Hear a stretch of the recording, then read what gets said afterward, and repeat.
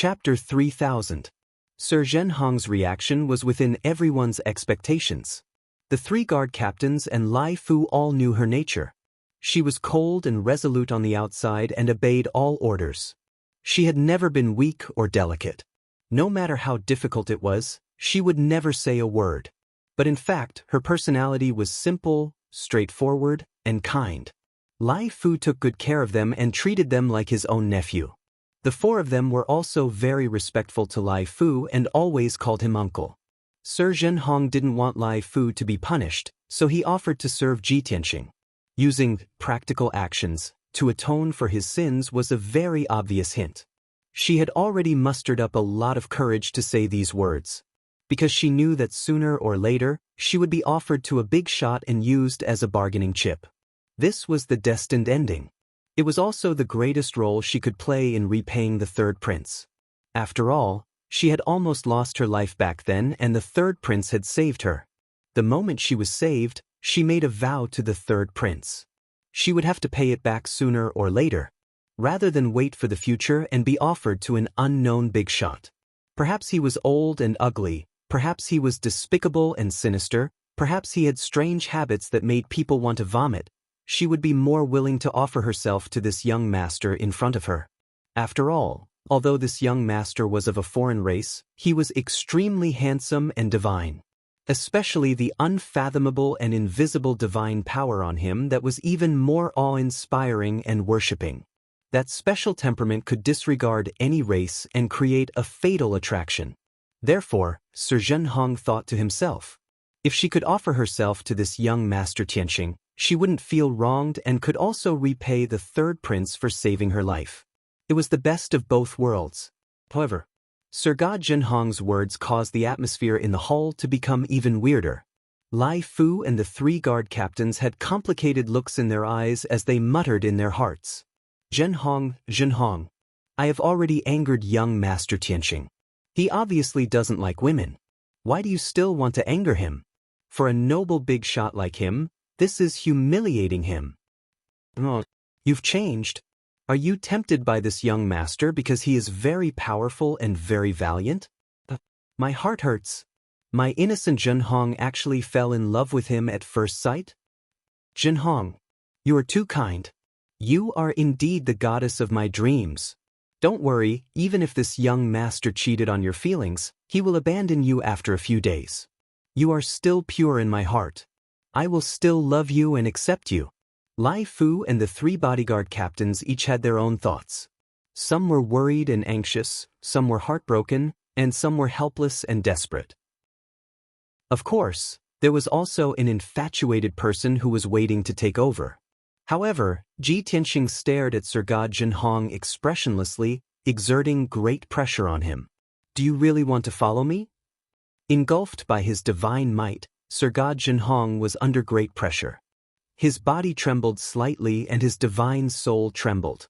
However, his willpower was very strong. He struggled to look straight at Ji Tianxing and replied with clear eyes, yes. Ji Tianxing was slightly surprised and a little surprised. He secretly used the divine eye secret technique and his eyes turned golden. He stared at Zhenhong and carefully observed him. After a while, he suddenly understood and thought to himself, I see. No wonder he is so special and has such distinctive characteristics. He probably doesn't even know this secret himself, right? Ji Tianxing originally wanted to refuse, but he suddenly changed his mind. I will give you this opportunity. As his voice fell, he withdrew his invisible divine might. Sir Zhenhong's pressure suddenly disappeared. He immediately let out a long breath, as if relieved of a heavy burden. Lai Fu and the three bodyguard captains were stunned, and their expressions were a little strange. Of course, the four of them muttered in their hearts. Young Master Tianxing just acted like he didn't get close to women and spoke righteously. Why did he accept Zhenhong's service in the blink of an eye? Could it be that he didn't notice Zhenhong's special temperament before and was attracted to him again just now? Zhenhong, this boy is too hypocritical. You were fooled. First he pretended to be upright and virtuous, then he revealed his powerful strength, and finally he got you. This was the most common technique used by noble young masters to pick up girls. Zhenhong, you are too naive. I am very disappointed in you. Although the result made me very sad, my infatuation will not change. After you are hurt and abandoned by him, I will accompany and comfort you for the rest of my life.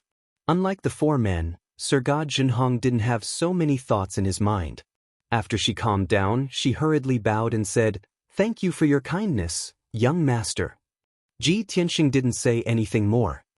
He waved his hand and said, "Today's matter is over. You all can leave. Zhenhong, go tidy up my bedroom. I want to rest." Lai Fu and the three bodyguard captains were about to bow and say goodbye. When they suddenly heard this sentence, their expressions changed and their hearts thumped. It can't be, right? It's only noon, and he asked Zhenhong to serve him in bed? Tidy up the bedroom and rest in the daytime? This boy is really impatient. The ancients didn't deceive me. The more serious a person looks on the surface, the more dirty and unrestrained his heart is. The three bodyguard captains' hearts seemed to have been trampled by 10,000 alpacas. Lai Fu also had a complicated mood. He hurriedly left the hall. Sir God Zhenhong said yes and went to tidy up the bedroom with a restless mood. Only Ji Tianxing was left in the hall. Silence was restored. Whoosh! A white light flashed. White Dragon, who couldn't bear the loneliness of cultivation, appeared beside Ji Tianxing.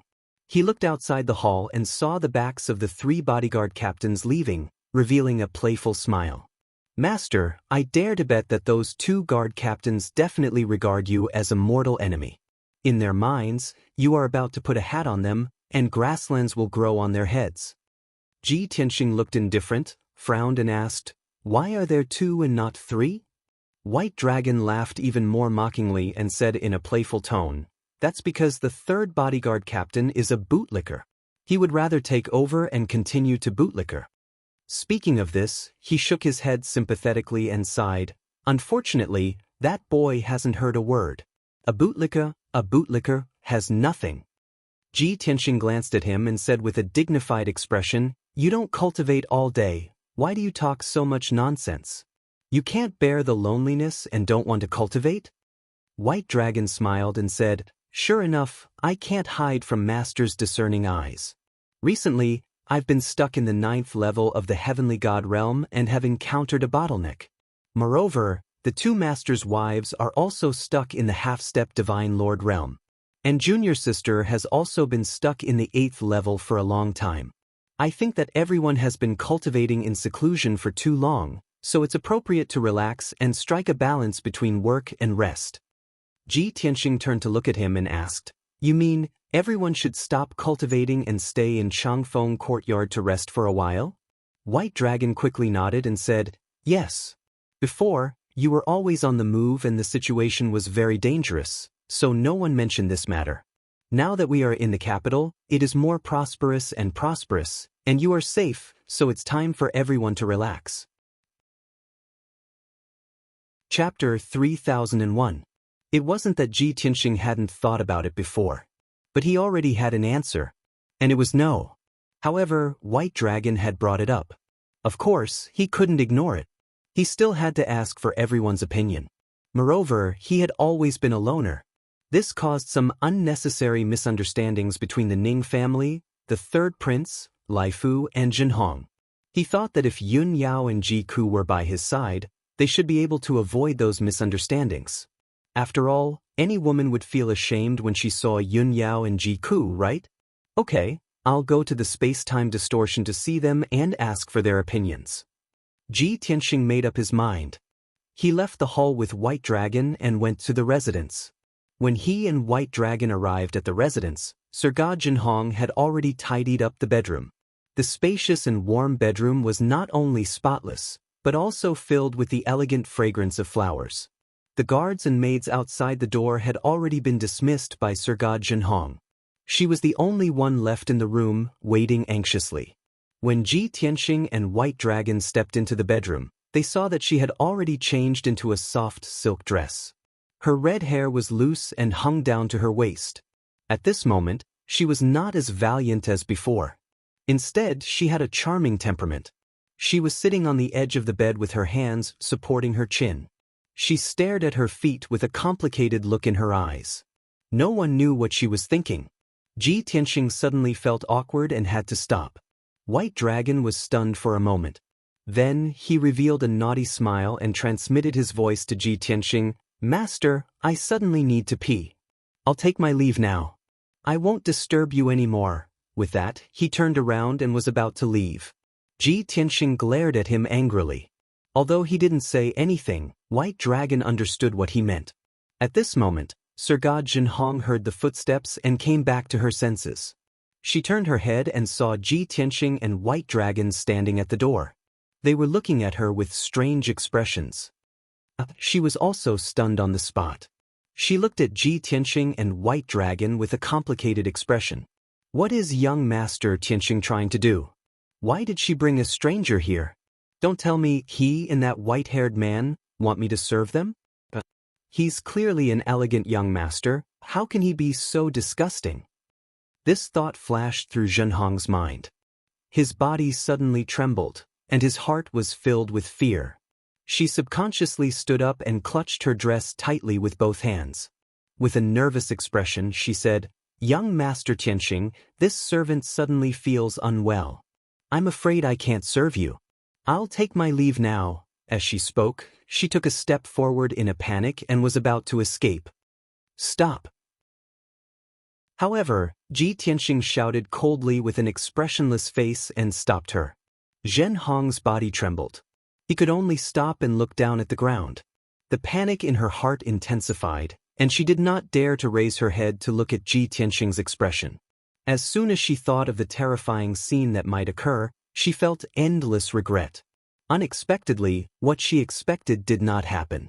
Ji Tianxing and Bai Long stood at the door. They did not mean to take advantage of her. Moreover, Ji Tianxing looked dignified and ordered, "Put on your clothes. This monarch has something to say to you." Zhenhong was relieved. She breathed a sigh of relief and quickly put on her dress and shoes. When she returned to her previous dress, her heart was at ease. She respectfully saluted and said, "Please instruct me, young master." Ji Tianxing stared at her majestically and said in a solemn tone, "This monarch doesn't care if you're shouldering a task or being instigated by others. In short, you've all misunderstood. This monarch is clean and has a family. I hope you respect yourself. This is the only time this happened. This monarch can pretend that nothing happened. If you flatter and offer yourself to this monarch again, don't blame this monarch for punishing you severely." Zhenhong was stunned on the spot. Her eyes widened in disbelief, and she looked at Ji Tianxing in astonishment. She never thought that things would turn out like this. It turned out that young Master Tianxing did not have any evil thoughts from beginning to end. He was indeed a clean and honest gentleman. It was just that she, Lai Fu, and the others had dirty thoughts. That was why they repeatedly offended young Master Tianxing. Understanding this, Zhenhong remembered her half-covered appearance just now. She suddenly blushed with shame and wished she could find a hole to hide in. Too shameful. Too shameful. Zhenhong could not stay a moment longer. Her cheeks and neck were red and hot. Her mind was in a mess. She dizzily bowed and hurriedly excused herself. Then she ran out of the room like she was escaping. It was not until she was far away from the palace and returned to her residence that she gradually calmed down. Recalling Ji Tianxing's cold and dignified eyes at that time, she vomited blood with shame and indignation. "Zhenhong, how could you be so stupid and impatient? It's over. Your reputation is over. Young Master Tianxing will definitely think that you're only pretending to be noble and pure. In fact, your behavior is improper and your heart is one. Even if young Master Tianxing doesn't punish you, how can you face others in the future?" Thinking of this, Zhenhong wanted to cry but had no tears. She even wanted to die. In Ji Tianxing's bedroom, Bai Long could not help but want to laugh out loud. However, he saw that his master was expressionless and cold, so he could only force himself to hold it in. In the end, it was too hard for him to hold it in. He could only keep a straight face, but his shoulders kept shaking. Ji Tianxing sat at the table. He picked up the teapot and brewed a cup of tea. He drank it slowly. Laugh if you want to. It's so hard to hold it in. He took a sip of tea and said indifferently, "Ta." Bai Long could not hold it in anymore. He laughed exaggeratedly. "Master, Miss Zhenhong is too innocent. You didn't see her expression just now." She was completely stunned. At first, she must have thought of something very evil. She was so scared that her face turned pale. Later, when she realized that she had misunderstood, she was so embarrassed that she wanted to bang her head against the wall. Her whole body turned red, like a cooked prawn. How can there be such a straightforward girl? How can you bear to tease her like this? Why don't you take the opportunity to take her in and fulfill her little wish? Anyway, this disciple will help you keep it a secret. I will never let the two of you know. Ji Tianxing put down the teacup and looked at him from the corner of his eyes. He sneered and said, "Is it fun to see her embarrassed? Is it fun to laugh? Pa. Extreme joy begets sorrow. Just don't cry in a few days." Bai Long's smile froze for a second. He only felt a chill on his back. He hurriedly asked, "Master, what do you mean?" "Ah." Ji Tianxing looked at him and smiled meaningfully. Bai Long was even more panicked. His heart was beating a little faster. He begged pitifully, "Master, what are you doing? You won't kill your cutest disciple for Miss Zhenhong, right?" Ji Tianxing smiled but did not answer. Bai Long's heart was in turmoil. He became more and more panicked. He said with a sad face, "Master, this disciple was wrong. This disciple shouldn't be gloating. Please be magnanimous." Chapter 3002. All right, don't talk nonsense, I won't take your life. Ji Tianxing waved his hand and interrupted Bai Long's pleading. "Stay here, I'll go take a look at them." After that, he handed the God Pagoda over to Bai Long for safekeeping. Then, he entered the 6th level of the God Pagoda. After flying for a while in the distorted space, he found Yun Yao and Ji Ku. Both of them weren't in closed-door cultivation and were sitting together drinking tea and chatting, exchanging their insights on cultivation. Even though their strength had improved very quickly, it was still not enough. Not long ago, both of them had reached the half-step divine monarch realm. But both of them had encountered a bottleneck and were unable to break through to the divine monarch realm. So they had no choice but to end their cultivation and gather together to exchange and discuss. Wuxia also stopped cultivating and sat beside Yun Yao. She still looked like she was 6 or 7 years old, delicate and adorable. She drank the God Du tea obediently and listened attentively to the conversation between Yun Yao and Ji Ku. Her eyes revealed a pondering expression. Apparently she had gained a lot. Ji Tianxing's sudden arrival surprised Yun Yao, Ji Ku and Wuxia. Both of them stopped their conversation and looked towards him with a smile on their faces. "Tianxing, why are you here?" "Brother Tianxing, are you done with your matters?" Ji Tianxing smiled and nodded, looking at them with a gentle gaze. "We haven't seen each other for a long time, both of your strengths have increased greatly." At this moment, Ji Wuxia stretched out her arms and ran towards Ji Tianxing in surprise, shouting, "Father, you haven't come to visit us for a long time, Shuang misses you." A crisp voice, a smile from the bottom of her heart, and a childish voice. Ji Tianxing's heart was touched and he was filled with guilt. He quickly opened his arms and hugged Ji Wuxia. "Shuang, girl, father hasn't come to visit you these few days. Have you been cultivating diligently?" Ji Wuxia hugged his neck and replied without hesitation, "Of course, I've broken through to the 8th stage realm. However, I've recently encountered a bottleneck and am temporarily unable to break through to the 9th level." At this point, Ji Wuxia curled his lips and revealed an ashamed and self-blaming expression. Ji Tianxing rubbed her head and said dotingly, "Shuang is the smartest. Don't blame yourself or feel dejected. Wasn't it just a small bottleneck? Tell me, what difficulties have you encountered?" Ji Wuxia shook his head and said, "Father, you and Mother haven't seen each other for a long time. You definitely have a lot to talk about. You guys can chat first. We'll talk about my cultivation bottleneck later." Ji Tianxing pinched her little cheeks and said in a gratified tone, "Shuang has really grown up. You've also become sensible. Your thoughts are actually so meticulous. Alright, I'll help you settle it later. After he finished speaking, he looked at Yun Yao and Ji Ku and asked, I heard that the two of you have both reached the half-step Divine Lord realm but have encountered a bottleneck and are temporarily unable to break through. I'm currently in the capital of Blood Flame Divine Country. I'll be staying here for a while. The capital is prosperous and affluent. Moreover, the Divine Blood ceremony will be held in 2 days. It will definitely be very lively. After you guys came to the Divine World, you guys have been cultivating in seclusion in the Divine Pagoda and have never relaxed. Why don't you take this opportunity to stay in the Longwind Courtyard for a few days and rest and relax?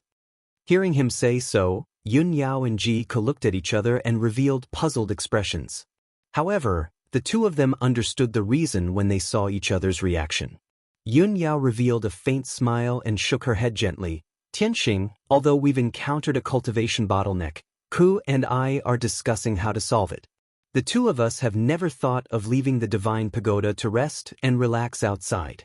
Because we know that you don't have a fixed residence now and have enemies on all sides.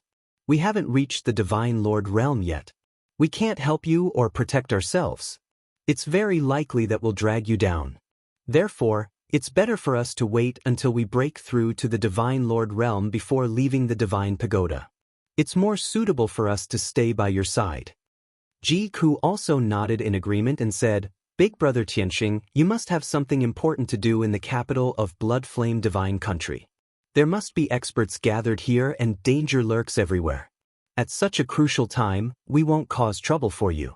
Moreover, Big Senior Sister and I have never thought of leaving the Divine Pagoda to rest and relax. Who told you all this? It must be that fellow Little White again, right? This fellow has a lot of tricks up his sleeves. Ji Ku pretended to be angry and frowned, scolding White Dragon. In the bedroom, White Dragon, who was holding the Divine Pagoda and waiting quietly, sneezed inexplicably and felt a chill on his back. Although he didn't know what Ji Tianxing and Yun Yao talked about, he had a premonition. However, he had a bad premonition that he was going to be scolded again. Ji Tianxing helped White Dragon to smooth things over. He smiled and shook his head, saying, It has nothing to do with White Dragon. I'm just worried that you'll feel depressed and bored after being in seclusion for a long time. However, Ji Ku didn't believe him. She chuckled and said, Big Brother Tianxing, don't make excuses for Little White. It must be that he can't stand the loneliness and wants to go out to play. That's why he's using us as an excuse. Ji Tianxing didn't comment and quickly changed the topic. Alright, let's not talk about this anymore. Since you don't want to leave the Divine Pagoda, I'll help you solve your cultivation bottlenecks first. Come, tell me about the problems you've encountered. Yun Yao and Ji Ku nodded at the same time and said in unison, You go first. Seeing that the two of them had such tacit understanding, Ji Tianxing smiled and said, Ku, you go first. Thus, Ji Ku recounted the difficulties she had encountered in her cultivation in detail. Although she had also become a peak Divine Lord 1,000 years ago. Logically speaking, with her cultivation experience, she shouldn't have encountered any problems at the peak Divine Lord realm. However, in this life, she had inherited the legacy of the Divine Beast Phoenix and cultivated the 5-colored Divine Fire and dozens of Demon Dao Divine powers. This was something she had never come into contact with in her previous life. With the memories and experience of a peak Divine Lord, it was natural for her to encounter a bottleneck when cultivating the peak Divine King's divine powers. Fortunately, after she told him all the problems, Ji Tianxing only used 15 minutes to find the corresponding solution in his memory. For problems that could be solved according to the symptoms, he directly said the solution.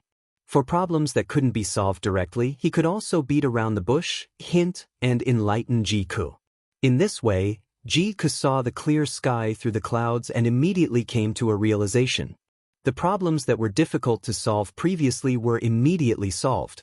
The hazy and vague concepts in the past also suddenly became clear. Ji Ku's problem was solved and she became full of confidence.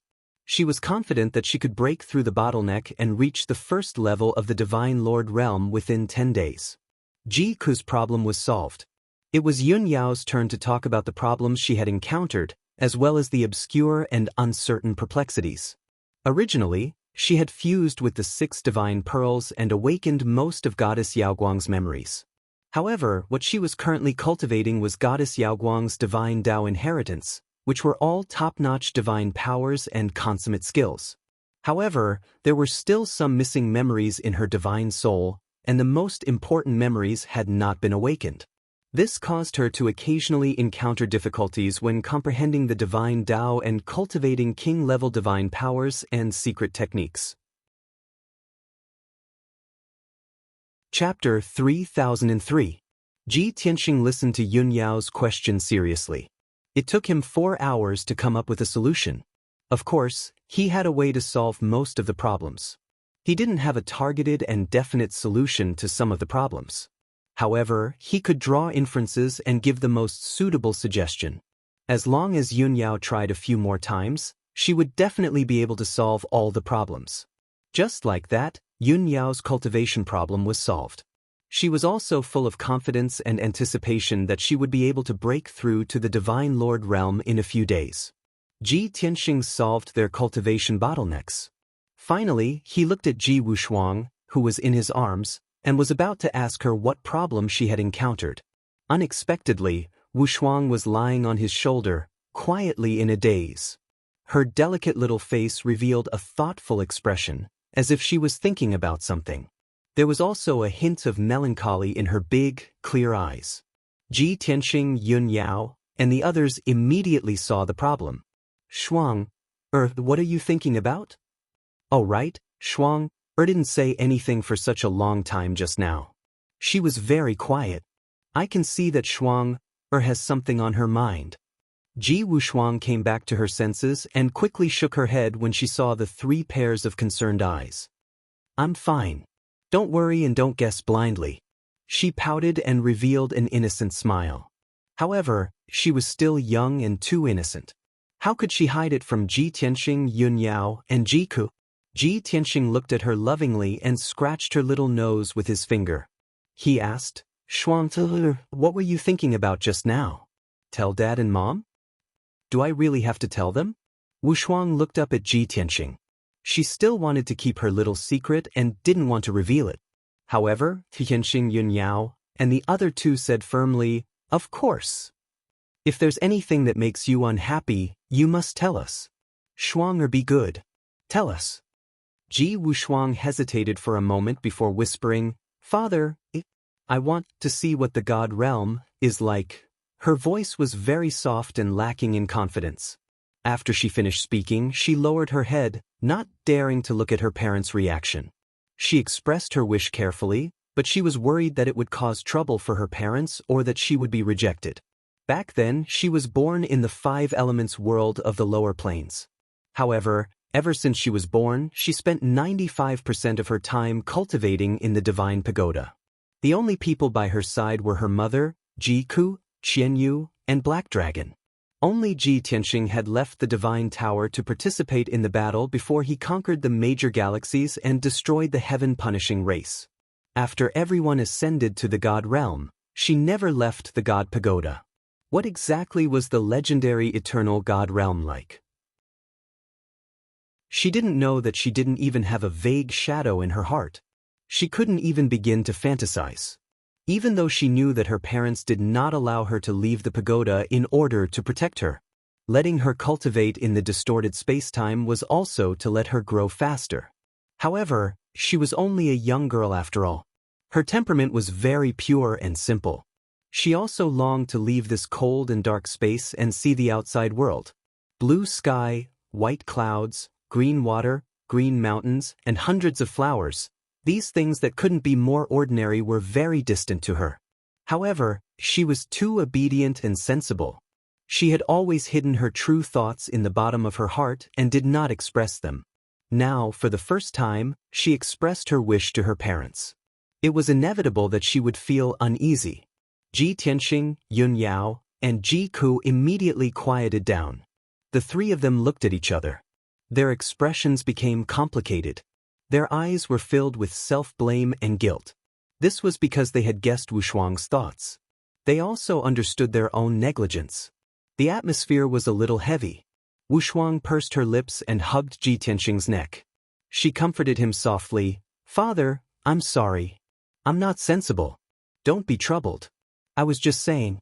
You don't have to take it seriously. His daughter was so smart, obedient, and sensible. Ji Tianxing felt even more guilty and distressed. He stretched out his hands and cupped Wuxuang's cheeks. He said in a serious tone, Wuxuang, it's us who have let you down. We neglected your feelings. Although you are the apple of our eye and the smartest and most adorable child in the world, we owe you. But we owe you. We couldn't let you have a normal childhood like other children. I promise you that I will take you out of the God Pagoda and see what the God realm is like. Ji Tianxing made a solemn promise.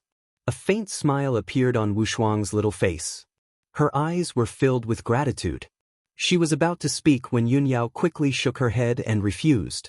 She persuaded, Wuxuang, it's true that we owe you.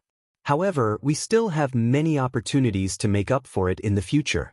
However, right now, your father is in a dangerous situation. He can't accompany you for the time being. Ji Ku also held Wuxuang's little hand and persuaded, Wuxuang, please be considerate of your father one more time. After this matter is over, let him make it up to you, okay? The smile on Wuxuang's little face gradually faded. A trace of disappointment flashed through her big clear eyes. However, she nodded obediently and said, okay. Ji Tianxing's heart ached when he saw this. He couldn't bear it and said in a firm tone, Yao Yao, Cuckoo, stay in the God Pagoda and cultivate. Break through to the God Monarch realm. I will bring Wuxuang to the Long-Wind courtyard for a few days and play in the King City for a few days. No matter what, even if the Bloodfire Divine Kingdom changes its monarch, it's not as important as me accompanying my daughter. No matter what danger there is, I will protect Wuxuang well. It's decided. Since he had already made up his mind, Yun Yao and Ji Ku wouldn't object anymore. Ji Wuxuang raised her head and looked at her father. Her thin lips were tightly pursed and her big clear eyes were covered with a layer of mist. Ever since she was born, she had spent very little time with her father. In her impression and cognition, her father had always been cold and dignified. Only today did she know that her mother didn't lie to her. Her father was indeed the most domineering expert who loved her the most. Having a father who doted on her so much and was so powerful and domineering was her greatest pride. However, the only regret was that her brother wasn't by everyone's side. If her parents could go to the Dragon Realm as soon as possible and rescue her brother, how great would it be if the family could be reunited? Wuxuang prayed silently in her heart. Ji Tianxing reminded Yun Yao and Ji Ku before leaving the God Pagoda with Wuxuang. Yun Yao and Ji Ku collected their thoughts and hurriedly went into seclusion to cultivate. Both of them secretly made up their minds to break through to the God Monarch realm as soon as possible. At that time, they would be able to accompany Ji Tianxing and help him take care of Wuxuang. That way, Ji Tianxing could also concentrate on handling matters and dealing with crises. Swoosh! A white light flashed and Ji Tianxing brought Wuxuang back to the room. Chapter 3004. Seeing Ji Tianxing and Ji Wuxuang appear, Bai Long was startled. He returned the divine pagoda to Ji Tianxing and asked doubtfully, Master, you only brought junior sister out to play? What about the two mistresses? Don't they plan to come out for some fresh air? Ji Tianxing shook his head and explained, I helped them solve the bottleneck. They want to cultivate in seclusion and break through to the Divine Lord realm as soon as possible. I see. Bai Long quickly nodded, indicating that he understood. Ji Wuxuang stared at Bai Long and pouted, Cuckoo, mother didn't guess wrong. It was senior brother Bai who made the decision on his own and used mother as an excuse. Bai Long was embarrassed. He explained with a smile, Little junior sister, you've wronged me. I'm just being nice. You see, the two mistresses are so bored cultivating, they should come out to relax, right? And you, if I didn't remind Master, would you come out to play? Wuxuang thought for a moment, and it seemed to be reasonable, so she didn't argue with Bai Long anymore. Bai Long successfully fooled his junior sister, and he snickered in his heart, secretly rejoicing. Ji Tianxing saw clearly, but he didn't point it out and was too lazy to pay attention to Bai Long. He held Wushuang's little hand and said gently, "Wushuang, this is where father is currently staying, called Changfeng Courtyard. Let's go, father will take you around the manor first." Ji Wushuang quickly nodded, her little face revealing a happy smile. Then, the father and daughter held hands and walked out of the room, strolling around the manor. Bai Long had nothing to do, so he could only follow behind the two of them, acting as a guard and follower. Wushuang hadn't left the divine pagoda for many years.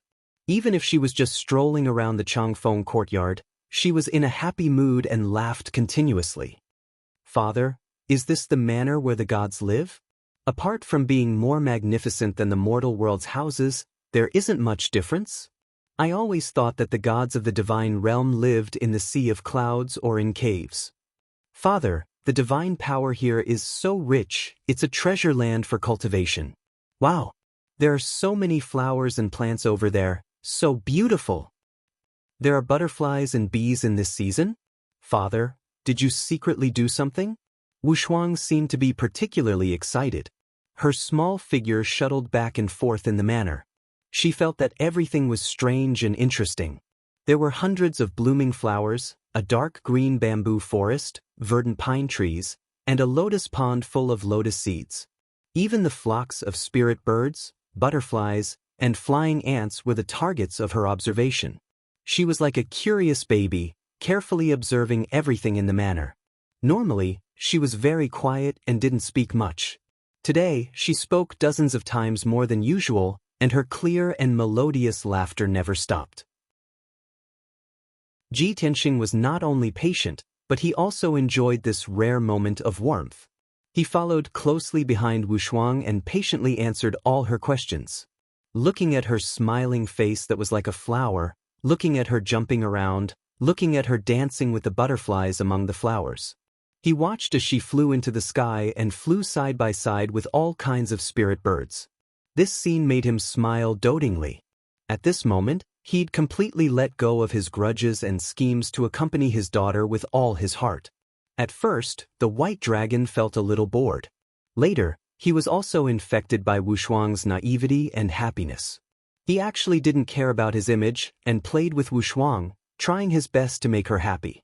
The many maids and guards in the manor all knew that Ji Tianxing's background was mysterious and noble. Wherever Ji Tianxing went, the surrounding guards and maids would respectfully bow and quietly retreat. After the crowd retreated, they would gather in groups of 3 to 5 and whisper to each other. Everyone was very curious. Wasn't young Master Tianxing alone? Why did a white-haired young man appear beside him? And a noble, beautiful, naive, and adorable little girl? The most important thing was that astonishingly beautiful and adorable little girl's appearance and temperament were actually a little similar to young Master Tianxing. For a moment, all kinds of guesses and discussions spread among the guards and maids. Did you see? This afternoon, young Master Tianxing brought a young man and a little girl to play in the manor. We all saw it. That little girl is so beautiful and adorable. She's simply a masterpiece of God. How beautiful do you think the girl's mother is? By the way, haven't you thought about the relationship between that little girl and young Master Tianxing? I think that little girl and young Master Tianxing look a little alike. They might be brother and sister, or father and daughter. Don't make wild guesses. I heard the little girl call him father. That's young Master Tianxing's daughter. But young Master Tianxing actually has a daughter? What about Sir Celestial Zhenhong? That's right. At noon, I saw Sir Celestial Zhenhong. She seemed to be very emotional. She trotted all the way back to her residence and hid. She served young Master Tianxing at noon. Of course, she was emotional and ashamed to see anyone. But young Master Tianxing already has a daughter. Sister Zhenhong served him in bed. Will there be any results? Sir Celestial Zhenhong served young Master Tianxing in bed. That's a task. Between them, it could only be a short-lived marriage, a play on the field. She actually hopes to get close to that young master? She's thinking too much, isn't she? Alas, too noble and too outstanding, in fact, the most fickle and ungrateful. Even if that young master slept with Sister Zhenhong, he wouldn't take responsibility. Otherwise, he wouldn't have brought his daughter around the manor for a stroll. You say, if Sister Zhenhong knew about this, how sad she would be. Usually, Changfeng Courtyard was always empty. The third prince didn't live here. He only used it to entertain distinguished guests.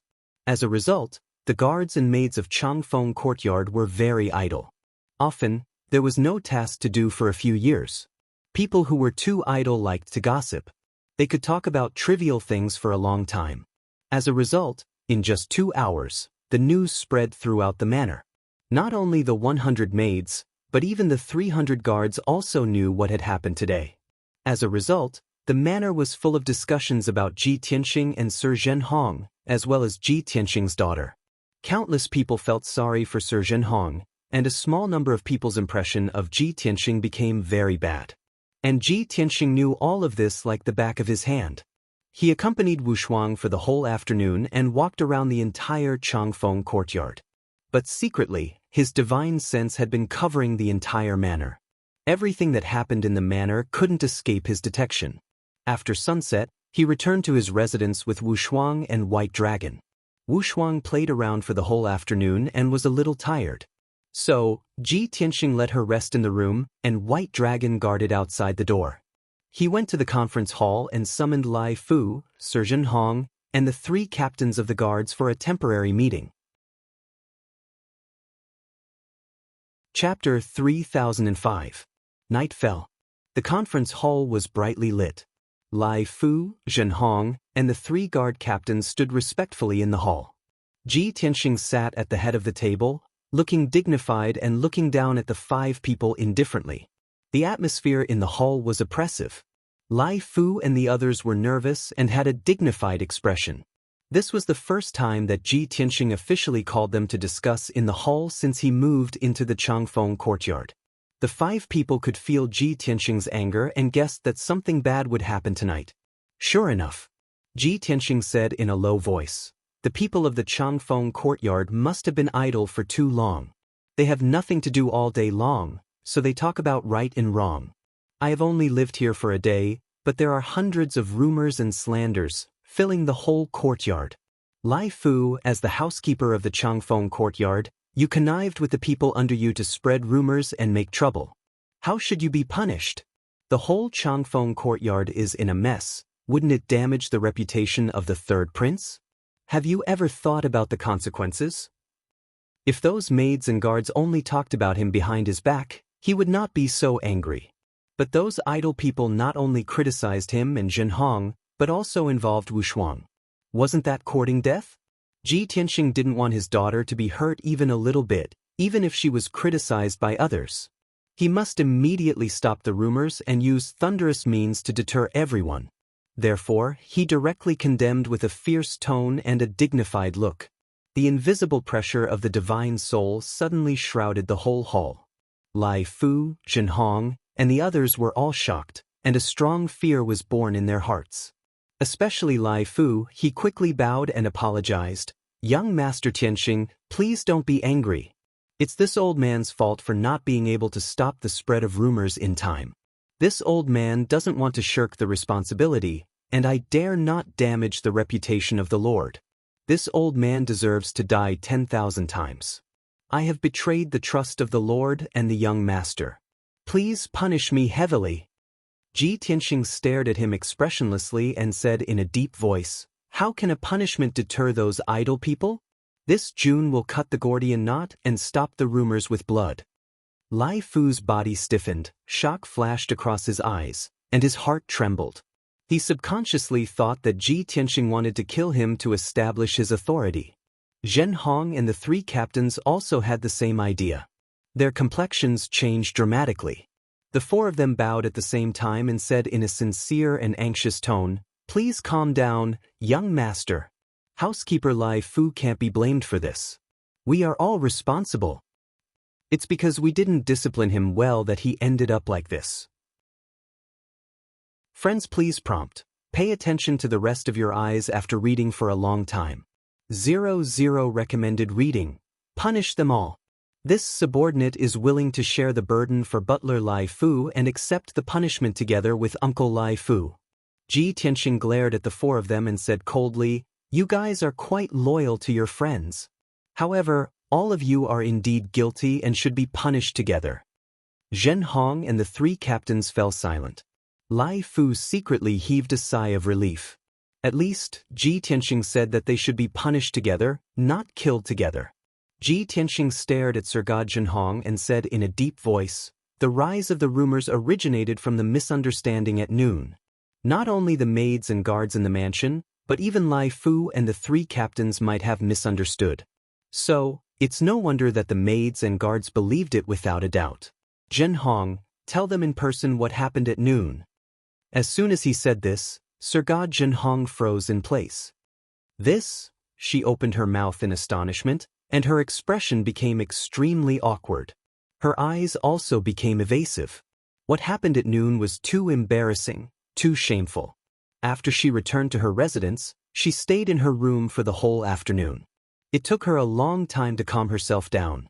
Now, Ji Tianxing actually wanted her to repeat it in front of everyone? How could she say it? It was too embarrassing. For a moment, Sir God Zhen Hong was at a loss. Lai Fu and the three captains looked at each other. They looked at Ji Tianxing, then at Zhen Hong, and muttered in their hearts. Could it be that something really happened between them? Otherwise, why would Sir God Zhen Hong be so bashful and embarrassed? But that's not right. If something really happened, shouldn't they be hiding it? And they want Sir God Zhen Hong to repeat it in public? How perverted! Thinking of this, the expressions of Lai Fu and the three captains changed again. At this time, Ji Tianxing shouted in a dignified tone, "Zhen Hong, the matter is clear and clear. Since you didn't do anything wrong, why can't you say it?" Zhen Hong took a deep breath and finally made up his mind. Then, he said, "Sir God Zhen Hong's life was given to me by His Majesty. This kindness must be repaid sooner or later. Unfortunately, Zhen Hong's strength is too low to help His Majesty. The only use and value it had was that it was a rather decent body. Therefore, the government of Zhen Hong has long determined that friends please prompt. Pay attention to the rest of your eyes after reading for a long time. 00 recommended reading. Yes, I will offer myself at the right time to help Master solve his problems." Today, he met young Master Tianxing, who was an honored guest of the Lord. Moreover, the Lord had specially arranged for the young master to stay here. I took it as a sign from the Lord, and decided that the time had come to repay the Lord. Similarly, Uncle Lai Fu also thinks the same, which is why he took the initiative to bring up that matter. Zhen Hong spoke expressionlessly and calmly. He had completely abandoned his sense of shame and guilt, as if he was talking about someone else. Only in this way would she be able to clearly explain the cause and effect of the matter. Lai Fu and the three imperial bodyguard captains listened quietly and nodded in agreement. After all, what Zhen Hong said was also what they were thinking. Zhen Hong continued. At noon, the young master ordered Zhen Hong to tidy up the bedroom and said that he wanted to rest later. Zhen Hong's misunderstanding deepened. After helping the young master tidy up the room, I took off my outer clothes, sat at the head of the bed, and waited for the young master. No matter how strong her willpower was, she had already made sufficient preparations. When talking about this matter, she was still blushing with shame. Her whole body was red and boiling, and her voice was trembling and intermittent. Lai Fu and the three imperial bodyguard captains were also extremely embarrassed. They wanted to raise their hands to support their foreheads. Ji Tianxing said expressionlessly, "No need to describe the details. Continue to talk about the matter." Zhen Hong breathed a sigh of relief. Her shame and indignation were slightly reduced. She continued, but it turned out that Zhen Hong misunderstood. Not long after, young Master Tianxing came, followed by his entourage. Young Master Tianxing righteously rejected Zhen Hong and told Zhen Hong not to offend him again, or he would be severely punished. Zhen Hong was ashamed. After apologizing, she retreated and went back to her residence to reflect on her mistakes. Zhen Hong finally finished talking about the matter. She let out a long sigh of relief. Lai Fu and the three imperial bodyguard captains also endured the awkwardness and listened to the end. A big stone hanging in their hearts finally fell. Fortunately, the thing they expected didn't happen. Everything was a misunderstanding. The news that was spread in the residence was really just rumors and slanders. Ji Tianxing said in a dignified tone, "You already know the course of the matter. The imperial bodyguards and maids in the residence slandered this lord and this lord's daughter. The nature of the matter is very vile. The 5 of you immediately investigate the source of the rumors. After the results are found, kill the rumormongers. Kill at least 5 people. If one is missing, you will make up for it yourselves."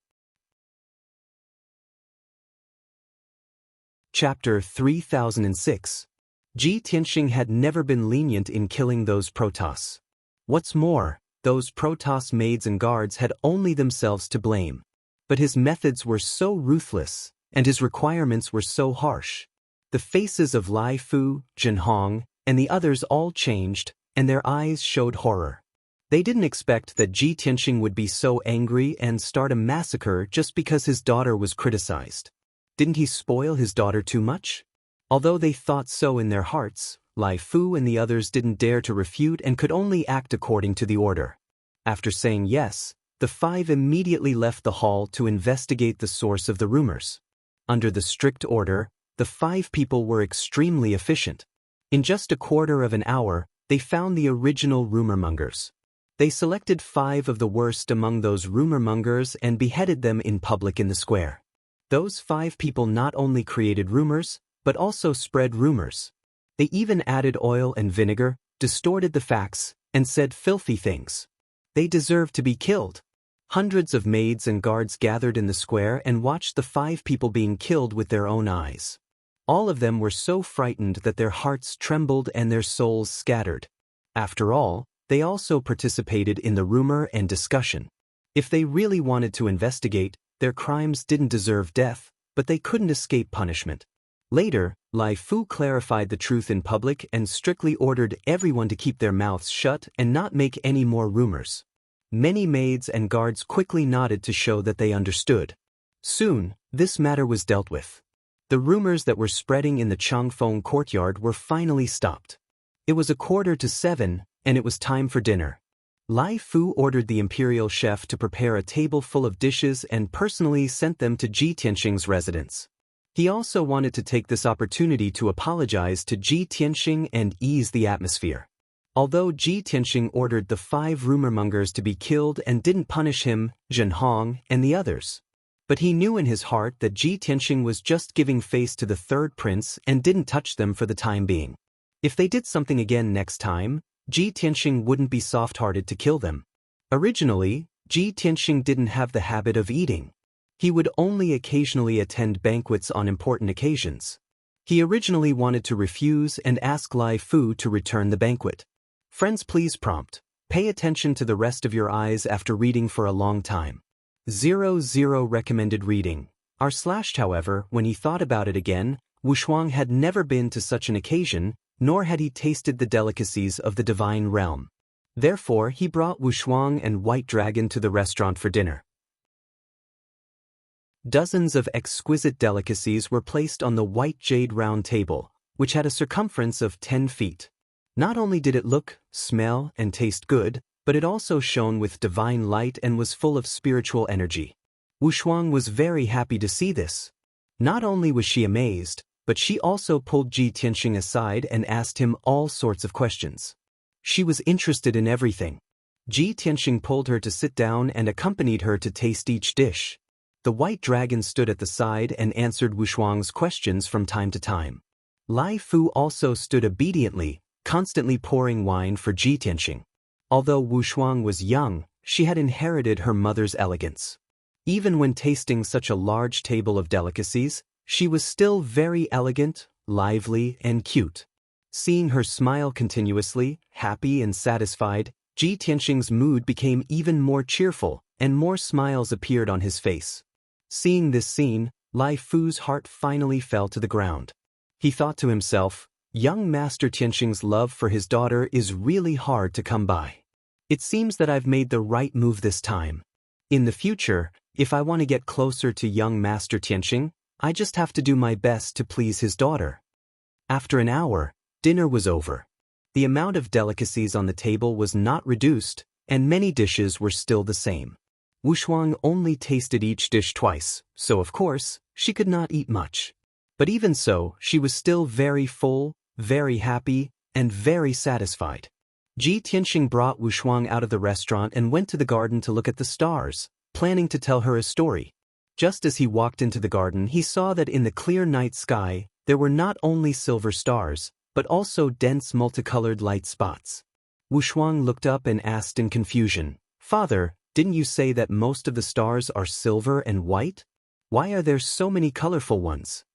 Ji Tianxing observed carefully and realized that the colorful lights floating in the night sky were thousands of exquisite lanterns.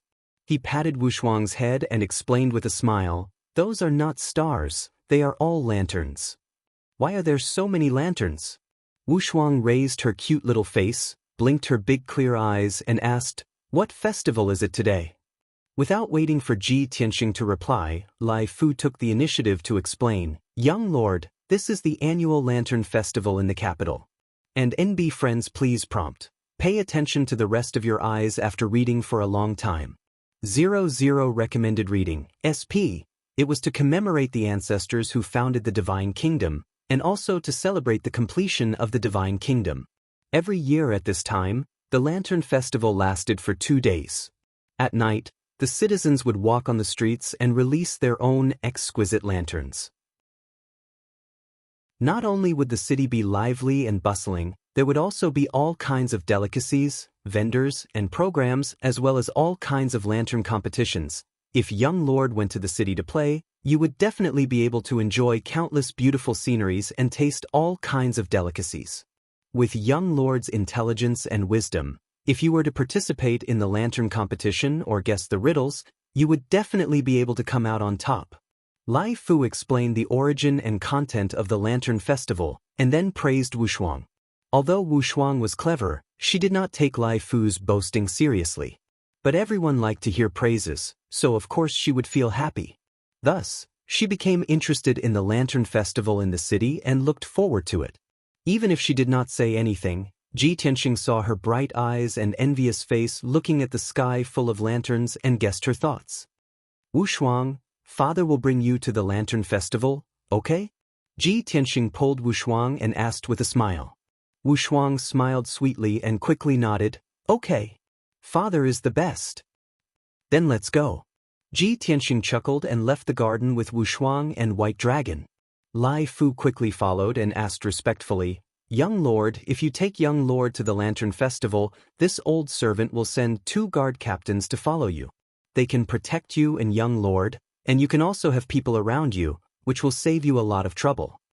Ji Tianxing thought of the 3 guard captains, frowned, and said, "Don't let them come. Just let Zhenhong follow us."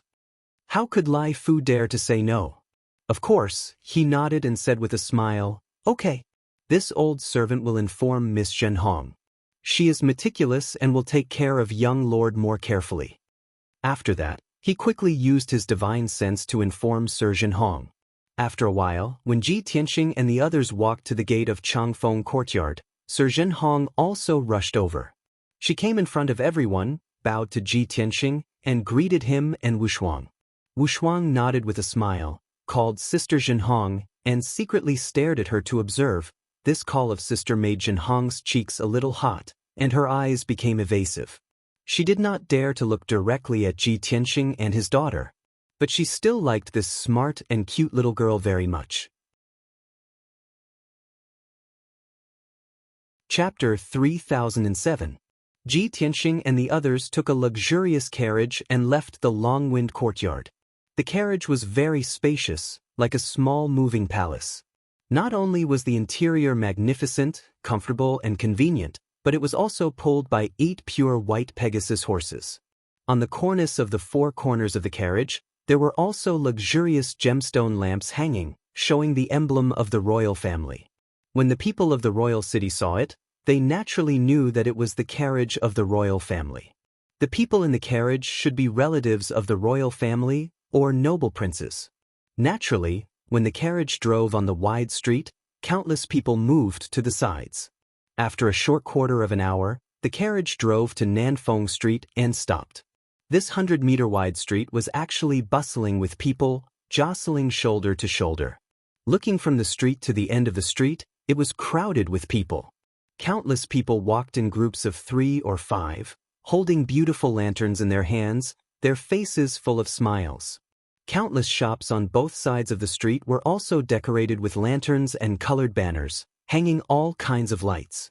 Ji Tianxing and the others got out of the carriage and walked on the street, enjoying the scenery along the way. The coachman was guarding the carriage, waiting on the street. Ji Tianxing walked in front with Wuxia, Xianxia and Bai Long followed behind. Although the street was very crowded, Ji Tianxing exuded an invisible divine power.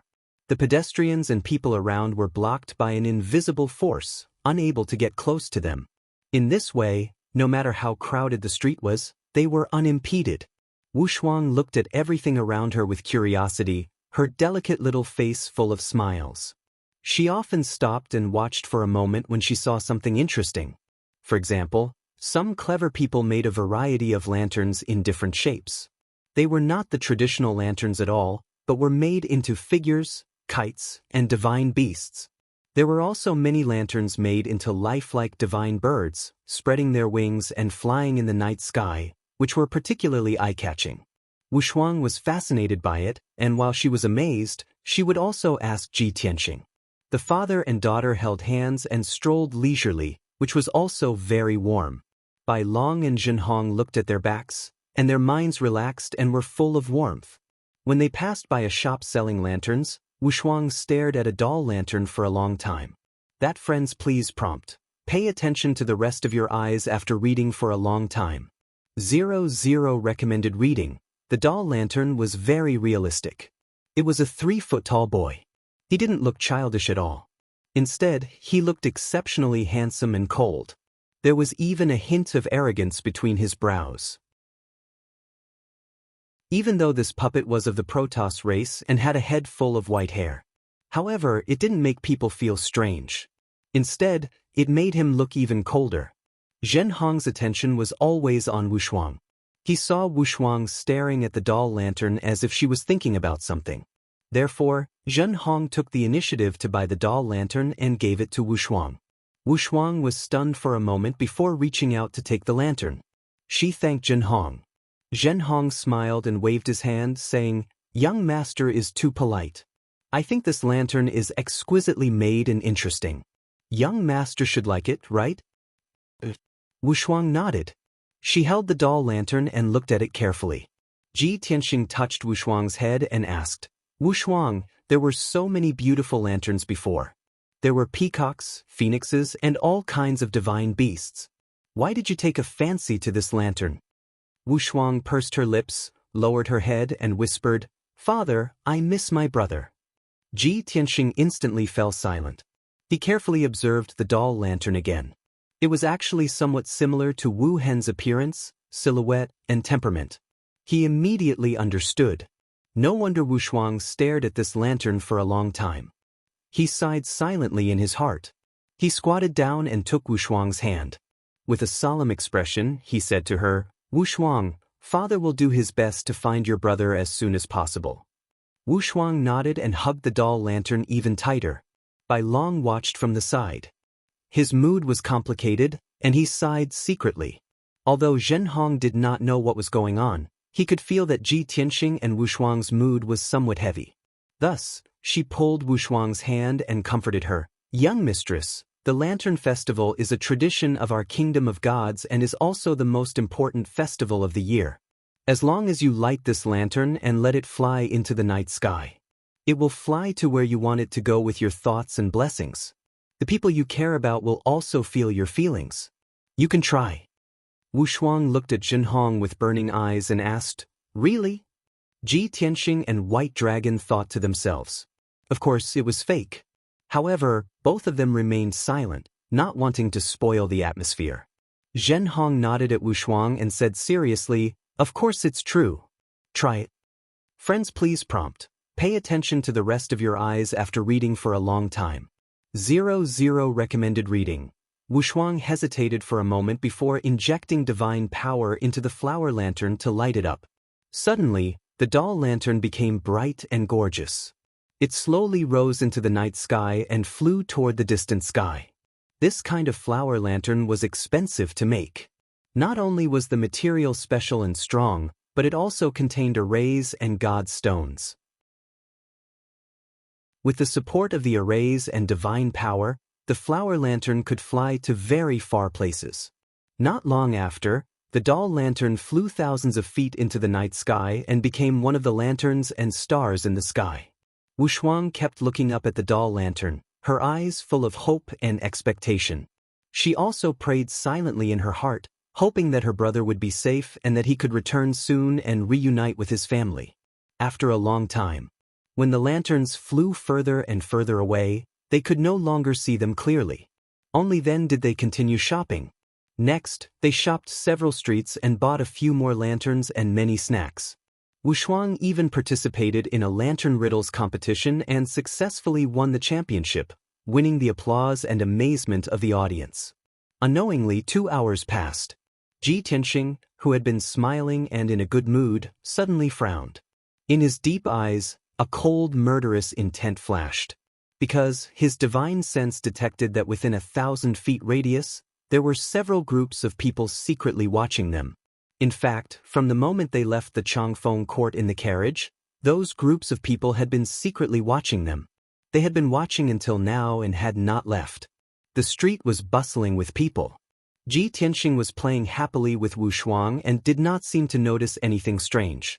Those groups of people secretly watching them became more and more bold and relaxed, and even came closer. Xianxia did not want to ruin Wuxia's mood, and did not want those flies to follow nearby. He quietly released a dozen or so strands of divine power, condensing them into invisible swords, and stabbed at those groups of people. The next moment, those groups of people who were watching them stiffened and stood in place with frightened expressions. 12 masters' divine souls were seriously injured and fell unconscious on the spot, bleeding from their 7 orifices. The remaining masters were also seriously injured. Only then did they realize that they had been exposed and fled into the distance in a panic. White Dragon saw Xianxia's strange look and guessed that something had happened. He asked, "Master, what happened?" Xianxia shook his head gently and said, "Nothing, I just drove away a few flies." Chapter 3008. In the North District of the Royal City, there was a group of majestic palaces where high-ranking officials, rich people, and influential people lived. In this group of palaces, there was a palace made of black stone and golden tiles called the Holy Flame Palace. This was an ancient palace with a history of thousands of years. Many years ago, the first prince had established his own residence after he came of age. The king was sympathetic and thought highly of him, so he gave the Holy Flame Palace to him as his residence. Now, the first prince had passed away many years ago. His successor, Duanmu Crown Prince, became the owner of the Holy Flame Palace. Relying on his father's blessings, Duanmu Crown Prince continued to enjoy wealth and power. The Holy Flame Palace was still the first prince's residence and had not been demoted to a crown prince's residence. Many of the high-ranking officials knew that this was not because the king liked or thought highly of Duanmu Crown Prince. It was because the first prince had sacrificed himself for the king, which made the king feel guilty. No matter what, the king had to take care of the crown prince. He could not let others think that he was unkind. It was late at night, but the Holy Flame Palace was brightly lit and filled with people. Countless guards were patrolling. The first prince was hosting a banquet in the hall to entertain the influential people. The second prince, Duanmu Xiong, did not attend the banquet. He was sitting in a secret underground room, thinking about something with a cold expression. The dim light in the corner shone on half of his face. One could vaguely see that his expression was cold and his eyes were malicious. Since Duanmu Xiong left Tianxue County and returned to the royal city, everyone felt that he had changed. Especially those in the first prince's residence, they were all surprised and confused. In the past, the second prince was elegant and cheerful. He often went out and showed himself in public. Especially during the Lantern Festival, he would definitely go out and have fun. He would even participate in a few lantern and lantern riddles competitions and win a few places in the top 3. He was elegant and elegant.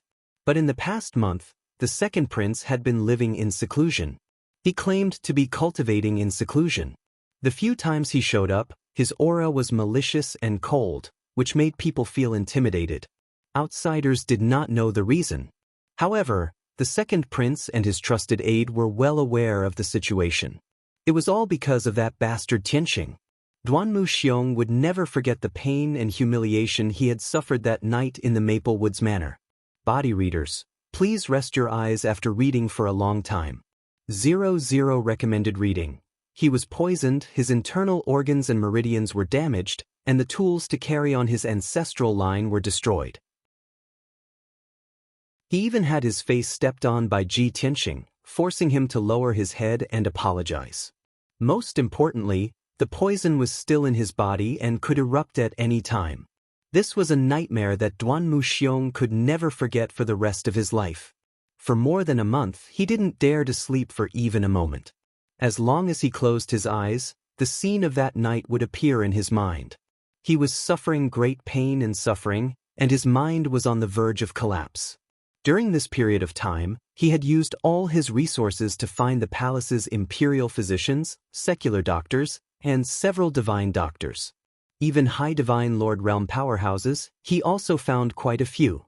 However, just as Ji Tianxing had said, no one could cure the poison in his body. Only 2 miracle doctors could help him regrow his roots and temporarily relieve his pain. This was already the limit. Duanmu Xiong was about to go crazy. There were many times when he was on the verge of breaking down and wanted to give up. He wanted to die together with Ji Tianxing.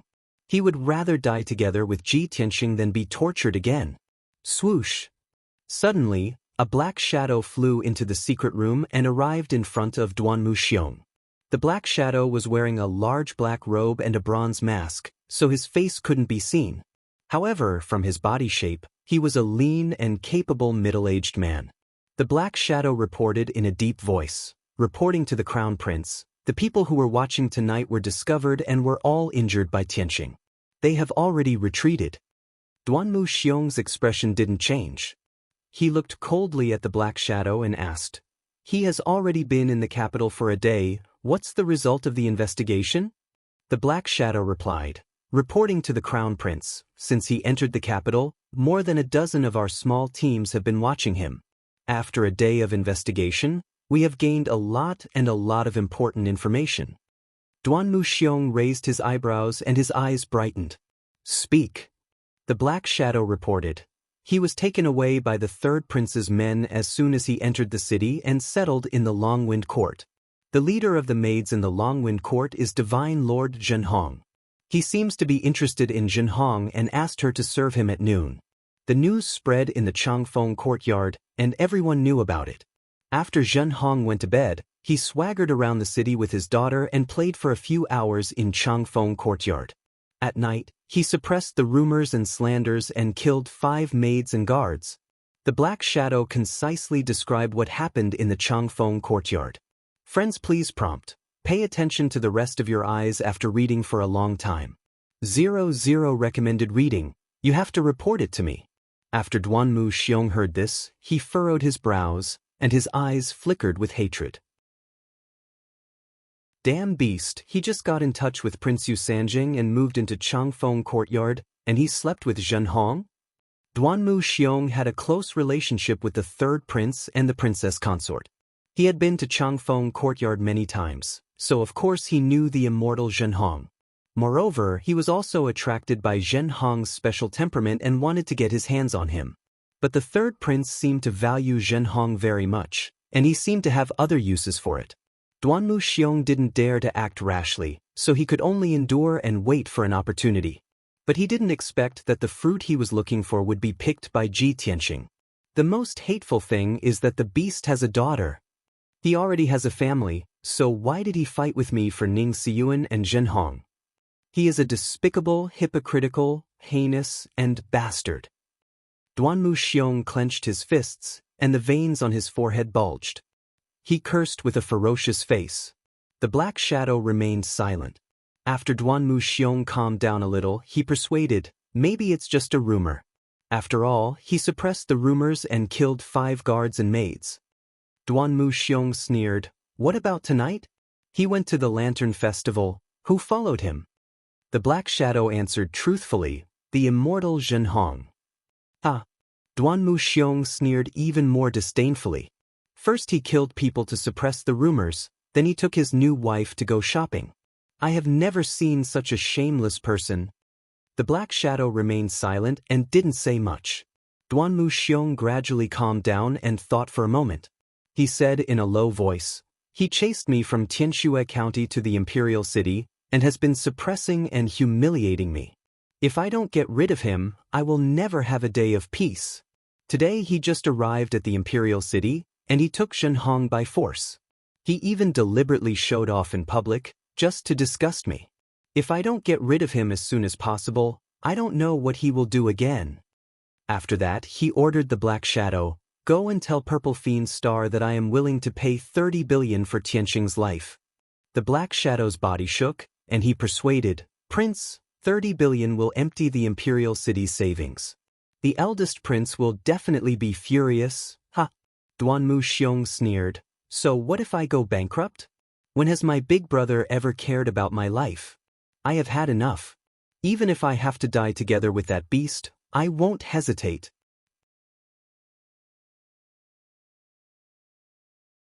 Chapter 3009. Duanmu Xiong's attitude was firm and resolute. The Black Shadow hesitated for a while before he tried to persuade Duanmu Xiong again. Your Highness, please think twice. The Evil Blood Palace has failed twice and lost several generals. They definitely won't accept this task again. Duanmu Xiong said in a low voice, 30 billion is the highest price in the past 1,000 years. The Evil Blood Palace will consider it. The Black Shadow was silent for a while. He could not persuade Duanmu Xiong, so he bowed and said, Yes, Your Highness. Then the Black Shadow merged into the darkness and disappeared. In the southern district of Yunwu City, the splendid mansion of the second prince was located at the end of the Vermilion Bird Avenue. The mansion covered an area of nearly 10 square miles. It not only had a spacious yard and a garden, but also numerous exquisite houses and palaces. Tonight was the Lantern Festival. The mansion was decorated with lanterns and colored banners. Everywhere was jubilant and full of people. Not only the family members of the mansion were having fun, but many guards, maids, and servants were also roaming in the garden at night.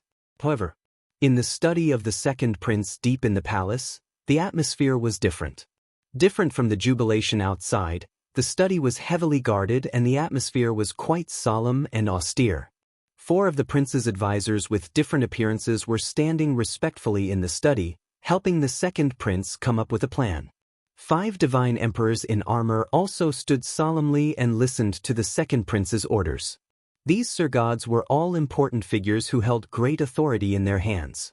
They were either trusted aides of the second prince, generals with outstanding military exploits, or governors and top nobles. Sitting behind the desk was a middle-aged man in a golden robe with a golden crown on his head. He was the second prince. He was tall and sturdy with a dignified appearance. His bell-sized eyes were shining brightly and exuded awe-inspiring majesty. He had a goatee on his chin, which was neatly combed. His temples were white, but his thick eyebrows were slanted to his temples. This second prince was clearly a man of great talent and bold vision. Just a moment ago, the second prince had finished discussing some important matters with his aides and confidants. After he made his decision and gave the order, the armored confidants all saluted to show that they had obeyed the order. The second prince waved his hand, indicating for everyone to leave. The confidants hurriedly saluted and left the study one after another. Only the second prince and his 4 advisors were left in the study, and they soon quieted down. For many years, the second prince had been eager to recruit talents and had recruited many capable people. There were more than 1,000 diners in the prince's mansion. Among the nearly 1,000 people with special abilities, more than 40 of them were exceptionally talented and were hired by the second prince as his aides. Normally, these aides would rack their brains to help him plan and deal with all kinds of affairs. The 4 aides in the study were the elites and leaders of the group of aides. Especially the white-haired old man in the lead. He wore the attire of an immortal and learned scholar, and he held a silver horsetail whisk with both hands, causing him to seem extremely unfathomable. This person was the chief advisor, Yanlong Celestial Lord. The second prince leaned back in his large chair and closed his eyes to rest. His hands were rubbing the space between his eyebrows. He seemed to have a lot on his mind. Lord Yanlong bowed slightly and calmly reported, "Master, it has been an entire day since Tianxing entered the capital.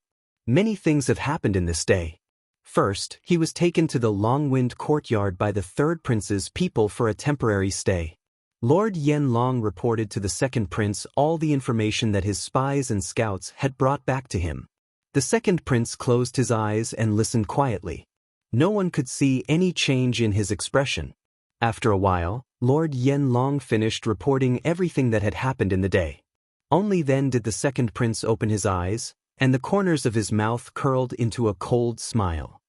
He seemed to be talking to himself. Tianxing just moved into the long-wind courtyard, and he let the captain of the maidservants serve him in bed? That kid is vicious, but he is not a shallow person. This must be the third prince's honey trap. He wants to completely trap that kid and tie him to his chariot. Lord Yanlong nodded in agreement and said with a smile, "Master is wise."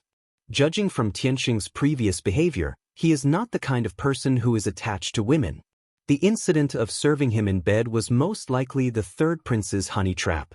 But Tianxing then let his daughter appear and took her to stroll around the long-wind courtyard for several hours. At night, they suppressed the rumors and slanders and executed a few guards and maids. These 2 things are signals. Tianxing strongly and clearly expressed his position. Obviously, he is not willing to accept the third prince's honey trap, nor does he want to be the third prince's vanguard general. The second prince listened with a smile and showed a satisfied expression. "Then tell me, what is the situation between Tianxing and the third prince?" Lord Yanlong thought for a while and said in a serious tone, "They are neither friendly nor distant. On the surface, they seem to be allies, grasshoppers tied to a string. But in fact, Tianxing and the third prince are not of one mind." Another hunchbacked aide added, "Judging from Tianxing's past behavior, he is very arrogant and will not submit to anyone. Even when facing the third prince, he only treats him as a friend, not as his master." Another middle-aged aide in a purple robe said with a serious expression, "Tianxing is an extremely cunning person. He has long understood the situation in the capital. Even if he is very close to the third prince, he will not truly rely on the third prince. He knows better than us that only by waiting for the right price can he seize the greatest benefits. Once he is eager to pledge loyalty to the third prince, his value will be greatly reduced." Several aides spoke one after another, expressing their views on Tianxing. After they finished, the second prince nodded and said in a serious tone, "That's right. Your analysis is correct and comprehensive.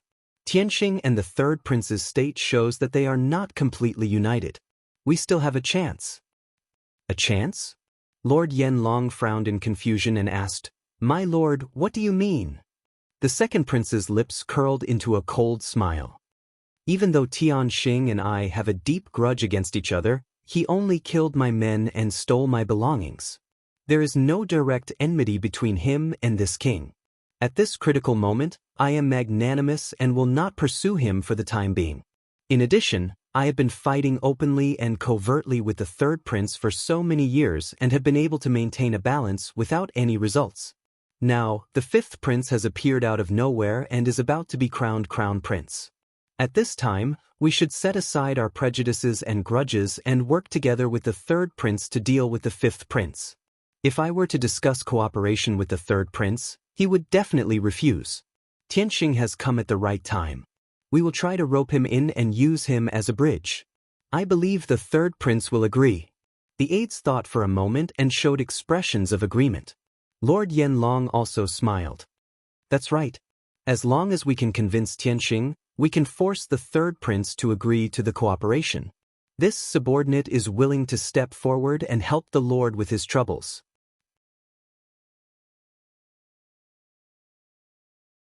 Chapter 30:10. Yanlong wanted to share the burden and solve the problem. In fact, he was the one who invited Ji Tianxing on behalf of the second prince. The second prince nodded without hesitation. All right, I'll leave this matter to Yanlong. After a short pause, he continued, let's set the meeting place at Qingyang Villa in the western suburbs. There are many people in the city, and Tianxing is being watched by all forces. He must be on guard. He'll be relieved to meet me outside the city. Yanlong bowed and said, yes, Your Highness. I'll do it right away. After that, Lord Yanlong bowed and left the study. The three aides stayed and were about to report other things to the second prince. Just then, a beam of spiritual light flew from the night sky and landed in front of the second prince. When the spiritual light dissipated, a message jade slip appeared. There was a special purple symbol on the slip. The second prince knew it was a secret message from Xiaxia. Xiaxia was the vice palace master of the evil blood palace. Usually, palace master Xiaxia cultivated in seclusion and rarely showed up. He was one of the most mysterious experts in the entire Bloodfire divine country. Xiaxia was basically in charge of the affairs of the evil blood palace. But many people knew that the evil blood palace had taken refuge with the second prince. Therefore, Xiaxia had to ask the second prince for help when he encountered a difficult decision. The second prince picked up the slip and read it with his divine sense. After a while, he threw the slip on the table and sneered. That idiot Duanmu Xiong can't sit still anymore. Tianxing has only been in the capital for a day, and he's already lost his mind. He's willing to spend 30 billion godstones to ask the evil blood palace to kill Tianxing. The three aides showed complicated expressions when they heard the news. The hunchbacked aide bowed slightly and said, my lord, our main task now is to prevent the fifth prince from becoming the crown prince.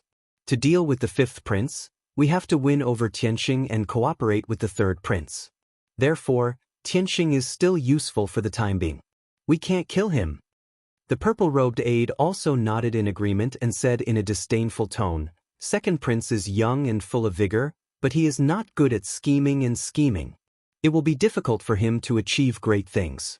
I heard that he was interested in the captain of the maid team in Changfeng Courtyard. He must have heard about what happened today, which was why he was so angry. A mere captain of the maidservants is enough to make him lose his composure. Sigh. Another advisor said thoughtfully, with the first prince's financial situation, it would be very difficult for him to take out 30 billion divine stones. Unless the second prince wanted to empty the first prince's treasury. By doing this, he's basically fighting with his back to the river. He's not leaving any leeway. The three aides had said everything that needed to be said, and the second prince did not say anything else. He picked up the jade slip and said in a dignified tone, Purple Malefic, reply to that idiot Duanmu Xiong. Tell him that he wants to buy Tianxing's life with 30 billion? That's too naive of him. If he was really sincere, then he would add another bargaining chip. Angry Blood Sacred Tree. Unless he takes out 30 billion and the Furious Blood Sacred Tree, this king will agree. After saying that, the second prince waved his hand and sent the jade slip out.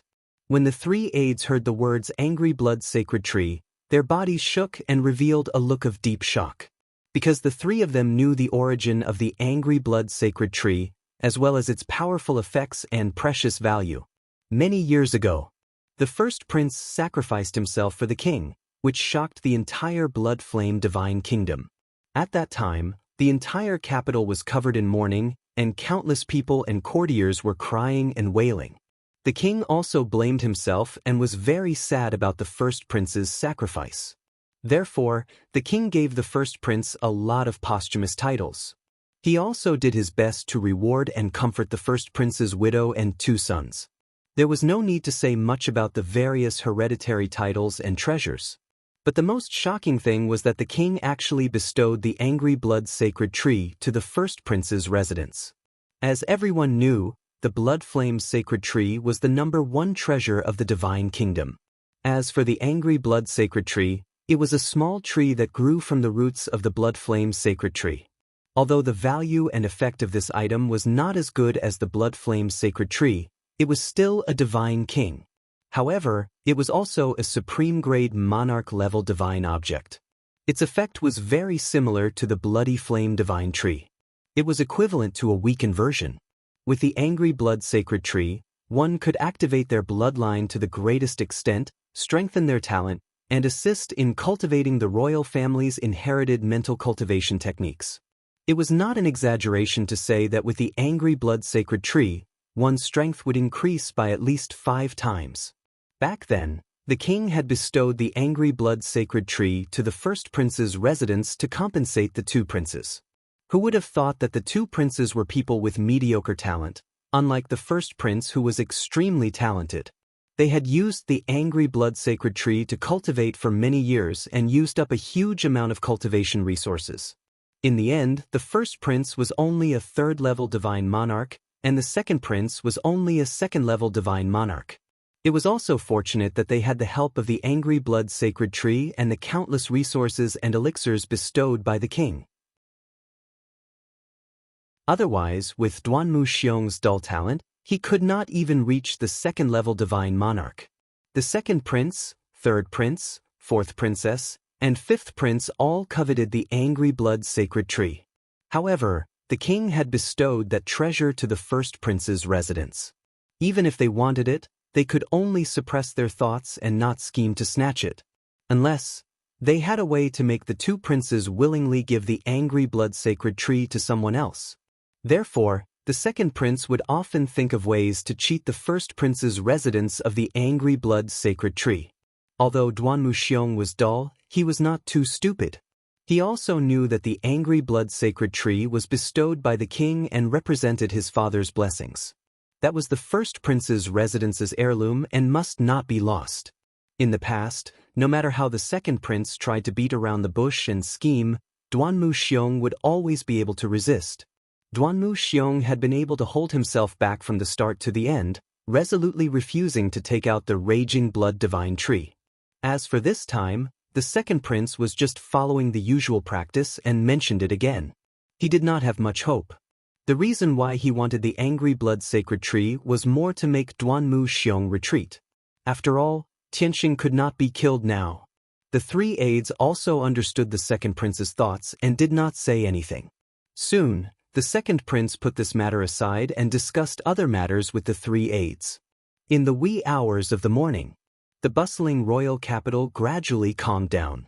The tourists and commoners on the streets gradually returned to their residences and homes. The streets and alleys also regained their tranquility and desolation. Ji Tianxing brought Wushuang, White Dragon, and Zhenhong around the city for a few hours. Wushuang had a great time and enjoyed himself to the fullest. Late at night, Ji Tianxing brought the 3 back to South Wind Street.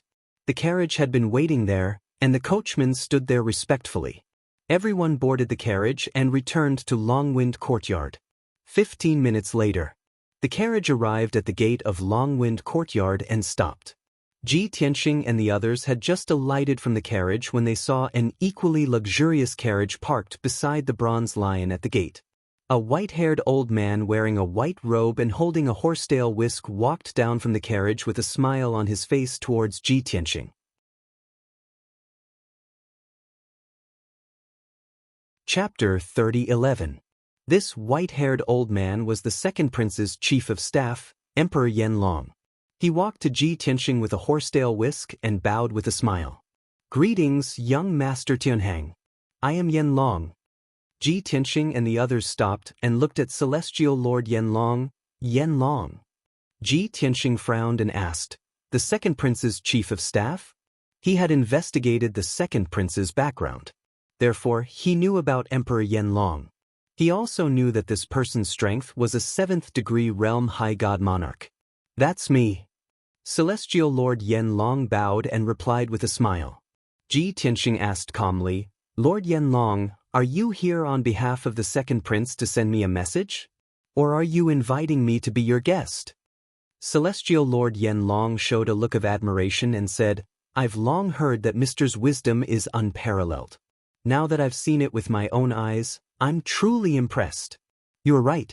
I am here on behalf of the Lord to invite you to Qingyang Villa in the southern suburbs." Ji Tianxing had known for a long time that the second prince was good at scheming and scheming. He was a ruthless and cunning person. Even though he had a feud with the second prince, they were like fire and water. But at the critical moment, the second prince would definitely make compromises after weighing the pros and cons. Especially this time when the king wanted to make the fifth prince the crown prince. The second prince and the third prince were caught off guard and would definitely work together to stop the fifth prince. They had been fighting openly and secretly for many years and had a deep grudge against each other. Even if they wanted to work together, they couldn't do it face to face. They needed a bridge.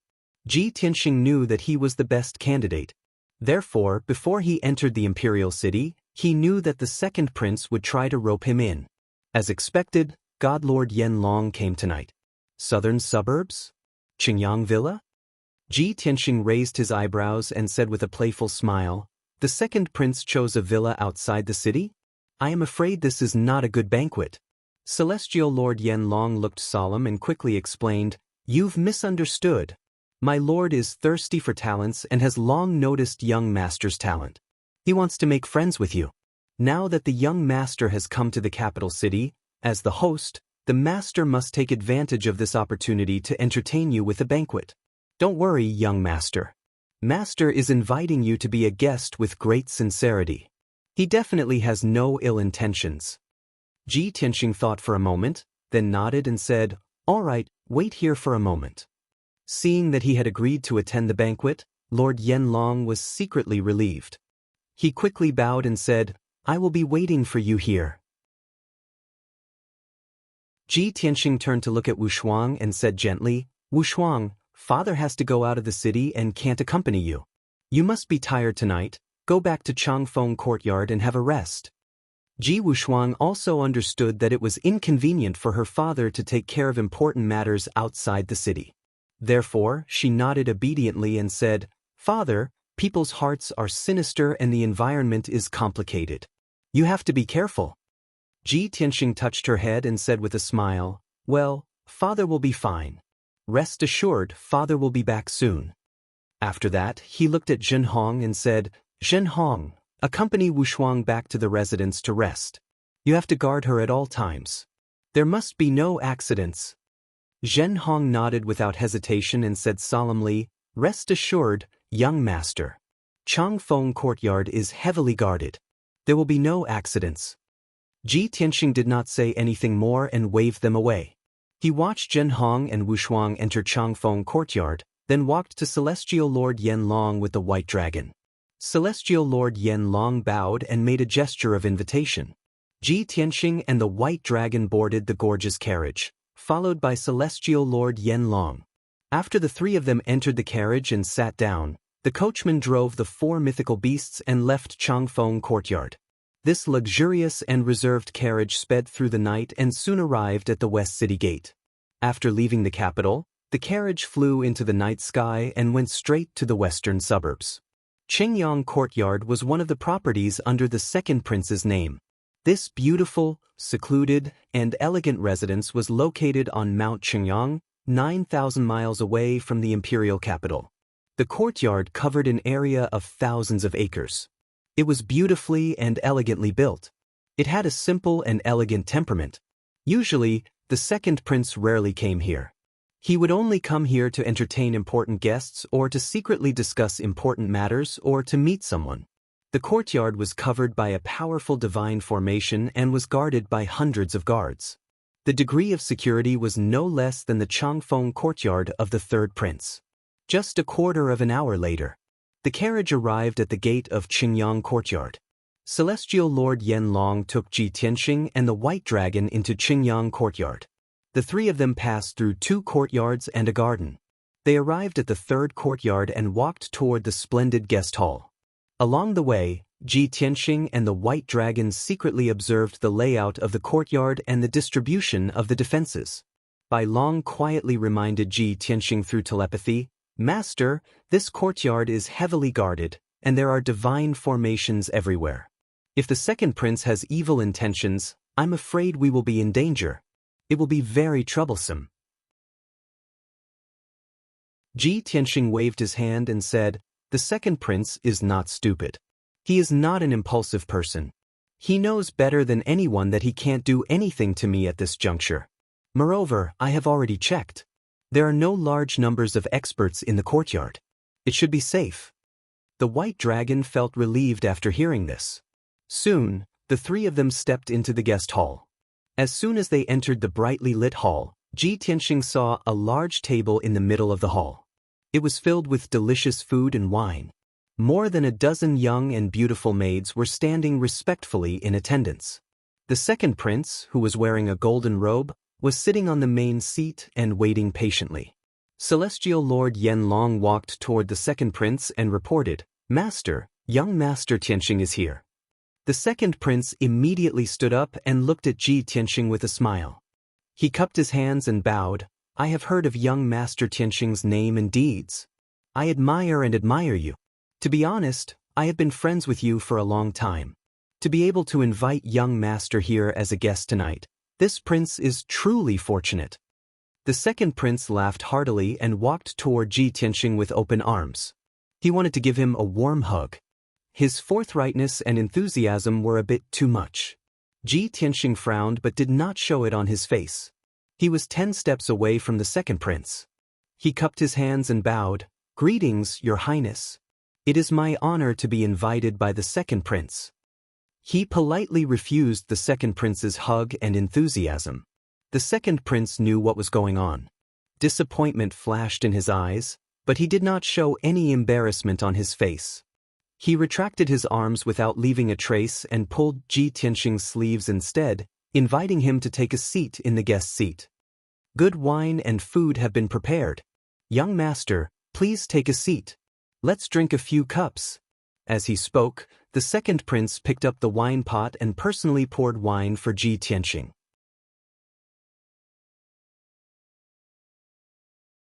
Chapter 30:12. The second prince held Ji Tianxing's hand and drank to his heart's content. 12 young and beautiful maids were waiting on the two of them respectfully. There were also a few musicians playing beautiful music, and a dozen or so enchanting dancers dancing gracefully in the hall. The second prince had put a lot of effort into this banquet to entertain Ji Tianxing. On the surface, he and Ji Tianxing seemed to be enjoying themselves. But the second prince's excessive enthusiasm made Ji Tianxing and the white dragon wary. Bai Long had been standing behind Ji Tianxing, acting as his bodyguard. Just like Lord Yanlong, he stood behind the second prince. But the difference was that the white dragon was expressionless and silent. Lord Yanlong smiled and occasionally added a few words to liven up the atmosphere, flattering and winning over Ji Tianxing on behalf of the second prince. The banquet lasted for almost 2 hours. During this time, the second prince was quite enthusiastic about Ji Tianxing, as if he regretted not having met him sooner. At the same time, he also hinted at his intentions. He wanted to drive a wedge between Ji Tianxing and the third prince. He offered more attractive terms to win over Ji Tianxing. Ji Tianxing rejected him without any hesitation. The second prince did not feel awkward. After easing the atmosphere, he continued to win over Ji Tianxing. After all, the second prince was prepared that Ji Tianxing would not be loyal to him. He was just testing him and did not have much hope. His main purpose was to cooperate with Ji Tianxing and force the third prince to work with him through Ji Tianxing. However, after the second prince expressed his intention, Ji Tianxing was still indifferent. There was neither a promise nor a clear rejection. He just said that he did not care about the affairs of the divine nation and did not want to get involved in the feuds and struggles of the royal family. Moreover, he only wanted freedom and peace. He could only represent his own position and could not make decisions for the third prince. After the second prince understood his position, he became more disappointed. 2 hours later, the banquet ended. What the second prince wanted to say and what he wanted to express had been expressed clearly and completely. Ji Tianxing also gave a corresponding answer. He wasn't loyal to anyone, nor did he have any ambitions, so he didn't need to work with anyone. On the surface, both parties were still enjoying themselves. But the secret confrontation was over, and the result was not satisfactory to the second prince. The atmosphere between them was somewhat cold, and they parted on bad terms. Ji Tianxing stood up and said goodbye without changing his expression. He thanked the second prince for his hospitality. The second prince got up to see him off and warmly urged Ji Tianxing to stay. He also invited him to visit the prince's mansion next time. Ji Tianxing clearly refused. This caused the second prince to feel even more disappointed, and a faint trace of anger appeared in his heart. But he didn't show it. He asked Yanlong to send Ji Tianxing away. Lord Yanlong sent Ji Tianxing and the white dragon to the gate of the courtyard. After both parties bid farewell to each other, Ji Tianxing and the white dragon took to the night sky and flew towards the western gate of the royal capital. Yanlong watched as the two figures disappeared into the darkness. He quickly turned around and entered the courtyard. On the way back to the royal capital, the white dragon sent a message to Ji Tianxing. Master, the king wants to make the fifth prince the crown prince. The second prince is obviously anxious. He wants to work with the third prince to deal with the fifth prince through you. But you rejected him. Don't you think he would fly into a rage out of humiliation and deal with you? Ji Tianxing's expression was calm as he said with certainty, Of course not. His biggest wish and goal is to become the crown prince. Now he is busy dealing with the fifth prince. How can he spare the energy to deal with me? Just as he finished this sentence, in the night sky 10 miles ahead, a few dazzling blood-red sword lights suddenly lit up and attacked like lightning. Whoosh whoosh whoosh. There were a total of 9 blood-red sword lights. 7 of them attacked Ji Tianxing, and only 2 pierced the white dragon. The sword lights were extremely sharp and contained a violent killing sword essence. Ji Tianxing immediately frowned. He raised his hand as fast as lightning, and the sword lights filled the sky. Bang bang bang! Dozens of dazzling golden sword lights collided with the blood-red sword lights, and there was a loud, dull sound. The 9 blood-red sword lights were all blocked and shattered. The white dragon frowned and sneered, Damn! We just left the Qingyang courtyard and walked 3,000 miles before we were ambushed. If this is not the second prince, who else can it be? Ji Tianxing's face was cold as well. He said coldly, If this is really his doing, then I have overestimated him. As his voice fell, a figure appeared in the night sky ahead. It was a burly old man in a purple robe and a bronze mask. His purple hair fluttered in the wind, and he exuded a domineering aura. Although Ji Tianxing could not see the person's face, he could sense that the purple-robed old man was a high-level divine lord, and his strength had surpassed the 7th degree. At this moment, 2 figures appeared in the night sky on both sides. The figure on the left was a skinny divine clan member in a black robe, and he wore a skull mask. The one on the right was a man as strong as an iron tower. He wore dark golden armor and held 2 large sabers. These 2 were also high-level divine lords, and they both had the strength of the 7th degree. A total of 3 divine lords surrounded Ji Tianxing and the white dragon, and they were filled with a strong murderous aura. The white dragon looked around and sneered, This place is less than 3,000 miles from the royal city. How dare you set up an ambush here? How audacious! Tell me, who is the master behind you? Is it the second prince? The divine lords on both sides did not speak. The purple-robed old man, who was the strongest, said in a hoarse voice, People who are bound to die do not need to know the truth. This answer seemed to agree with the white dragon's words. The white dragon was about to ask when the purple-robed old man had already attacked. He waved a blood-red sword and slashed out sword lights. Swoosh, swoosh, swoosh. Hundreds of violent and sharp sword lights sealed off the area, drowning Ji Tianxing and the white dragon's figures. The white dragon only had the strength of the celestial god realm and had not reached the divine lord realm. He absolutely could not withstand the attack of a high-level divine lord. Once he was hit by the sword lights, he would definitely be smashed into pieces. In fact, even his godhood was on the verge of collapse. Under the crisis, Ji Tianxing immediately took out the Burial of Heaven sword and executed a counterattack. He struck out the dragon elephant divine fist with his left hand, and his right hand brandished sword lights that covered the sky, blocking the purple-robed old man's attack. Bam bam bam bam. The sword lights that filled the sky collided and exploded with a deafening sound. Hundreds of sword lights and phantoms of dragons and elephants all collapsed into fragments that filled the sky, and a shocking hurricane blew up. Taking advantage of this opportunity, the divine lords on both sides also attacked. The two of them executed their ultimate skills, slashing out countless sword lights and thousands of blood waves and hundreds of beast phantoms. Ji Tianxing was exhausted from blocking. In a moment of carelessness, he failed to protect the white dragon. A blood-red sword light took advantage of the situation and slashed the white dragon. Bam! With a muffled explosion, his entire right arm was cut off, and blood splattered. The white dragon let out a painful groan, and his face instantly turned pale. Ji Tianxing hurriedly opened the 9 Heavens 10 Absolutes pagoda and kept the white dragon inside, letting him circulate his energy to heal his injuries.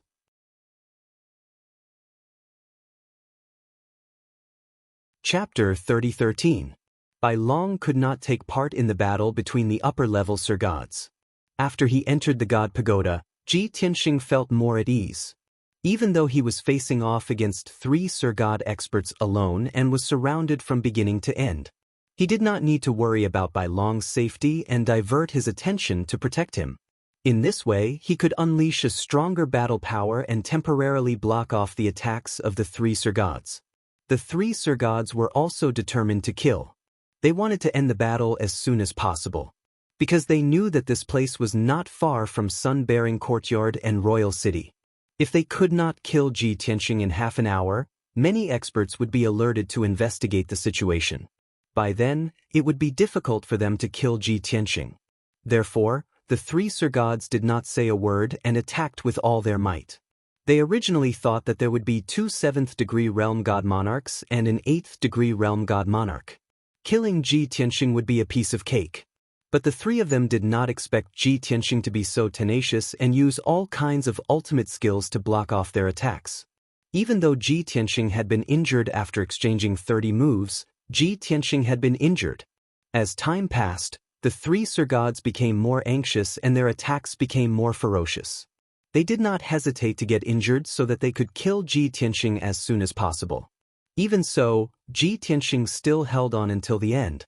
He used Heavenly Dragon Tyrant Body and turned into 100 feet tall golden armored god of war. His battle power increased by 6 times.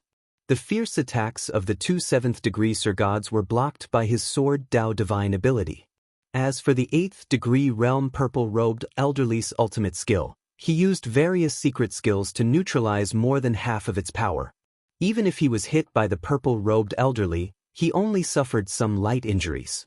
Soon, 100 breaths' time passed.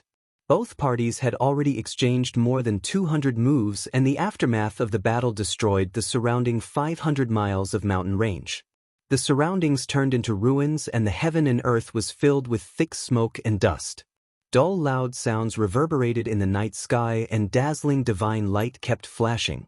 Ji Tianxing, who was 100 feet tall and was covered in golden light, also suffered more than 10 injuries. To the 3 Sir Gods, this progress was simply too slow. It would take at least 2 hours to kill Ji Tianxing. This progress was simply too slow. Thus, the 2 7th-level Divine Lords continued their fierce attacks, restraining Ji Tianxing and not allowing him to escape. The purple-robed old man began to accumulate power. He did not hesitate to burn all of his qi and blood, forcibly increasing his battle prowess by 2 times. 10 breaths later, the accumulation of power was complete. The qi and blood in his body ignited, and his whole body flashed with a bloody light. His aura also became extremely violent. Heavenly Frenzy Extermination Sword. The purple-robed elder held the sword with both hands, and like a blood-red whirlpool he madly devoured the divine power within a radius of tens of thousands of miles. His battle intent and aura rose crazily, reaching an extremely terrifying level. When his aura reached its peak, he held the divine sword with both hands and slashed at Ji Tianxing with all his might. This sword was the pinnacle of his skills. Its might was extremely powerful, and it gathered the divine power of heaven and earth for tens of thousands of miles, ruthlessly suppressing Ji Tianxing. Everything within a radius of 150 miles was locked down, making it impossible for Ji Tianxing to escape or dodge. Once the sword was unleashed, it was like a bolt of lightning cutting through the night sky, illuminating a radius of thousands of miles. Ji Tianxing felt immense pressure, and even the chill of death. The purple-robed elder's killer move was enough to threaten his life. At this critical moment, he could only ignore the two Sir Gods beside him and take their attacks head-on.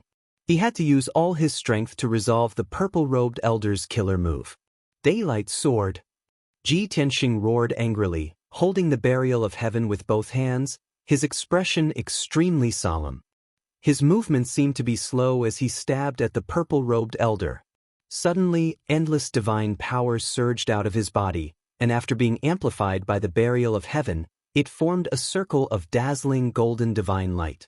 That huge dazzling golden halo was like a scorching sun, carrying an extremely heavy and majestic power as it ruthlessly blasted at the heavenly frenzy extermination sword. This sword was also Ji Tianxing's pinnacle killer move. It was a move that he had unleashed 120% of his power and was fully focused on. Boom! Crack! At the next moment, the daylight sword and the heavenly frenzy extermination sword clashed fiercely, giving off a deafening sound. The blood-red giant sword, which was thousands of feet long, slashed the golden halo ruthlessly. The two of them were in a stalemate in the night sky. Their powers suddenly exploded and quickly cancelled each other out. Merely 2 breaths later, the blood-red giant sword and the golden halo collapsed at the same time, turning into millions of fragments, scattering in the night sky. Destructive shockwaves spread out in all directions, covering a radius of several thousand miles. The surrounding mountains and forests within 1,000 miles were shattered by the shockwave, turning into desolated ruins. The purple-robed elder was safe and sound, but he was pushed back 100 steps. Ji Tianxing, on the other hand, was so shaken that he staggered and fell from the night sky into the ruins, smashing a deep hole in the ruins. After all, not only was he injured by the power of the heavenly frenzy extermination sword, he was also hit by the two Sir Gods' divine skills. There were a few more wounds on his back and shoulders, and golden blood splattered out. As for the two 7th-degree Sir Gods, they were also hit by the shock wave, spitting out blood as they were sent flying thousands of feet away. Both of them suffered internal injuries from the shock, their breaths were in a mess and their battle powers were weakened. They fell into the ruins, smashing 2 deep holes in the ground, creating a wide crack, sending smoke and dust into the sky. Seeing this, Ji Tianxing's eyes flashed with a sharp cold glint as he thought to himself, "These two are injured and their divine power is unstable, so there are gaps in their defense. Previously during this period of time, I have been secretly poisoning them. But they are very vigilant and the strong poison has not been able to invade their bodies. Now that they are injured, the strong poison has a chance to take advantage of them. They are finished." From the start of the battle, Ji Tianxing had been secretly executing the strong poison law. He was very clear that the 3 of them were all upper Sir Gods, with strong abilities and rich battle experience. It was very difficult to use ordinary strong poison, so only those kind of strong poison which was hidden and subtle could succeed. And this kind of strong poison required a very long time before it could succeed. He originally thought that he would need to delay for at least 15 minutes before the 2 Sir Gods were corroded by the strong poison. By then, he would have a chance to turn the tables. But he did not expect that in order to kill him as soon as possible, the 2 Sir Gods did not care about their own safety and attacked him with all their might. This resulted in the shock wave from the clash between him and the purple-robed elder injuring the 2 Sir Gods. The strong poison took advantage of the gap and the 2 Sir Gods were immediately corroded by the strong poison. Their arms and faces were dyed with a layer of blue. Following that, the strong poison wreaked havoc in their bodies, rapidly corroding their meridians and blood vessels, and spreading to their brains. Once the strong poison invaded their divine spark, the 2 Sir Gods' consciousness would become blurry and they would gradually fall into a coma. If they were not treated and expelled in time, their lives would be in danger. The 2 Sir Gods had just climbed up from the ruins and were about to fly up into the night sky to continue attacking Ji Tianxing when they spat out blood arrows at the same time. Sensing that something was amiss and that they had been poisoned, the 2 Sir Gods' expressions changed drastically.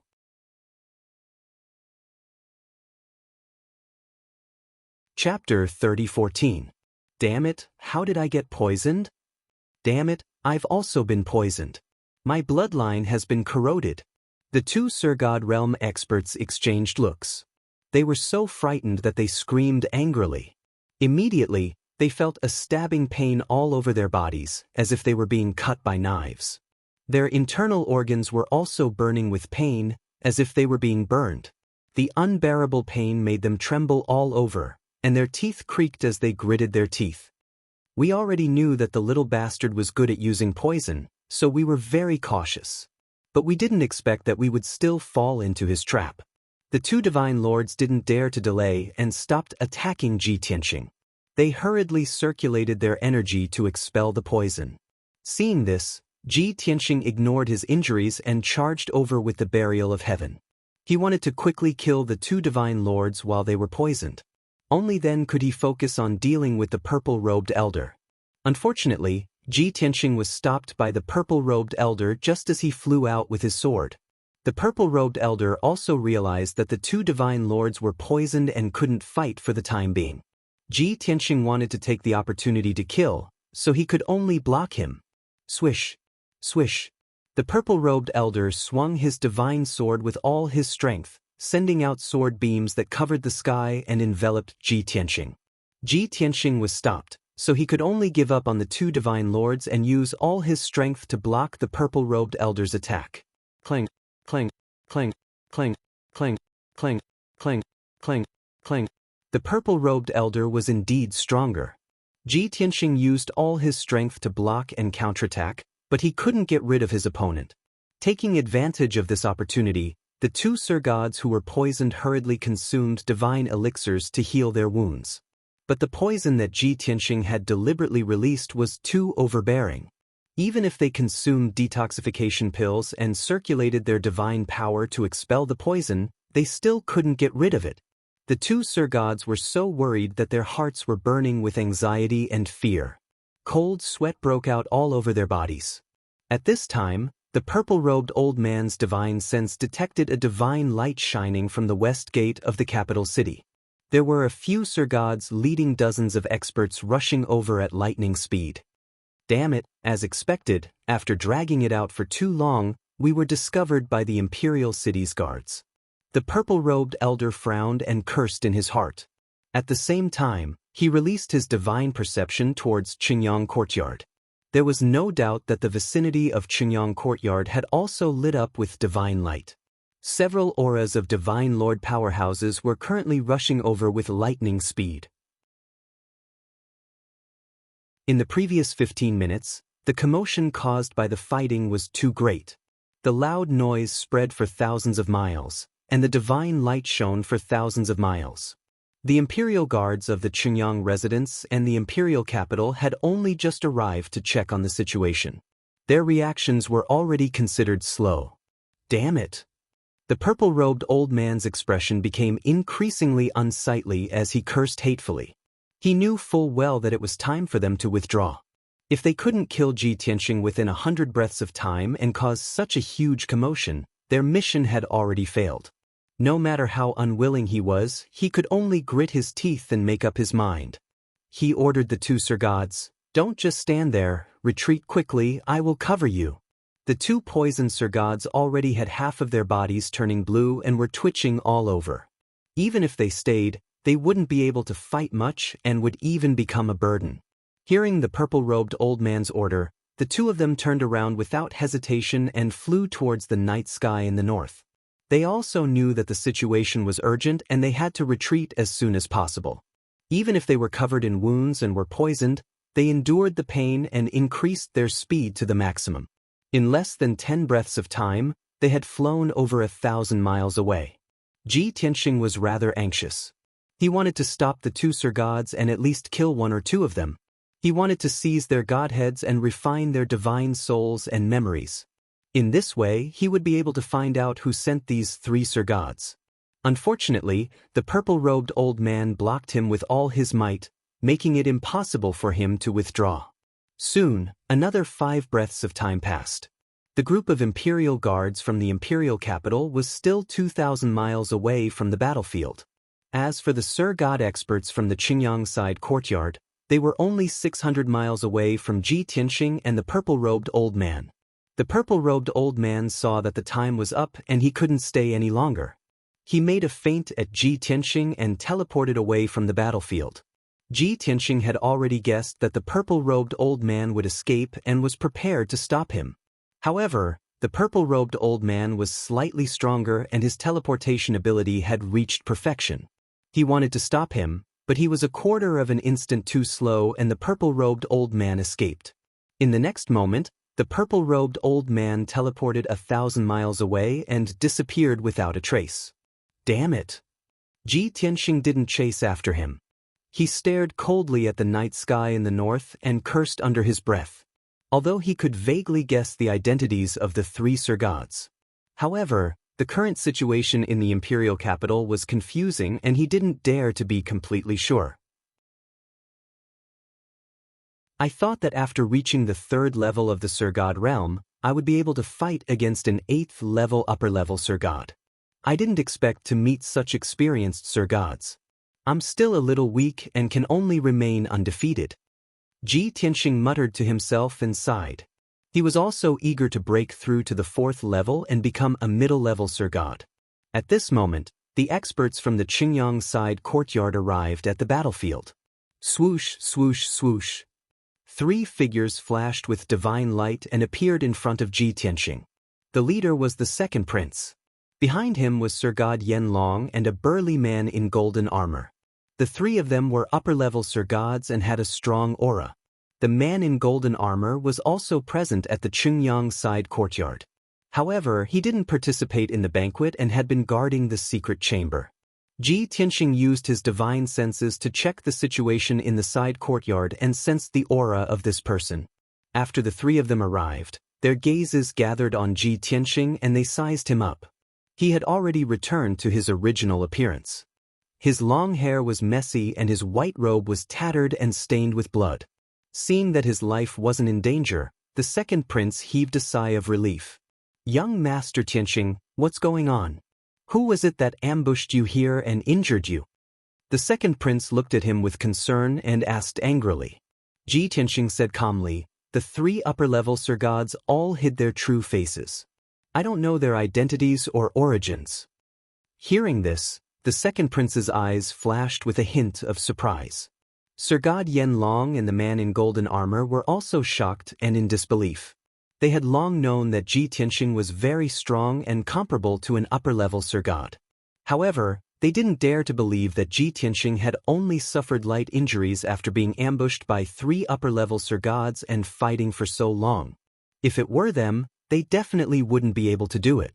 Didn't this mean that Ji Tianxing was one of the best among upper-level Sir-gods and was stronger than the 3 of them? The 3 of them didn't move as this thought flashed through their minds. The 2nd prince was furious and ordered in a deep voice, "Yanlong, immediately send someone to investigate this matter. We must find the culprit." Tonight, this prince hosted a banquet at the Qingyang side courtyard in honor of young Master Tianxing.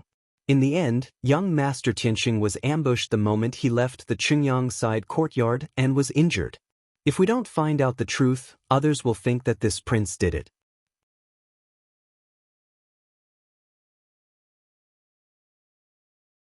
Chapter 30:15.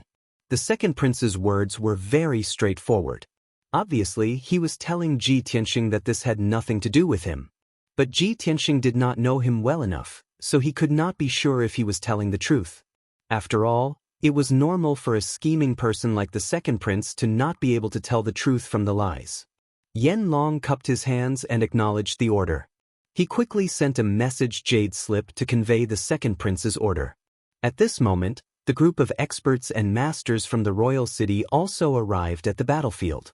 The leader was actually the 3rd prince, who was wearing a golden python robe. Beside him were 2 upper-level divine lords wearing golden armor and the insignia of the Imperial Guard. Judging from their strength, attire, and insignia, they should be the commanders of the Imperial Guard. Behind the 3 of them in the night sky, there were more than 60 Imperial Guards wearing silver armor and holding long spears and halberds. All of them were 1st or 2nd level divine lords. If they were among the commoners, they would definitely be powerful. Everyone knew that these dozens of imperial guards were the best of the best. The third prince and the others hurriedly arrived at the battlefield.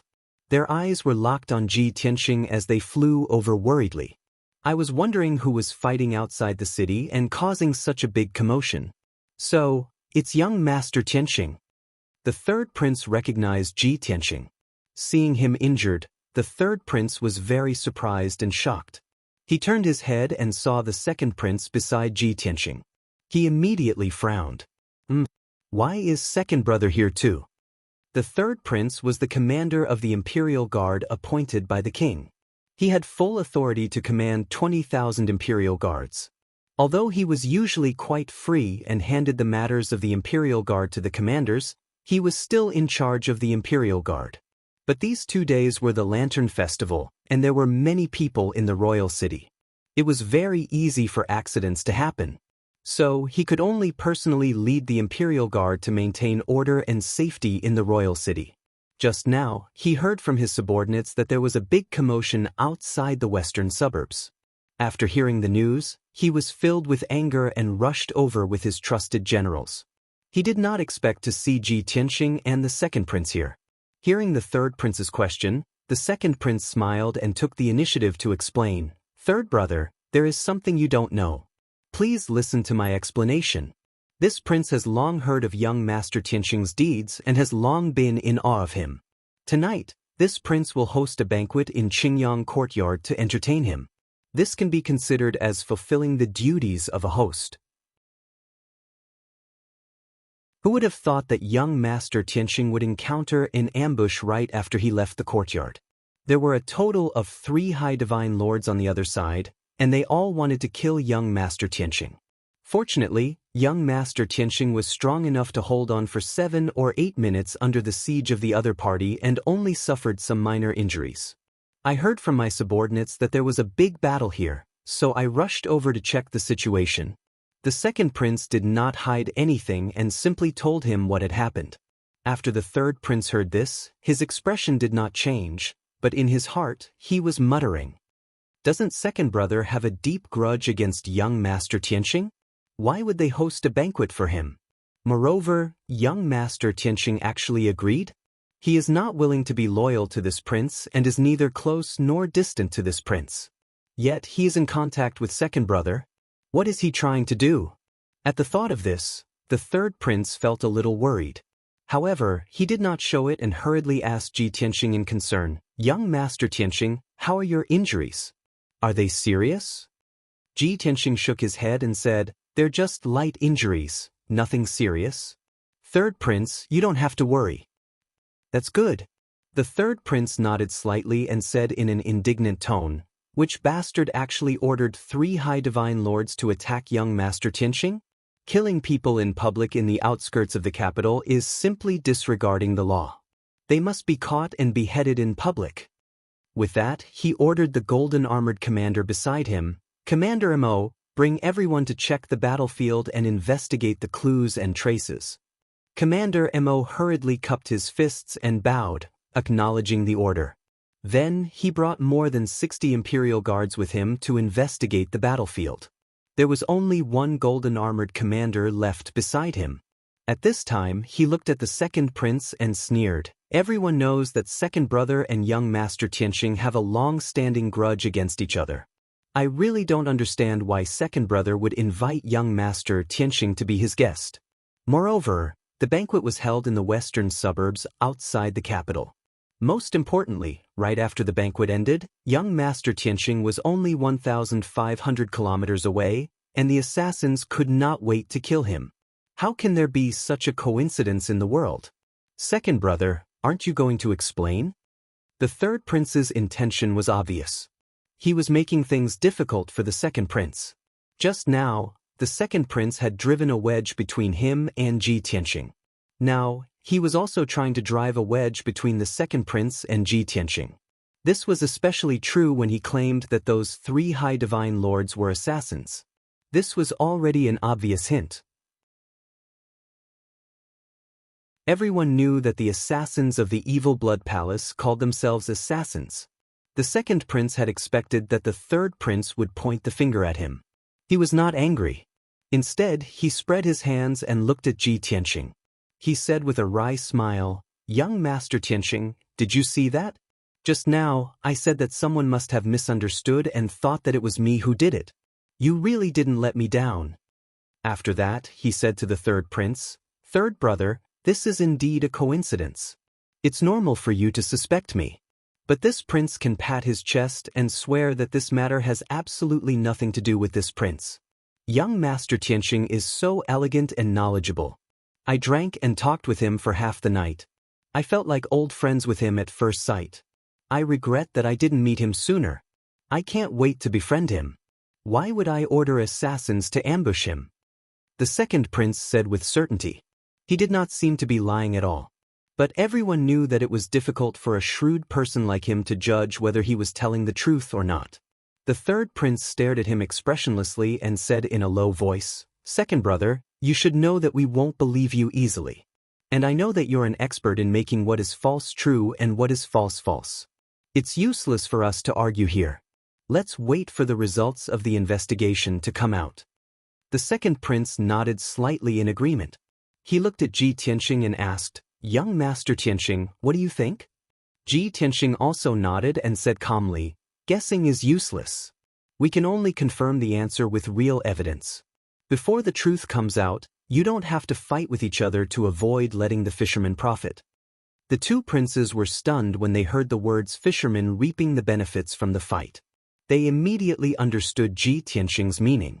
Their eyes lit up and they quickly nodded in agreement. "You've woken us up from our daze. Young Master Tianxing is right. Young Master Tianxing has just experienced danger, but he can still maintain his rationality and calm. It's really admirable. If the result is as young Master guessed, then we have to be careful. We underestimated that little brother before. His scheming and methods are not inferior to ours." The second prince and the third prince were smart people. There was no need for Ji Tianxing to say it. They could guess the answer with just a little hint. Moreover, they had reason to believe that this was very likely the doing of that person. His goal was to drive a wedge between the two princes. He wanted to sow discord between Ji Tianxing and the second prince.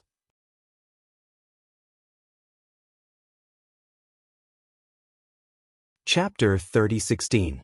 The matter of Ji Tianxing being ambushed had more or less taken shape. He and the two princes had a preliminary answer in their hearts. However, they still had to wait for the results of the investigation by the Imperial Guards and Emperor Yanlong. If Yanlong and the commander of the Imperial Guards could find some clues and evidence on the battlefield, that would be great. Time passed quietly. Ji Tianxing and the two princes waited patiently. Unknowingly, a quarter of an hour passed. Emperor Yanlong and the man in golden armor searched the battlefield within a radius of 1,000 miles twice, but found no useful clues. They returned to the second prince to report. Before the second prince could ask, the two of them shook their heads in disappointment. Although they were disappointed, they had expected it. After all, the three divine emperors were all experienced experts. They were very cautious. How could they leave important clues and traces? Just then, suddenly, a beam of light flew from the sky and landed in front of Ji Tianxing. After the spiritual light dissipated, a golden jade slip appeared. There was a special imprint on it. Seeing the mark on the jade slip, Ji Tianxing's eyebrows twitched. He had a bad feeling. The two princes also stared at the jade slip with different expressions. The third prince recognized the mark. He frowned and murmured, "Message jade slip from Lai Fu? Did something happen in the Changfeng courtyard?"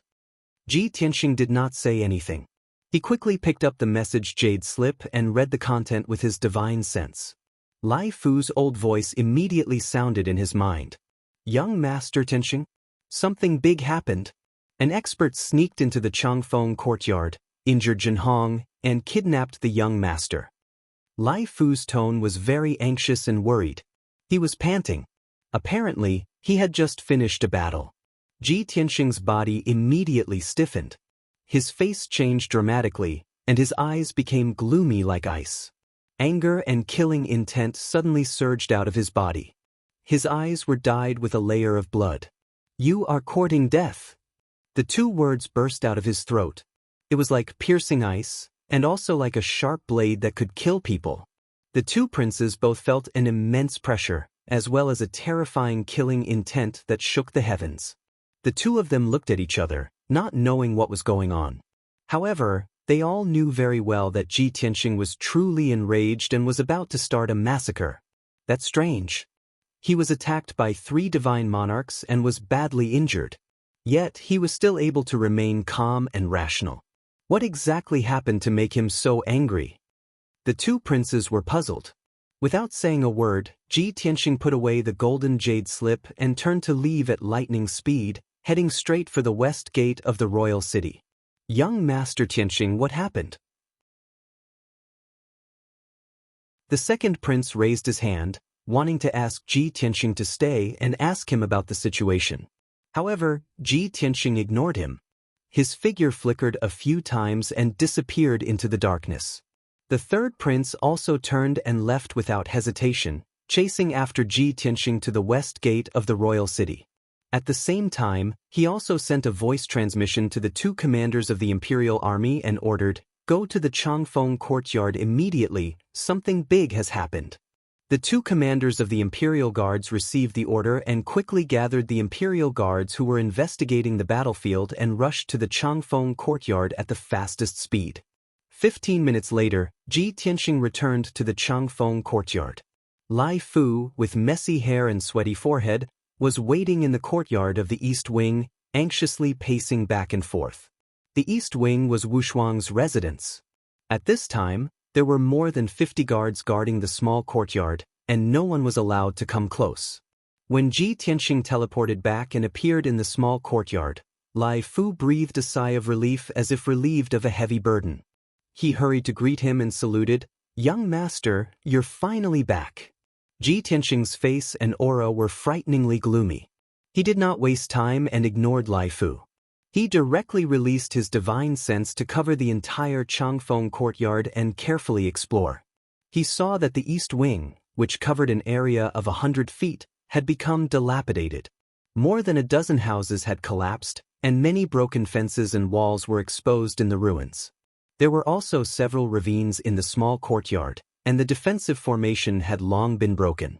Obviously, there had been a fierce battle here. Although the destructive power was very strong, the two sides fought for a very short time. Based on this, Ji Tianxing was able to deduce that, after the assassins sneaked into the East Wing, they defeated Zhenhong in a few moves and took Wushuang away. At this time, the third prince also rushed back and landed in the small courtyard. Lai Fu hurried to greet him and respectfully bowed. "My lord, why are you here?" The third prince did not answer. His face was very serious and his heart was heavy. After all, the Changfeng courtyard was his property. Ji Tianxing's family had an accident here, and he could not absolve himself from the blame. If he did not handle it well, it was likely to cause Ji Tianxing to break with him. Therefore, he must treat it seriously. While exploring the small courtyard with his divine sense, he asked Lai Fu, "What happened?" Lai Fu did not dare to be long-winded, and answered concisely, "Tonight, the young master is resting in the bedroom, and Zhenhong is guarding outside the door. A quarter of an hour ago, 2 assassins sneaked into the courtyard and took the young master. It happened so suddenly that Zhenhong was attacked as soon as he realized that something was wrong. She only resisted 2 moves and was seriously injured by the assassins. She could only watch the other person take the young master away. When I heard the fighting, I immediately came to check the situation. At that time, the 2 assassins had already escaped with the young master. Zhenhong was seriously injured, and I wanted to heal her. But she refused. She said that she must not disappoint young Master Tianxing's trust. Even if she had to exchange her life for it, she must save the young master. When he heard this, the third prince had already understood the general idea. He frowned and asked, "So, Zhenhong went to chase the 2 assassins?" Lai Fu nodded and said, "Yes. I was afraid that Zhenhong's injury was too serious and she could not hold on, so I let the 2 guard captains go with her. Then, I sent a message to young Master Tianxing and reported the news." As soon as his voice fell, Ji Tianxing had finished his investigation. He stared at Lai Fu and asked, "In which direction did they escape?" Lai Fu was startled for a moment. He pointed to the direction of the North City and said, "They went north. They have already left Yunwu City." Without saying a word, Ji Tianxing directly teleported away from Changfeng Courtyard and rushed toward the North City gate. The third prince told Lai Fu and quickly followed Ji Tianxing to the north. "After old Mo and old Su come, let them take people to the north to chase." Lai Fu certainly knew that old Mo and old Su were the two most valued imperial guards under the third prince's command. He couldn't help but be startled for a moment and murmured in confusion, "The two commanders took the imperial guards and followed the lord? What happened before? Didn't young master Tianxing go to the banquet? How could the lord and young master Tianxing be together?" Before he could figure it out, the two commanders of the imperial guards took more than 60 imperial guards and flew into the Changfeng Courtyard like a tide. Lai Fu did not dare to delay and quickly transmitted the third prince's order to the two commanders. The two commanders received the order and quickly left Changfeng Courtyard with the imperial guards and rushed to the north. Yunwu City was destined to be turbulent tonight. Wushuang was Ji Tianxing's reverse scale. After tonight, there would be a monstrous massacre. Feng Yun Reading Network.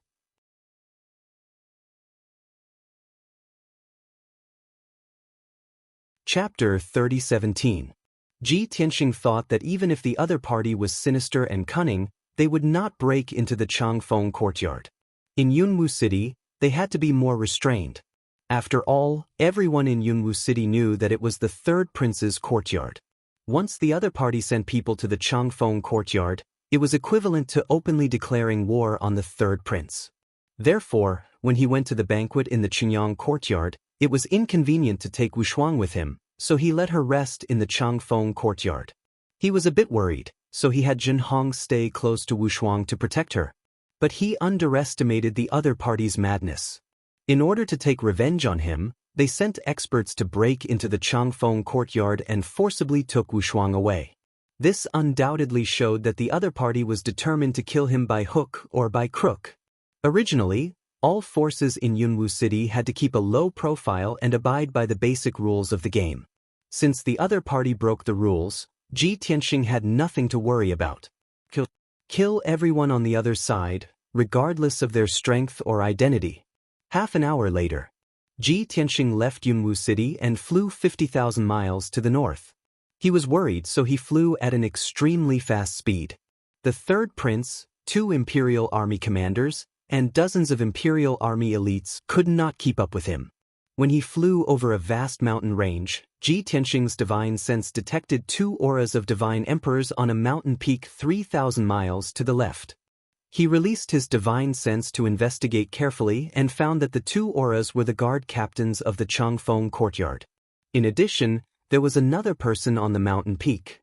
It was Sir God Zhenhong, who was seriously injured and had a weak aura. Swish! Ji Tianxing quickly flew over and landed next to Sir God Zhenhong. Zhenhong was lying on the grass, unconscious. Her red hair was disheveled and stained with blood, covering half of her face. She looked extremely embarrassed, and the long dress she was wearing was torn in many places, revealing several wounds. Her left shoulder was twisted, and the broken bone was exposed in the wound, dripping with blood. Especially in her chest and abdomen, there was a bowl-sized bloody hole, which was still bleeding. It was a shocking sight. Obviously, she was seriously injured and had fainted. The 2 bodyguard captains were guarding her, as anxious as ants on a hot pan. One of them helped her channel divine power to suppress her injuries. Another person fed her a divine pill and performed a healing technique to help her stop the bleeding. Seeing that Ji Tianxing had arrived, the 2 captains heaved a sigh of relief. He raised his head to greet Ji Tianxing, then lowered his head to continue working. Seeing this, Ji Tianxing frowned and said in a deep voice, "Get out of the way."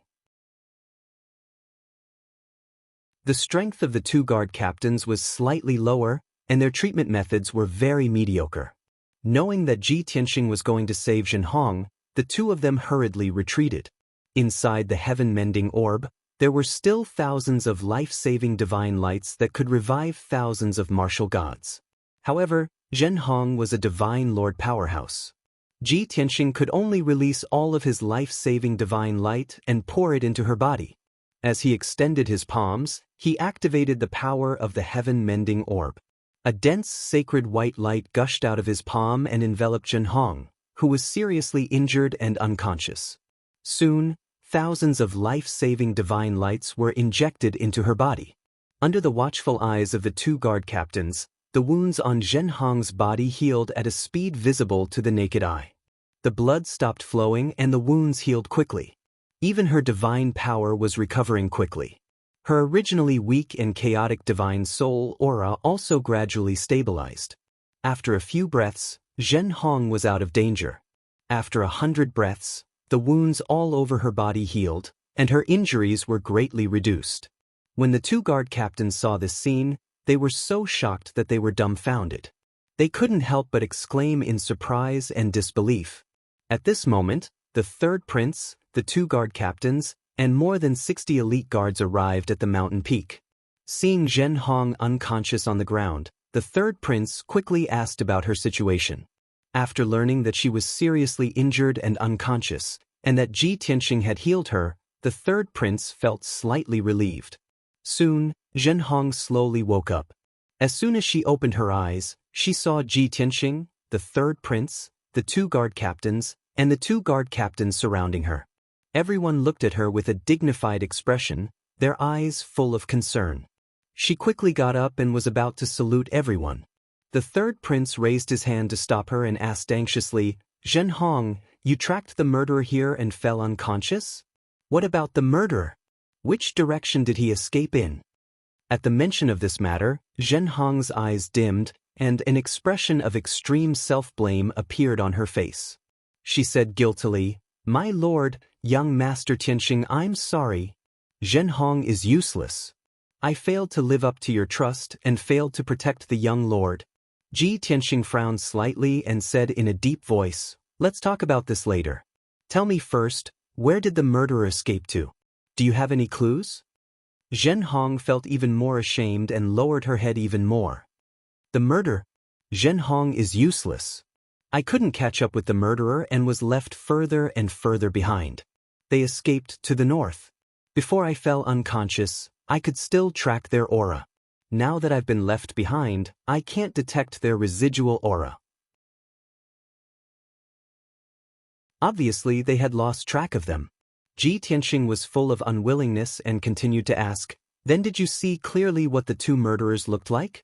Did they have any special characteristics?" Zhenhong thought seriously for a moment and shook her head with even more self-blame. "They should be two men, but I'm not sure if they're young or middle-aged. They were both wearing black robes and masks that covered their original faces. I couldn't see any markings or special characteristics."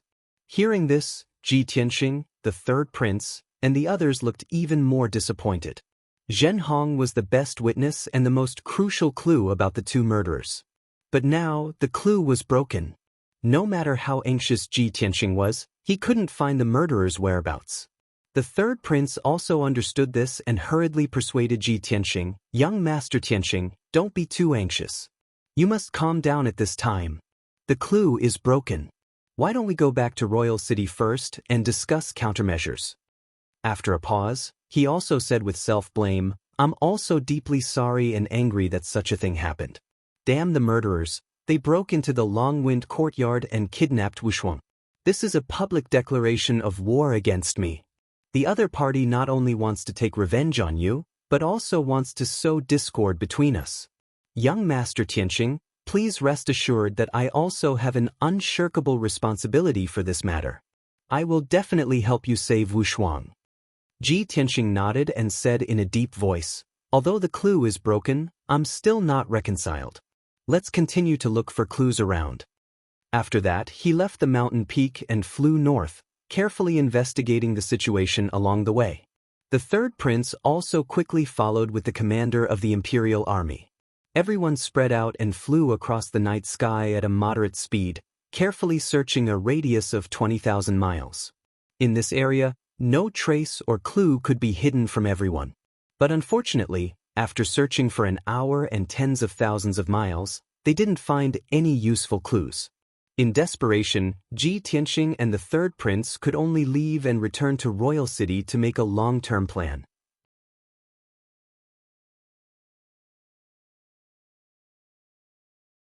Chapter 30:18. Ji Tianxing had been very anxious since Wushuang's accident. But at such a critical moment, he had to remain calm. Anger and irritation could not solve the problem. The most important thing was to think of a countermeasure.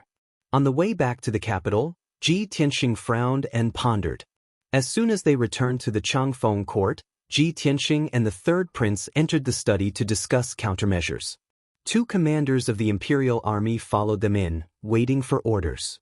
Originally, the third prince wanted Zhenhong to rest and heal.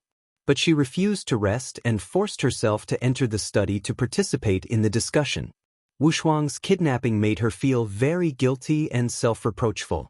At the same time, she felt that she had failed Ji Tianxing's trust and could not face Ji Tianxing. Fortunately, Ji Tianxing did not reprimand her. The secret room was dimly lit and the atmosphere was solemn and austere. The third prince said in a low voice, "Two things happened tonight. First, the second prince invited Mr. Tianxing to the Chunyang court as a guest, but they were ambushed on the way back. Immediately after, two divine monarchs invaded the Longwind court, injured Zhenhong, and kidnapped young Miss Wushuang. This prince dares to conclude that these two matters are connected, and the other party has long planned this. Inviting Mr. Tianxing to the Chunyang court was the first step of the plan, luring the tiger away from the mountain. Sending people to infiltrate the Changfeng court and kidnap Miss Wushuang was the second step of the plan." Hearing this, Ji Tianxing shook his head and said, "You mean, the main culprit is the second prince?" The third prince said calmly, "I can't rule out this possibility. I don't dare to underestimate him at any time. Moreover, he has the motive and the ability to plan such a scheme." Ji Tianxing shook his head again and said, "You're wrong. The king wants to appoint the fifth prince as the crown prince. You and the second prince have both lost. The fifth prince is the biggest winner. At this critical moment, your and the second prince's common enemy is the fifth prince. In order to fight for the position of crown prince and the king, the second prince has planned for so many years. At this juncture, he can't even cooperate with you, so how can he deal with me and kidnap my daughter? Is it more important to kill me? Or is it more important to seize the crown prince's position?" The third prince immediately understood what he meant and said in a serious tone, "The second prince invited you to the banquet tonight because he wants you to persuade me to cooperate with him? Do you mean that the fifth prince is the mastermind?" "Of course," Ji Tianxing said in a firm tone. "I don't know what methods he used to make the monarch make him the crown prince.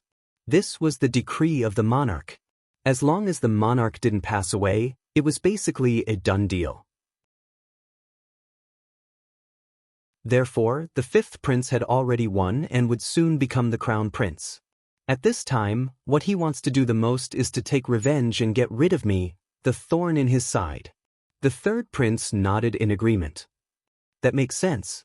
Ji Tianxing continued, "Besides, you, the second prince, and I all underestimated the fifth prince.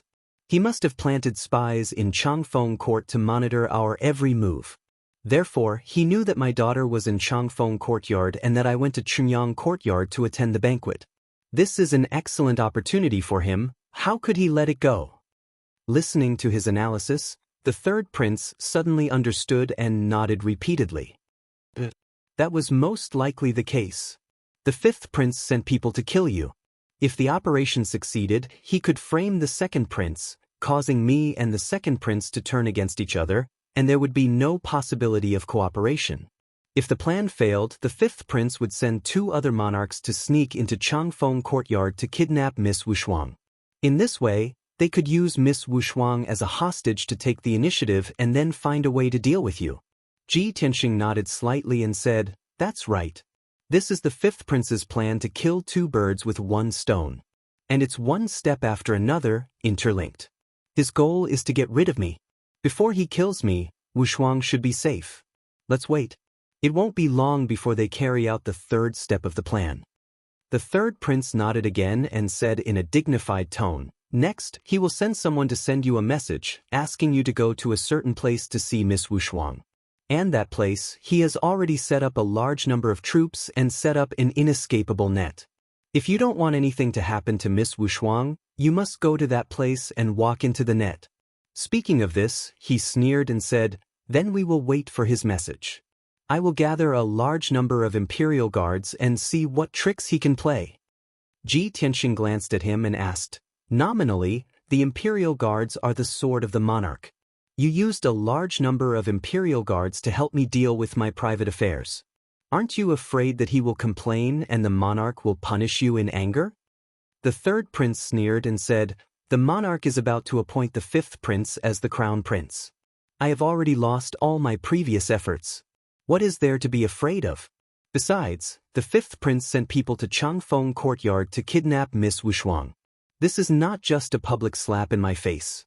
This is simply pressing my face to the ground and stepping on it. He's already so deranged and lawless. Why should I care about feelings? Ji Tianxing nodded and said, you are willing to help, which proves that I did not misjudge you. But you still underestimate the fifth prince. He will not let us do as we wish. Then I have to think about how to do it secretly and hide from his eyes and ears. The third prince understood what he meant and nodded with a dignified expression. Time quietly passed by. Soon, an hour had passed. It was dawn, the darkest time of the day. At this time, a messenger guard came to the door of the study and reported respectfully, my lord, someone just sent a secret letter to young Master Tianhang to personally read. The eyes of Ji Tianxing, the third prince, and the others flickered as they gathered their focus. It's here. Sure enough, it's as we expected. The guard entered the study and handed the letter to Ji Tianxing. Ji Tianxing picked up the letter, pulled out the letter paper and spread it on the desk. There were 2 lines of bold and powerful words written on the letter paper. 7 in the morning, West Wind Town in the north. If you don't want your daughter to lose her life, come alone. Don't try to play tricks. You should be very clear that we have eyes everywhere in Royal City. The letter was very clear, and everyone read it at a glance. The atmosphere in the secret room became heavy and solemn again. The third prince frowned, full of worry. You guessed right. He had long guessed that I would help you, so, unfortunately, they also have eyes in Changfeng courtyard. Even if I quietly leave with the imperial army, I will most likely be discovered. Young Master Tianxing, let me think of a way. How can I help you? Ji Tianxing casually shot out a flame, burning the letter to ashes, and said indifferently, no need to think, I have a way.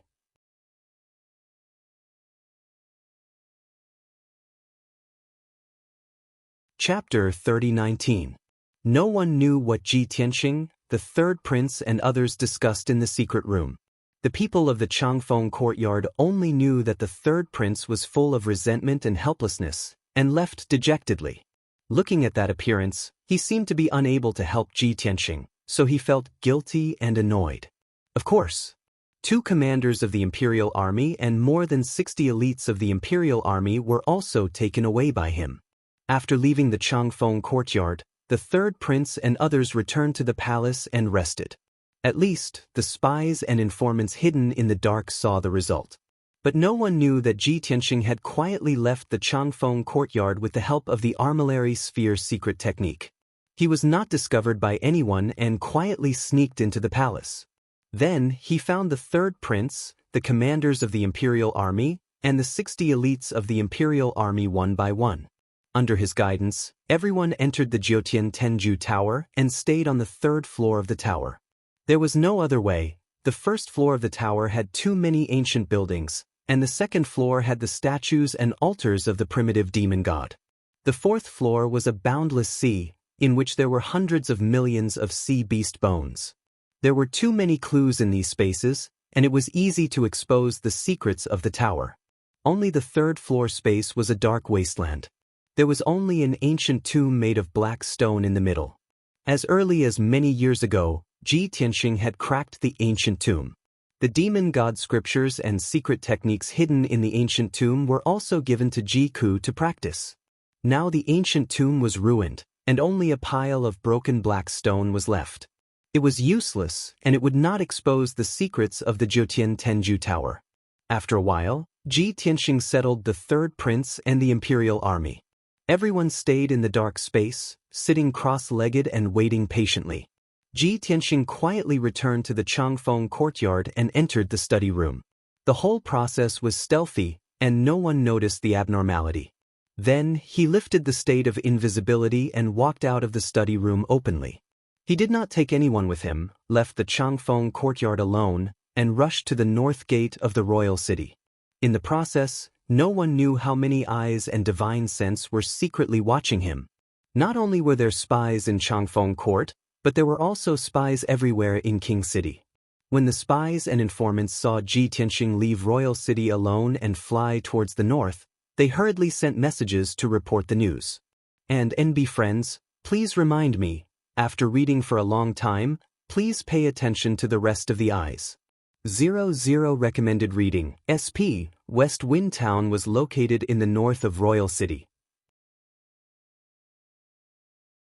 It was a full 300,000 miles away from the Royal City, situated in the depths of the majestic and desolate mountains. Many years ago, more than 3,000 God Clan citizens had gathered in this small town. However, they were surrounded by mountains, where countless monsters and divine birds lived. They often attacked the people of West Wind Town, causing heavy casualties. Unable to bear the hardships, the people moved out of West Wind Town more than 200 years ago and moved to a small town hundreds of thousands of miles away. West Wind Town was thus abandoned, and there were no citizens living there. Occasionally, some adventurers would pass by and stay there for a day or two. On the way to West Wind Town, Ji Tianxing was still silently calculating. No wonder the fifth prince chose West Wind Town. That place is desolate and uninhabited, suitable for him to set up an ambush. He has set up an inescapable net there, waiting for me to die. He should be there in person to enjoy the fruits of victory, right? I hope he is in West Wind Town. As these thoughts flashed through his mind, Ji Tianxing's eyes flashed with a cold light. He not only wants to save Wuxia, kill all the fifth prince's lackeys, and get rid of the fifth prince. If the fifth prince is also in West Wind Town, he can solve this problem once and for all. Unknowingly, 2 hours passed. Ji Tianxing hurried at his fastest speed, and had already flown 200,000 miles.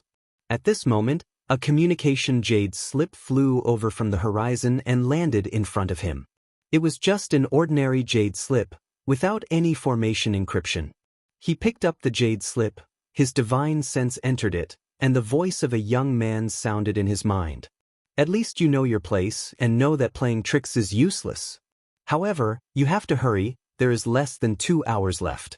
Your daughter is very safe now. If you come late, you can only collect her corpse. Haha. This person's tone was sinister and low, filled with hatred and resentment. Ji Tianxing could guess that the person who sent the message was the fifth prince. From this message, he was able to analyze several pieces of information. Firstly, the fifth prince was indeed in West Wind Town and was waiting for him to die. Secondly, Wuxia's life was not in danger. This made him feel slightly more at ease, and he sped up his journey. Unknowingly, another hour had passed. He flew for another 100,000 miles, crossing over numerous majestic mountain ranges, and was about to arrive at West Wind Town. And friends, please prompt. Pay attention to the rest of your eyes after reading for a long time. 00 Recommended Reading. NBSP. At this time, it was exactly 7:15. The golden sun had just risen from the horizon and was slowly rising into the sky. Boundless multicolored light shone on the mountains, causing the many cloud-shrouded peaks to be covered in a layer of gold. It was a magnificent sight, but Ji Tianxing wasn't in the mood to appreciate it. He spread out his divine sense and scouted West Wind Town a few thousand miles away. Soon he found the small town in the mountains. Sure enough, it was surrounded by mountains on all sides and was located in a flat valley.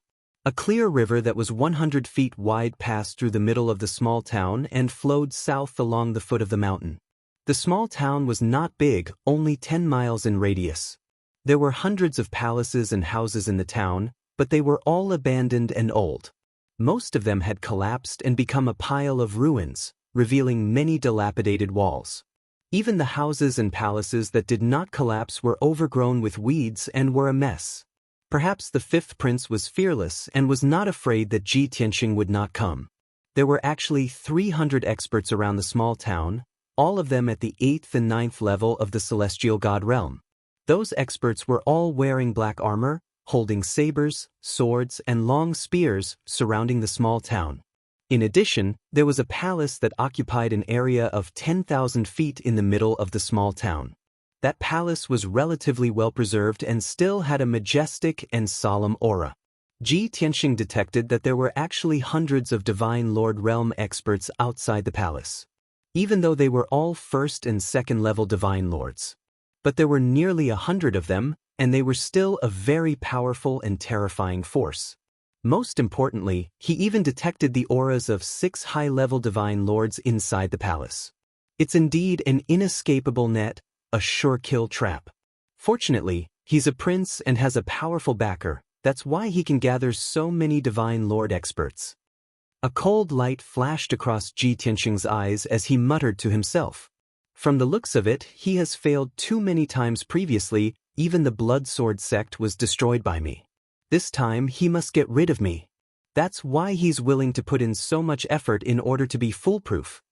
Including the third prince, there were 6 high-level Divine Lords, nearly 100 low-level Divine Lords, and 300 celestial god experts. With such a powerful force, not to mention killing Ji Tianxing, even destroying sects like the Blood Sword sect and Blood Blade sect was more than enough. Before entering West Wind Town, Ji Tianxing already felt the fifth prince's killing intent.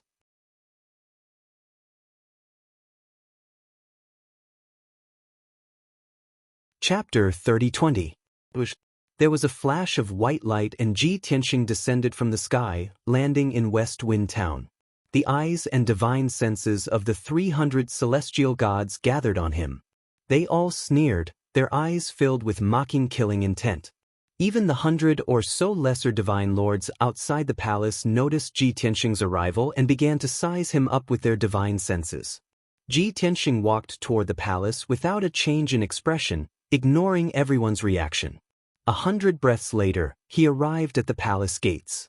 The lower divine lords guarding outside the palace all looked at him in unison. Many of them quietly gripped their swords and sabers, their expressions wary and wary. They had no choice. They had heard of Ji Tianxing's fame and battle achievements many times and were extremely afraid of Ji Tianxing. There were also some lesser divine lords who were gloating, sneering with mocking expressions and even whispering to each other. So he's Tianxing? There's nothing special about him. I heard that he was vicious and powerful, a ruthless character that could not be provoked. Now it seems that he's just SOSO. No matter how ruthless a character is in front of our Lord, won't he still obediently surrender and accept his death? He clearly knows that this is his grave and he still dares to come alone. I really admire his fearlessness. This guy's brain must have been flooded with water. Isn't it just his daughter being captured? He can just have another child with his wife. Why throw away his life? So, even the most powerful expert has weaknesses and openings. Our Lord is still the most powerful. Everyone discussed in low voices as they sized up Ji Tianxing with complicated expressions. Ji Tianxing looked straight ahead, ignoring the numerous lesser divine lords as he strode into the hall. The palace was very spacious. Although it was old, it was exceptionally clean and spotless. There were gemstone lamps embedded in the walls, emitting a bright divine light that illuminated the palace. When Ji Tianxing walked into the main hall, he saw a luxurious throne inlaid with gems at the head of the hall. A thin young man wearing a golden python robe and a dark golden crown sat on the throne. This person could be considered handsome. His face was as pale as paper and his fingers were slender and clean. He looked rather cultured and refined. Unfortunately, his eyes ruined his temperament. His eyes were long and narrow like willow leaves, slanted upward toward his temples. Even under normal circumstances, his eyes were narrowed, making him look very cold and gloomy. He was definitely not a straightforward person. One could tell at a glance that this person was the most low-key and patient fifth prince. On his left, There were two Sir God experts in blue robes and purple robes who were standing by the side of the throne. To his right were three divine lords. Two of them were middle-aged divine race experts. The strongest one was the black-robed, white-haired old man. While Ji Tianxing was sizing up the fifth prince and the others, everyone's eyes were also focused on him, sizing him up with interest. Ah, you clearly know that this is the place this king chose for you to be buried, but you still came here without hesitation. Tianxing, I really admire your courage. The fifth prince looked down at Ji Tianxing, his right hand gently pinching his clean chin as he said with a smile. How is it? At this moment, what are your thoughts? Ji Tianxing looked at him expressionlessly and said in a low voice, I've arrived on time. Where's my daughter Wuxia?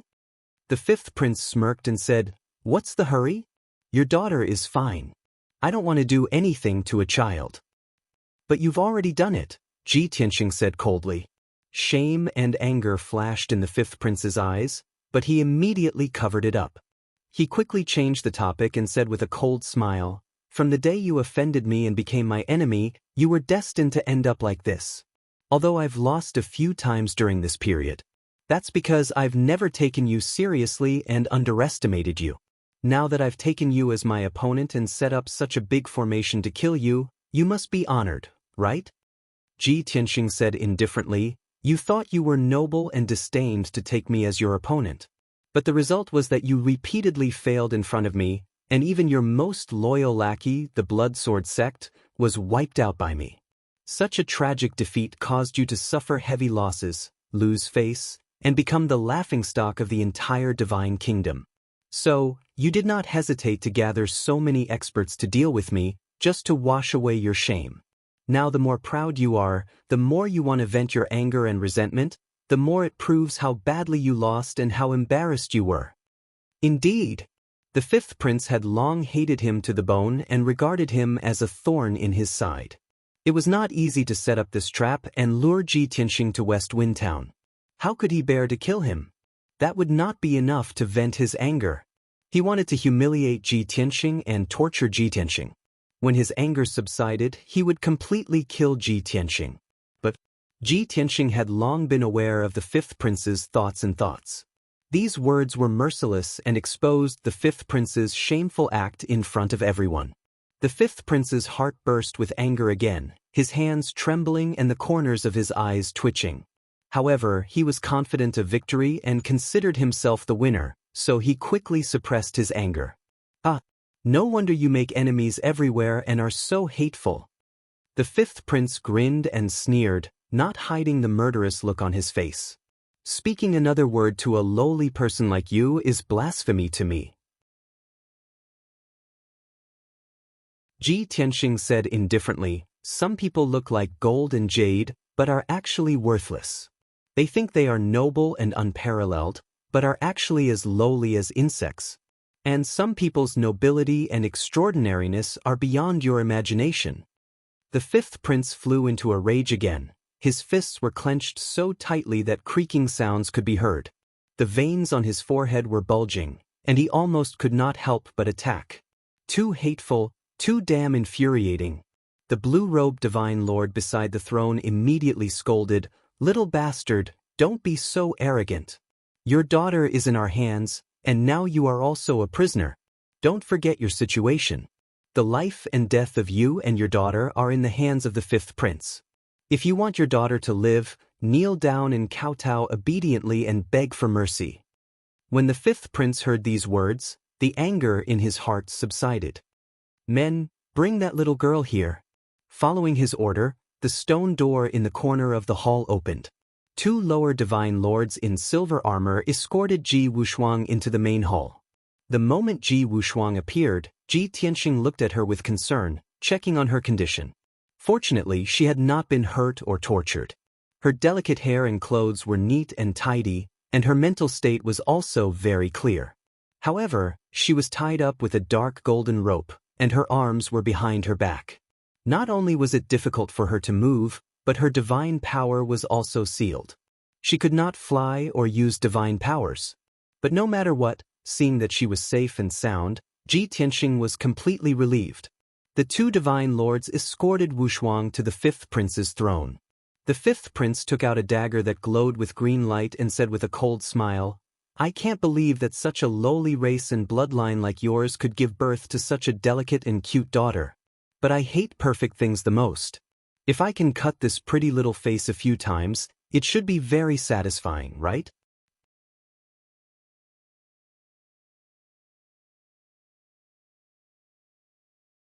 Chapter 30:21. Although Ji Wuxia also had the strength of a god. Even if her face was cut a few times, she could heal the injury and recover to her original state. But Ji Tianxing was still worried. The fifth prince's ferocity would leave a psychological shadow on Wuxia. He didn't want his daughter to be hurt in the slightest.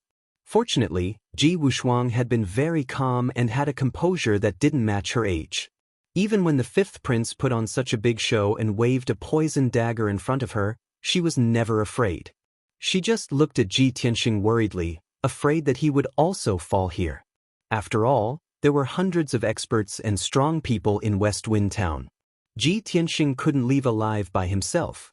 Ji Tianxing stared coldly at the fifth prince and shouted in a deep voice, "If you are still a man and still care about the face of the royal family and nobles, then come at me." This was exactly what the fifth prince wanted. He sneered and said, "I was waiting for you to say that. If you don't want anything to happen to your daughter, then kneel down and kowtow to me." When he said this, the fifth prince was in an extremely good mood. The five monarchs beside him also showed a mocking smile, waiting to see Ji Tianxing make a fool of himself. Everyone knew that even if Ji Tianxing knelt down and kowtowed, the fifth prince wouldn't forgive him. He would definitely die without a doubt. But before killing him, the fifth prince had to humiliate him severely to vent his anger. Ji Tianxing was silent and stared coldly at the fifth prince, as if he was hesitating and weighing the pros and cons. But in fact he secretly said to Ji Wuxia, "Wuxia, don't be afraid, Dad will take you away safely. Do you still remember the divine power I taught you back then?" Ji Wuxia's divine power was sealed and she couldn't use divine power, but her divine soul wasn't unconscious and could still communicate with her divine consciousness. She immediately understood Ji Tianxing's meaning and asked, "Dad, are you talking about that phoenix returns to the nest?" Of course Wuxia remembers. "I even cultivated it once not long ago." Phoenix's nest was a divine ability that Ji Tianxing had imparted to Ji Wuxia many years ago. This included Yun Yao and Ji Wuhan, who had also cultivated this supreme technique. This divine ability was very mysterious, but it didn't have any destructive power. It was just a method of directional spatial teleportation. To put it simply, as long as one executed phoenix returns to nest, one could instantly teleport into the 9 Heavens 10 Absolutes Tower. No matter what kind of situation or space they were in, they would be able to return directly to the divine pagoda. Of course, the spellcaster had to be within a certain distance from the 9 Heavens 10 Absolutes Tower. Being too far would not do. Ji Tianxing's heart was filled with gratification. He transmitted his voice to Qin Mu. "Although your divine power is sealed and you can't use Phoenix Returns to Nest, you can still use it. However, Father will use that divine ability and use the power of the divine pagoda to take you back. You must not resist." This was the miraculous part of the phoenix's nest. Not only could the cultivator use it, but the tower holder could also use it in reverse. Ji Wuxia didn't answer. He quietly winked at Ji Tianxing, indicating that he understood. Meanwhile, the fifth prince and the other divine emperors couldn't help but urge Ji Tianxing when they saw that he was silent. "Tianxing, what are you waiting for? Do you think my knife isn't sharp enough?" "Kid, you have to think carefully. Is your face more important or your daughter's life more important? Do you think it's as simple as cutting your daughter's face? The blue soul poison on the dagger can corrode her divine soul and turn her into a complete lunatic and idiot. Kid, the fifth prince's patience is limited. Don't court death." Seeing that everyone was impatient, the dagger in the fifth prince's hand was already itching to try. Ji Tianxing didn't hesitate any longer and immediately activated the mark of the divine pagoda on his left arm. A mysterious connection immediately formed between the divine pagoda and Ji Wuxia. Ji Tianxing quietly circulated his divine power and executed Phoenix returns to nest as quickly as possible. Swoosh. The next moment, a white light shot out from his left arm and enveloped Ji Wushuang at an incredible speed. Ji Wushuang was already prepared. When the mysterious white light enveloped her, she instantly disappeared. A quarter of an instant later, she appeared on the 5th floor of the Divine Pagoda and stood in the Origin Divine Array. Even though she was still bound by the dark golden rope and couldn't use divine power, she was completely safe. Even an ordinary Divine King expert couldn't break into the Divine Pagoda and hurt her. She was out of danger, but instead of rejoicing, she became even more worried. Dad saved me and will definitely anger the 5th prince and the other divine emperors. Would he be able to withstand the siege of so many experts and safely escape from West Wind Town? Dad has always been meticulous and reliable. He should be confident, right? Ji Wushuang stood on the altar and muttered to herself. At the same time, the 5th prince and the other divine emperors widened their eyes in disbelief, as if they had seen a ghost. Especially the 5th prince. The smug and mocking smile on his face froze on the spot. He looked at his empty left hand and then looked at Ji Tianxing's arm, confusion flashing through his eyes.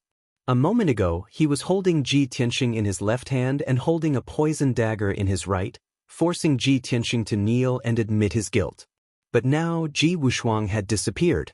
Without any leverage, how could he threaten and humiliate Ji Tianxing? Bastard! What did you do? The 5th prince glared angrily at Ji Tianxing. His chest was burning with rage, and his expression was ferocious as if he was about to devour someone. The 5 divine emperors also looked murderous as they stared at Ji Tianxing. Ji Tianxing successfully saved Wushuang and no longer had any worries. He laughed contemptuously. Little bastard, you want to fight me? You're too naive. You dare to use my daughter to threaten me? You must be tired of living. As he spoke, he took out the sword of burial of heaven and released a murderous aura that soared to the sky. There was no need to hold back anymore. He only needed to release his anger and murderous intent to his heart's content. Such a drastic change caused the 5th prince to frown and sneer. "Ha! You used a divine weapon to save your daughter while I was unprepared. Do you think you've won just like that? Don't get carried away. You are alone, while this king has 5 high-level divine lords and 400 elite experts. You and your daughter still have to die. Moreover, I'm going to tear you and your daughter into pieces and grind your bones to dust." As soon as the 5th prince finished speaking, Ji Tianxing couldn't be bothered to talk nonsense and attacked with all his might. "Sword of Datum!" He shouted coldly as he held the sword of burial of heaven with both hands and stabbed with all his might. Instantly, the tip of the sword emitted a dazzling golden light that instantly expanded to a radius of 1,000 feet and filled the entire palace. Kaboom! With an earth-shattering explosion, the huge palace collapsed on the spot, splashing out billions of brick fragments. A blazing golden sun emerged from the ruins and rose into the sky, illuminating the entire West Wind Town. With the ruins as the center, the destructive sword energy spread out and engulfed more than half of West Wind Town. The next moment, the ground within a radius of dozens of miles shook as if a super earthquake had occurred. Hundreds of palaces and mansions were smashed into pieces by the sword energy. The entire West Wind Town was reduced to ruins.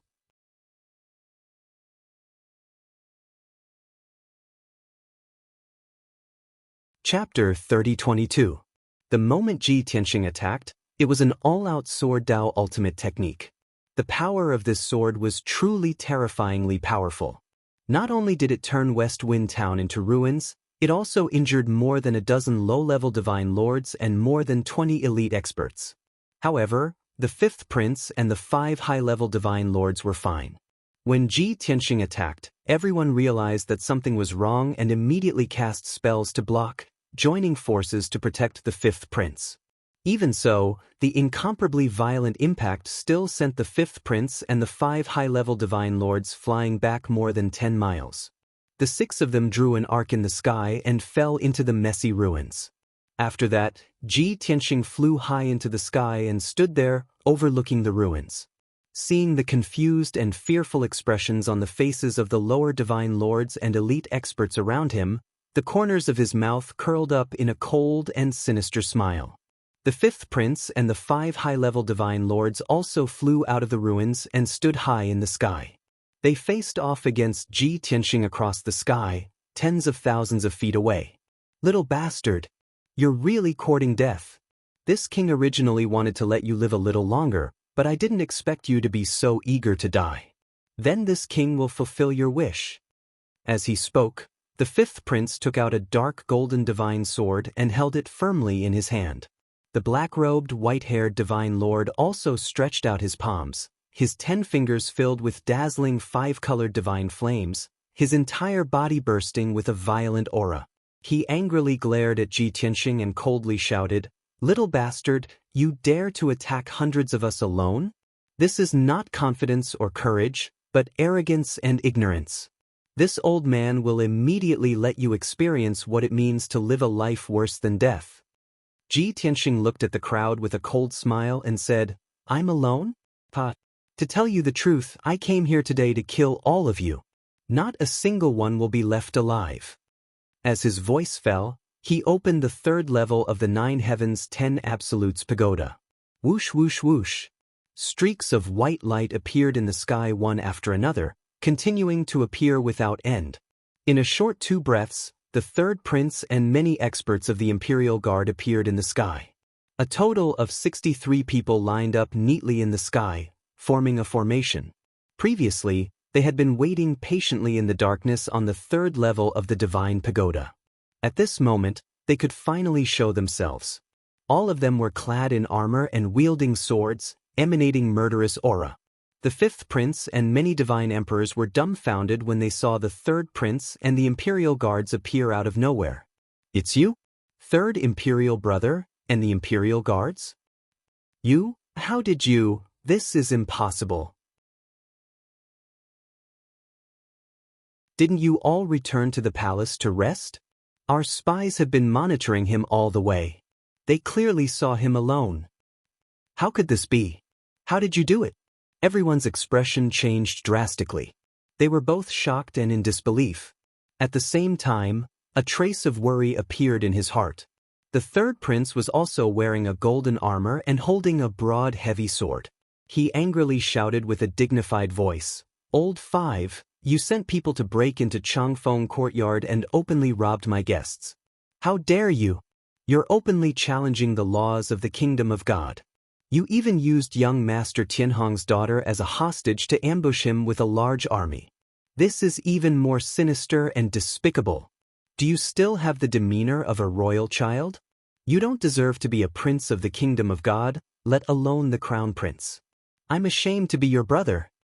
The 3rd prince angrily rebuked the 5th prince with a righteous attitude. At least in terms of momentum, he completely had the upper hand. The 5th prince was extremely angry. He gritted his teeth and sneered, "Old 3, you actually went against your brother for this little bastard. How can you be worthy of father's cultivation? Winner takes all. What qualifications do you have to criticize me? Even if you're not convinced, father will appoint me as the crown prince. Your good days are over. Now think about how to curry favor with me so that you can keep your family business." "Ha! What a joke." The 3rd prince looked up to the sky and laughed, full of disdain. "Father hasn't announced the edict yet, and you really think of yourself as the crown prince? You're so despicable and arrogant. You don't care about the laws of the Kingdom of God and the face of the royal family. What qualifications do you have to be the crown prince? Now, as the governor of the Imperial Guards, I'm going to arrest you, a villain who has no regard for the law, and let father decide your crime." After that, the 3rd prince looked at the Sir Gods with a dignified gaze and shouted, "The Imperial Guards are on duty to arrest criminals. Whoever dares to disobey will be sentenced to death." The Sir Gods and experts under the 5th prince's command suddenly looked worried, hesitant, and fearful. The Imperial Guards were the king's sword, representing the dignity of the king and the Kingdom of God. The crowd was also worried. What if this matter was blown out of proportion and they really wanted to pursue the matter? They worked for the 5th prince for a reason and for benefits. No one wanted to implicate their entire family. The fifth prince saw the strange look on the crowd's face and quickly sneered, "Old three, don't you use the king's authority to intimidate others. The imperial guards are father's guards. You use them without permission to help Tianxing settle his personal grudge. This is a heinous crime. Moreover, this is not King City. What qualifications do you have to arrest people?" Hearing his words, the Sir Gods and experts were a little relieved and regained their confidence. The third prince frowned and wanted to argue a little more. Ji Tianxing had lost his patience, and a look of disappointment flashed across his eyes. Before the operation, the third prince was extremely angry and looked like he was going to start a massacre regardless of anything. I didn't expect that he was just putting on a show in front of me. Now that they are confronting the fifth prince, they seem to be quarreling fiercely and look like they are going to kill each other if they disagree. But in fact, these two princes are only quarreling and don't want to kill each other. Although the two princes acted very realistically, how could they fool Ji Tianxing? He could see that the two princes had scruples and didn't dare to kill each other. The imperial guards were the third prince's trump card. The Sir Gods and experts around them were probably the fifth prince's trump card too. Both of them didn't want to waste each other's strength here, in case the second prince took advantage of them. But how could this work? What Ji Tianxing wanted was to engage in a chaotic battle and start a massacre.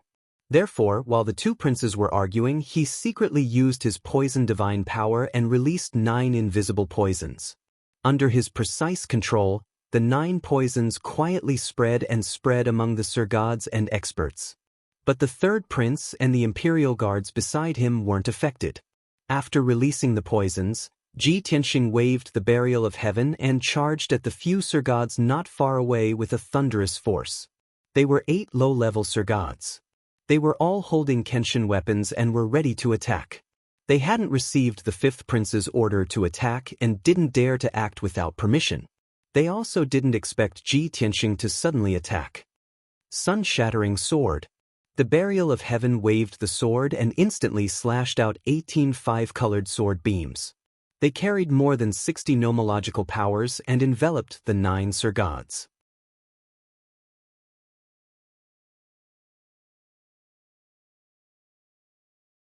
Chapter 3023. Bam, bam, bam, bam. A series of muffled sounds exploded in the sky. The 9 lesser divine lords had no time to dodge and were sliced into several pieces by the sword light. Blood splattered and severed limbs flew everywhere. In the blink of an eye, 6 of the 9 lesser divine lords were killed by Ji Tianxing. The remaining 3 divine lords, whose godheads were still intact, flew out of their corpses in a panic and retreated into the distance. But the moment the 3 godheads appeared, Ji Tianxing swung his sword and sliced them into pieces. Kacha! Kacha! With a crisp shattering sound, the 3 godheads fell apart and scattered into dozens of pieces. The 9 lesser divine lords died on the spot. Both the 5th prince and the 3rd prince were stunned by the sudden change. The 2 of them didn't expect Ji Tianxing to be so hot-tempered. He didn't care about the consequences at all and directly attacked. This guy was simply lawless. Seeing that Ji Tianxing did not stop, he brandished his sword and attacked the other divine lords. The 5th prince finally came to his senses and quickly ordered loudly, "Kill them! Kill him and chop him into pieces!" At this juncture, he could not care about the consequences. If he did not fight back, more of the divine lords under his command would be slaughtered by Ji Tianxing. After receiving the 5th prince's order, the 300 experts and experts shouted loudly and launched a siege with murderous intent. "Kill! Kill Tianxing and His Highness will reward you handsomely." As the roars rang out, the 300 experts and experts waved their Kenshin weapons wildly and released sword light and sword shadows that blotted out the sky. Ji Tianxing was fearless and immediately used the celestial dragon overlord body to transform into a 1,000 feet tall golden armored god of war and launched a counterattack. No matter how gloomy and unwilling the 3rd prince was, he could only order the imperial guards to fight with all their might under such circumstances. After all, there were more than 300 people on the other side, and the divine skill light and shadows that filled the sky covered dozens of miles. If the imperial guards did not fight back, they would definitely suffer heavy casualties. Moreover, they were in the middle of the enemy's encirclement and had no way to escape. If he wanted to survive, he could only fight back. In the next moment, the divine abilities and secret techniques used by both sides collided fiercely in the sky, causing an earth-shattering explosion. Boom boom boom. Bang bang bang bang. The deafening sound waves reverberated in the sky, spreading to a radius of 1,000 miles. Countless saber lights, sword shadows, and images of divine arts all shattered, exploding into billions of fragments of divine light. Violent and devastating shockwaves spread out in all directions. The ruined West Wind town immediately disappeared without a trace. Even the ground was dug hundreds of feet deep. In the first round of confrontation between the two sides, there were already severe casualties. Of the 300 enlightened masters under the Fifth Prince's command, dozens were killed, and more than 80 were seriously injured. Those people were either struck by the shockwaves or by the remnants of the divine abilities. Otherwise, he would be blasted into smithereens, and even his godhead would be shattered. Whether their bodies were destroyed, their godheads were severely damaged, and they fled into the distance on their last breaths. After all, a battlefield where over 100 Divine Lord powerhouses were killing each other was not something that they could participate in. Not to mention injuring the Divine Lord powerhouses, if they were caught in the flames of battle, they would become cannon fodder. In addition, of the 90 Divine Lords under the Fifth Prince, 8 of them were seriously injured and almost died. That was Ji Tianxing's doing. Seeing that the upper Divine Lords were protecting the Fifth Prince, he did not attack him, but turned to kill the lower Divine Lords. Because the difference in numbers between the two sides was too great. He had to eliminate the Divine Lords under the Fifth Prince's command as quickly as possible. As for the Third Prince and the many Imperial Guards, the casualties were not too bad. Needless to say, the Third Prince was basically safe. The other side's experts did not dare to kill him, lest they bear the crime of murdering the prince and be chased to the ends of the earth by the bloodfire divine country. Therefore, the experts under the Fifth Prince could only besiege Ji Tianxing and the Imperial Guards. However, Ji Tianxing was very powerful and it was difficult to track him. As for the 60 Imperial Guards and the 2 commanders, they were all powerful and well-equipped elites. After the first round of battle, only 5 Imperial Guards were killed and 12 were injured. Both sides paused their attacks. The 200 or so Empyrean gods under the Fifth Prince's command all fled in fear. The 2 upper Divine Lords covered the Fifth Prince and took the opportunity to retreat to the edge of the battlefield. This was the Crown Prince of the Divine Country, the future monarch. How could he stay in the middle of a chaotic battle? The other 3 upper Divine Lords quickly commanded the 80 lower Divine Lords to form a battle formation in the sky. The Third Prince also took the opportunity to command the Imperial Guards to change to another defensive battle formation. He did not hope to kill many people, only to reduce the number of casualties. These 50 or so Imperial Guards were his treasures. His heart would ache if any of them died. If more than half of them died, he would really want to cry, but no tears would come out. However, while the two sides were adjusting their battle formations, Ji Tianxing took the opportunity to stir up trouble again. He used the Dragon Elephant Divine Fist with his left hand and attacked the lower Divine Lords in the east. His right hand waved the Burial of Heaven sword and released hundreds of lightning sword lights that enveloped dozens of Divine Lords. Boom, boom, boom. The mountain-sized Dragon Elephant Divine Fist struck 6 lower Divine Lords with a loud bang. The 6 of them were smashed into meat paste and their godheads were also severely damaged. They had lost the ability to fight and fled into the distance in a panic.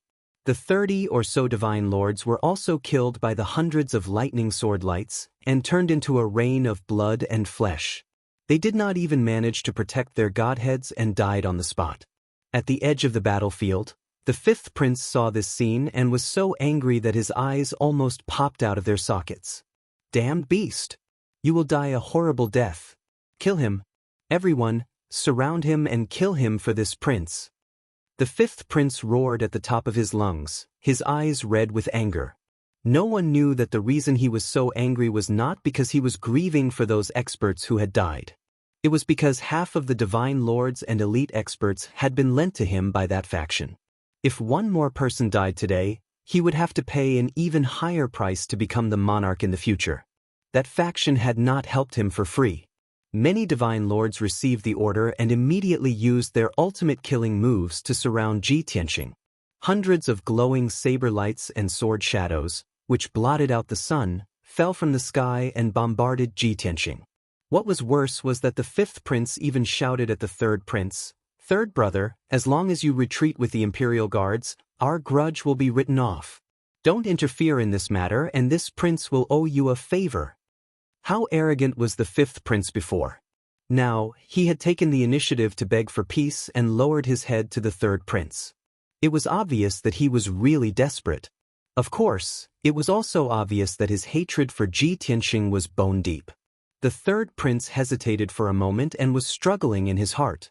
However, he immediately came to his senses and shouted righteously, "Fifth prince, this prince is enforcing the law impartially. Don't make a mistake.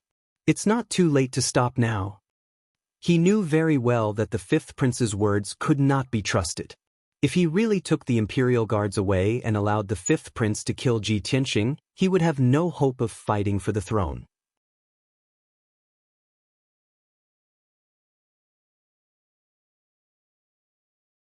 Chapter 30-24. Stop? It will teach you a lesson. The fifth prince was so angry that he almost vomited blood as he cursed with a livid expression. Everyone was taking revenge for personal grudges and using public resources for private purposes. They had a tacit understanding. At this juncture, the third prince still had to pretend to be righteous. This made the fifth prince so angry that his lungs were about to explode.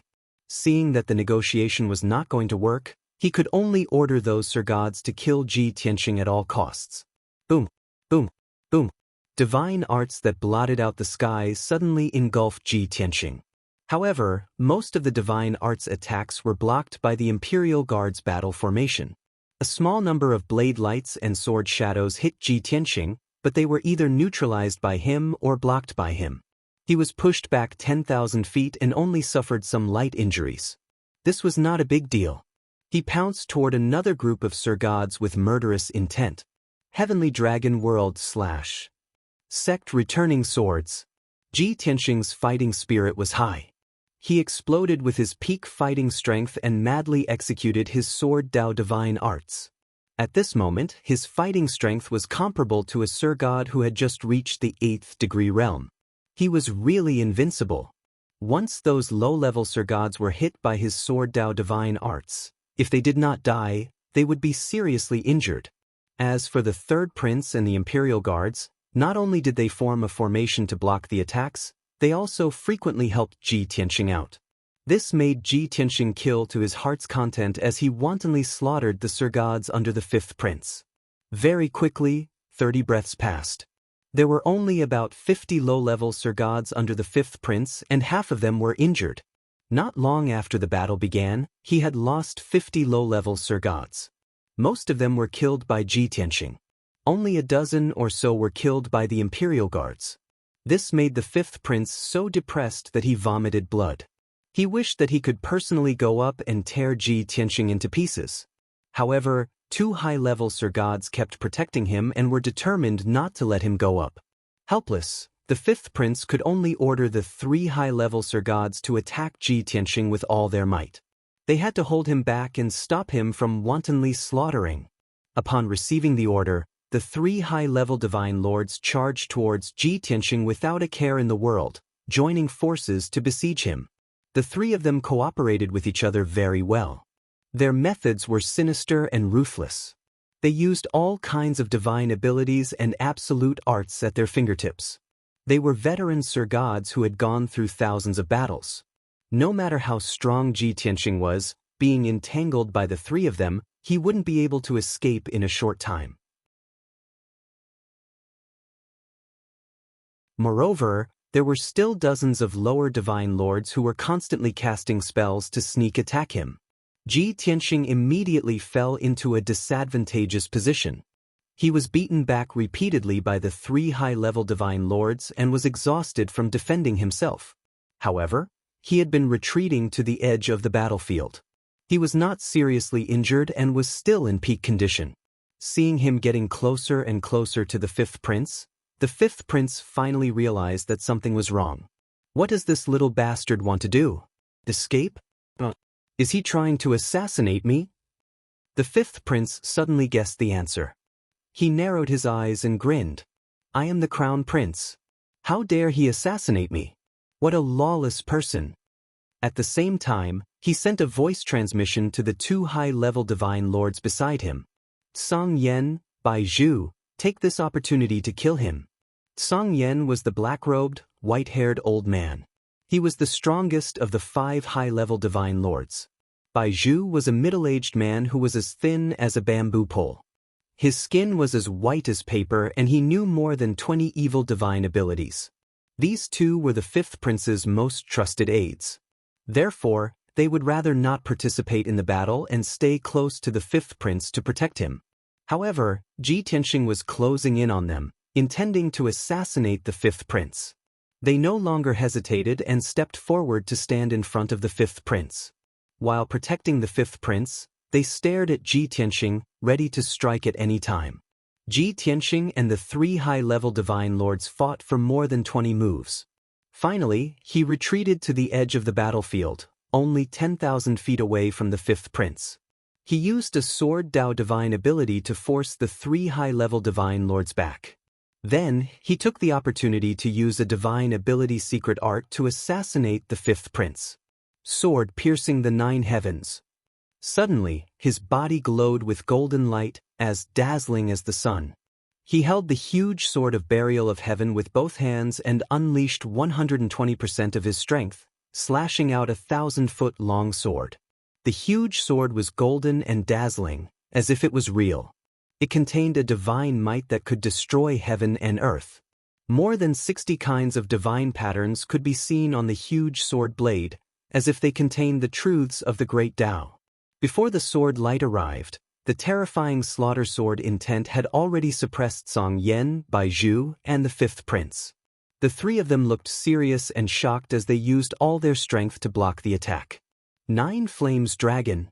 Song Yan waved his palms and unleashed 9 colored divine flames, forming a long dragon of flames to block the huge sword's attack.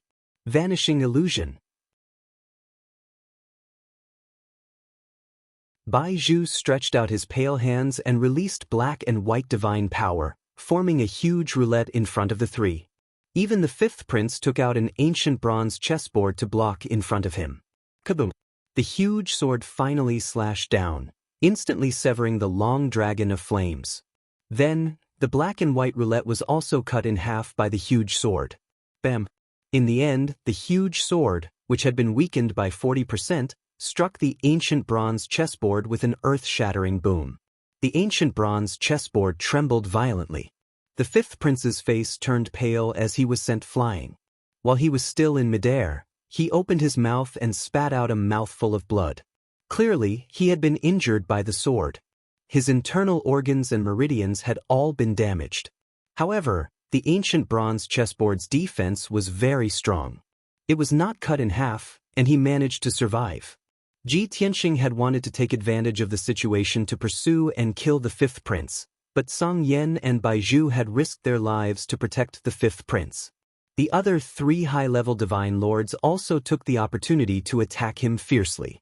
Ji Tianxing had no choice but to give up on assassinating the fifth prince and turn around to deal with the 3 high-level divine lords. This time, he was no longer suppressed by the 3 of them like before. He suddenly became fierce, and his fighting strength increased twofold. The 3 high-level divine lords found it difficult to deal with him. Heaven-piercing sword, heaven-splitting sword, God-slaying sword, burial of heaven. He used all sorts of sword Dao abilities one after the other, filling the sky with sword light. Invisible sword intent suppressed the 3 high-level divine lords, making them feel uneasy and fearful. After 10 some moves, a high-level divine lord's legs were severed, and he screamed as he fell into the rubble. After another 20 moves, a second high-level divine lord was cleaved in half, his blood spraying across the sky. This person's body was destroyed, and the two halves of his corpse fell into the rubble. The godhead hurriedly fled from West Wind Town, vanishing into the horizon. The remaining two high-level divine lords were attacking Ji Tianxing, and one of them had even been heavily injured. This greatly reduced the pressure on Ji Tianxing, and he was able to handle the situation with greater ease. While dealing with two high-level divine lords, he could also find time to kill those celestial gods who were trembling in fear and hiding in the distance. The fifth prince's heart was burning with worry. He ordered the 40-some low-level divine lords to work together to kill Ji Tianxing. But the third prince and the imperial guards were doing their best to block the attacks and protect Ji Tianxing with all their strength. The fifth prince was completely anxious, so he had Song Yan and Baizhu join the battle.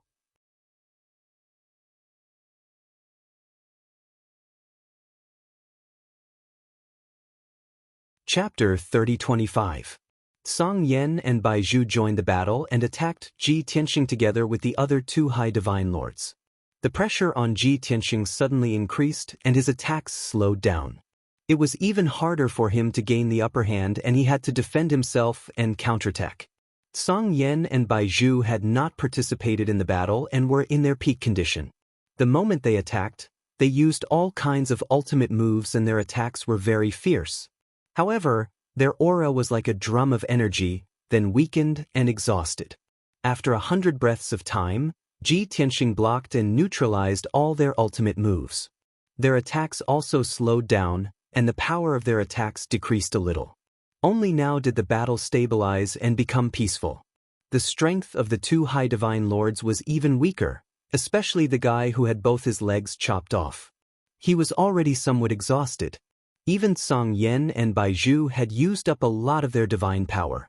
The pressure on Ji Tianxing was greatly reduced, and he could easily deal with the attacks of the four people. Not far away, the 40-odd lower divine lords and the 50-odd imperial guards were also gradually deciding who was better. The third prince and the two imperial guards commanders were all 7th heaven realm high divine lords. The 50 imperial guards were slightly stronger than the low divine lords in terms of equipment and strength. Therefore, the imperial guards had a great advantage. Their battle formation was unbreakable, and no matter how the low divine lords attacked, they could firmly block and neutralize them. As a result, the low divine lords could not threaten Ji Tianxing at all. However, even though the third prince and the imperial guards had the advantage, they did not take the initiative to attack and kill. They did not want to achieve anything, only to avoid mistakes. The third prince did not want to annihilate the low divine lords and obtain victory. He only wanted to block the attacks of the high divine lords and protect Ji Tianxing. When the stalemate reached the end, he would negotiate with the fifth prince and save Ji Tianxing. That would be the end of his mission. The stalemate continued and the battle did not stop. The fifth prince became more and more anxious, and he could not help but attack Ji Tianxing from afar several times. He understood that there was no such thing as an impenetrable wall in this world. The fact that he had set up an ambush in West Wind Town and killed Ji Tianxing, there must be others who knew about it. If time dragged on for too long, it was inevitable that there would be variables. We can't go on like this. I have to think of a way to get rid of that brat as soon as possible. The fifth prince furrowed his brows and racked his brains for a countermeasure. However, right at this moment, a large expanse of colorful divine light flew over from the sky not far away. Swoosh. Swish, swish, swish. The dazzling divine light streaked across the sky and soon arrived at the valley. These people stopped at the edge of the battlefield and observed the situation. The people who came were not many, just 7, but they were all divine lord realm powerhouses. Among them, there were 5 high-level god monarchs and 2 middle-level god monarchs of the 6th stage. The leader was a burly man wearing a golden python robe and a golden crown. This person had a dignified appearance. He had a pair of large eyes, white hair, and a goatee on his chin. It was the second prince. The 4 high-level god monarchs behind him were the chief of staff, Yan Long, a hunchbacked old man, and 2 generals wearing golden armor. As for the 2 middle-level god monarchs, they stood at the very back and did not attract much attention. The second prince's arrival caused Ji Tianxing, the third prince, and the fifth prince to reveal looks of surprise and complicated expressions. The fifth prince's gaze turned even more solemn and his expression turned even uglier. The third prince was stunned and subconsciously asked, "Second royal brother, what are you doing here? How did you find this place?" Only Ji Tianxing's reaction was very calm, as if he had long expected this result. The second prince stroked his beard, his expression dignified and his tone heavy as he said, "Old third, don't forget that this prince has control of the Divine Kingdom's largest information and intelligence organization. To put it immodestly, nothing that happens in Royal City can escape this prince's eyes and ears. What happened last night, this prince already knows. Old third, both of us have underestimated Old fifth's methods. He is unremarkable when he doesn't make a sound, but when he does, he amazes everyone. In order to deal with young Master Tianxing, he actually used such a sinister and despicable move. This is really impressive." The second prince had a cold smile on his face and his tone was contemptuous and mocking. The fifth prince's face instantly became even longer. His gaze was cold as he shouted, "Old second, what are you trying to do?" The third prince had brought the imperial guards to help Ji Tianxing and had already ruined his plan. Now that the second prince had also come to join in the fun, how could he not be angry? The second prince said with a smile, "Little fifth, young Master Tianxing is this prince's friend and his daughter is this prince's niece. Miss Wuxia is so smart and cute, this prince can't wait to dote on her. How can you do such a sinister and shameless thing? This is an insult to the ancestors of the royal family. This prince came today to rescue this prince's friend, young Master Tianxing, and this prince's little niece. If you dare to stop me, don't blame this prince for being impolite." Hearing this, the third prince sneered in his heart. The fifth prince was so angry that he gritted his teeth. "Second brother, you're the most shameless bastard of all. What relationship do you have with Tianxing?" Everyone was well aware of this. "Stop putting on an act here, you are just using this opportunity to target this prince." Since the truth had been exposed, the second prince was not angry. He smiled without changing his expression and said, "Yes, you guessed right, little fifth. But so what? This prince wants to take this opportunity to teach you a lesson and let you know that seniority is important. Don't be so complacent." After that, he stopped smiling and scolded sternly, "Little fifth, let young Master Tianxing go immediately and this prince will let bygones be bygones." The fifth prince did not expect that this second prince would openly fall out with him. He did not want to hide his embarrassment anymore. In his extreme anger, he sneered and said, "You want this prince to let him go? Dream on. What are you going to do?" The second prince stretched out his right hand and took out a magical sword embedded with 3 gems. He said with a murderous look, "Then this prince will have no choice but to snatch him. Furthermore, this bunch of lackeys of yours, none of them can think about leaving alive." When his voice faded, the second prince waved his sword and gave the order to attack. Those 6 Divine Lord powerhouses unsheathed their Kenshin weapons without hesitation and attacked the fifth prince's people. 4 high-level Divine Lords rushed toward those dozens of low-level Divine Lords, while the 2 middle-level Divine Lords massacred the celestial deity powerhouses around the battlefield. The moment the great battle started, divine light immediately exploded in the field. A loud noise shook the heavens. In less than 10 breaths of time, more than 30 of those celestial deity powerhouses were killed. The 100+ lucky survivors were horrified, hurriedly turning around and fleeing. This time, they ignored the third prince's orders and really fled at the last minute. They spread out and fled in all directions. Very soon, they left the valley and disappeared without a trace. Those 2 middle-level Divine Lords did not give chase either. They turned around and charged toward that group of low-level Divine Lords. The second prince did not make a move. He just stood in the air and gave orders. The 6 Divine Lords under his command were not as fearful as the Imperial Guards. They all charged and killed with unparalleled bravery. More than 40 low-level Divine Lords were immediately met with a calamity of annihilation. Large numbers of casualties appeared within a short time. Seeing this scene, the third prince was so angry that his lungs were about to explode.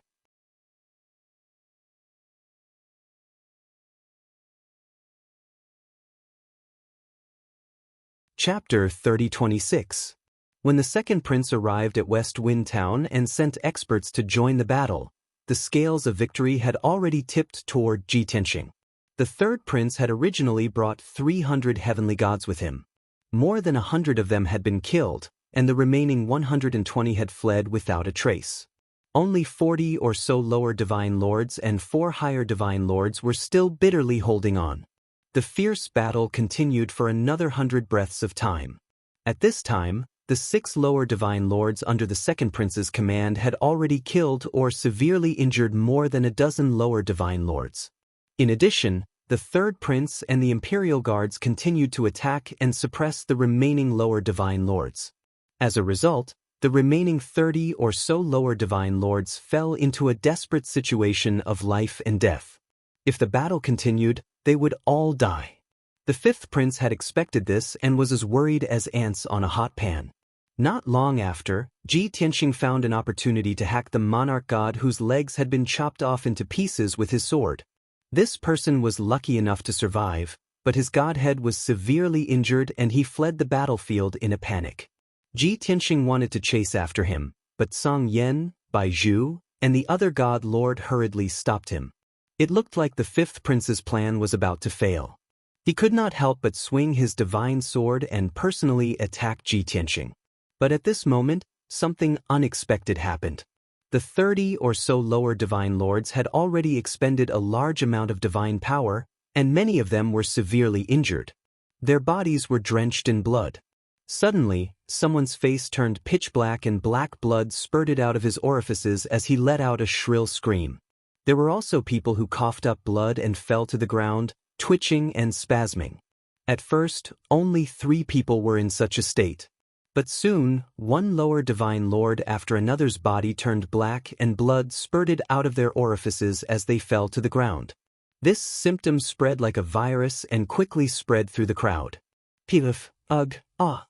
All kinds of blood spurting, blood vomiting, and miserable screams erupted in the sky, rising and falling one after another.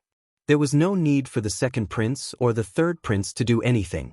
The 30 or so lower divine lords quickly lost their ability to fight. Everyone fell into the ruins, howling miserably in pain. They rolled on the ground, and large amounts of blood flowed out of their bodies. This sudden and unexpected event caused everyone to stop fighting, and they revealed expressions of astonishment and bewilderment.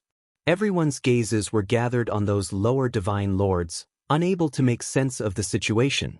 Only Ji Tianxing took the opportunity to attack Song Yan, Bai Zhu, and the others. A cold sneer flashed across his eyes. It's been half an hour since the start of the battle, and the poison has only erupted now. It's really well hidden.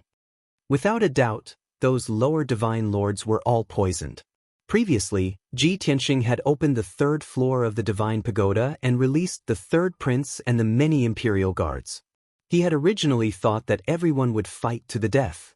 However, the 3rd prince was afraid of the 5th prince. He even argued with the 5th prince, dilly-dallying, and didn't want to fight. Thus, Ji Tianxing took the opportunity to release the 9 invisible poisons. In order to not alert the other party, he hid the poisons very well and spread them out silently. It wasn't just the lower divine lords. The 200 or so heavenly gods were also invisibly corroded by the poisons. However, the poisons had concealed themselves for a long time. After half an hour, the lower divine lords had exhausted more than half of their strength. Only then did the poison suddenly erupt. Although the poison had erupted a little late. However, its power was astonishingly terrifying. Once it erupted, there was no saving them. They would die without a doubt. Before long, those lower divine lords lying in the ruins, howling and rolling on the ground, had turned into pools of blood and died on the spot. Even their godheads had been corroded to pieces and scattered among the ruins. They were completely and utterly dead. 1, 2, 3. The lower divine lords on the ground were disappearing at a speed visible to the naked eye, leaving behind only pools of blood. Such a horrifying scene made everyone's scalps go numb. This was especially so for the imperial guards. They all revealed looks of dread as they discussed amongst themselves through telepathy. The third prince was also very puzzled, not understanding what was going on. Only the second prince carefully observed the reactions of those lower divine lords. After frowning and pondering for a moment, he came to a realization. He suddenly understood the reason. Turning his head to look at Ji Tianxing, he gave him a deep look. His lips moved soundlessly, and he mouthed two words, "Impressive." No one knew when Ji Tianxing had poisoned them.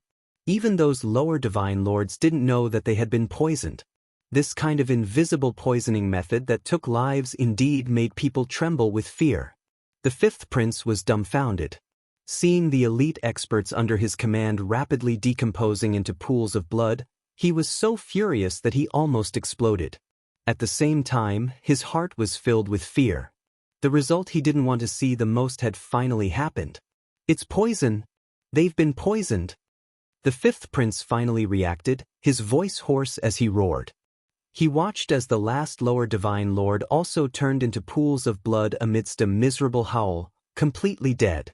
The fifth prince suddenly turned around, his eyes bloodshot as he glared at Ji Tianxing. He roared at the top of his lungs, "It's you! It's you, you bastard! You actually poisoned them!" At this moment, it was meaningless for him to say that Ji Tianxing was bloodthirsty, savage, and cruel. Previously, he himself had said that the winner was king, and the loser was a bandit. Everything depended on strength and methods. His skills were inferior, and he had lost dozens of lower divine lords for nothing. It was not an unjust loss. However, he hadn't been able to kill Ji Tianxing and had even suffered such terrible losses. It could be said that he had completely collapsed. The remaining confidants under his command, as well as the experts that the faction had lent him, were practically all dead. Even if he became the crown prince in the future and ascended to the throne as monarch, he would still have to compensate for the huge losses.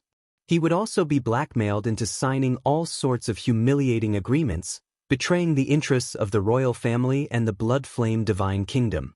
He would definitely become the most humiliated monarch. When he thought of this, his vision turned black, and he felt the world spin. But this was just the beginning of a nightmare.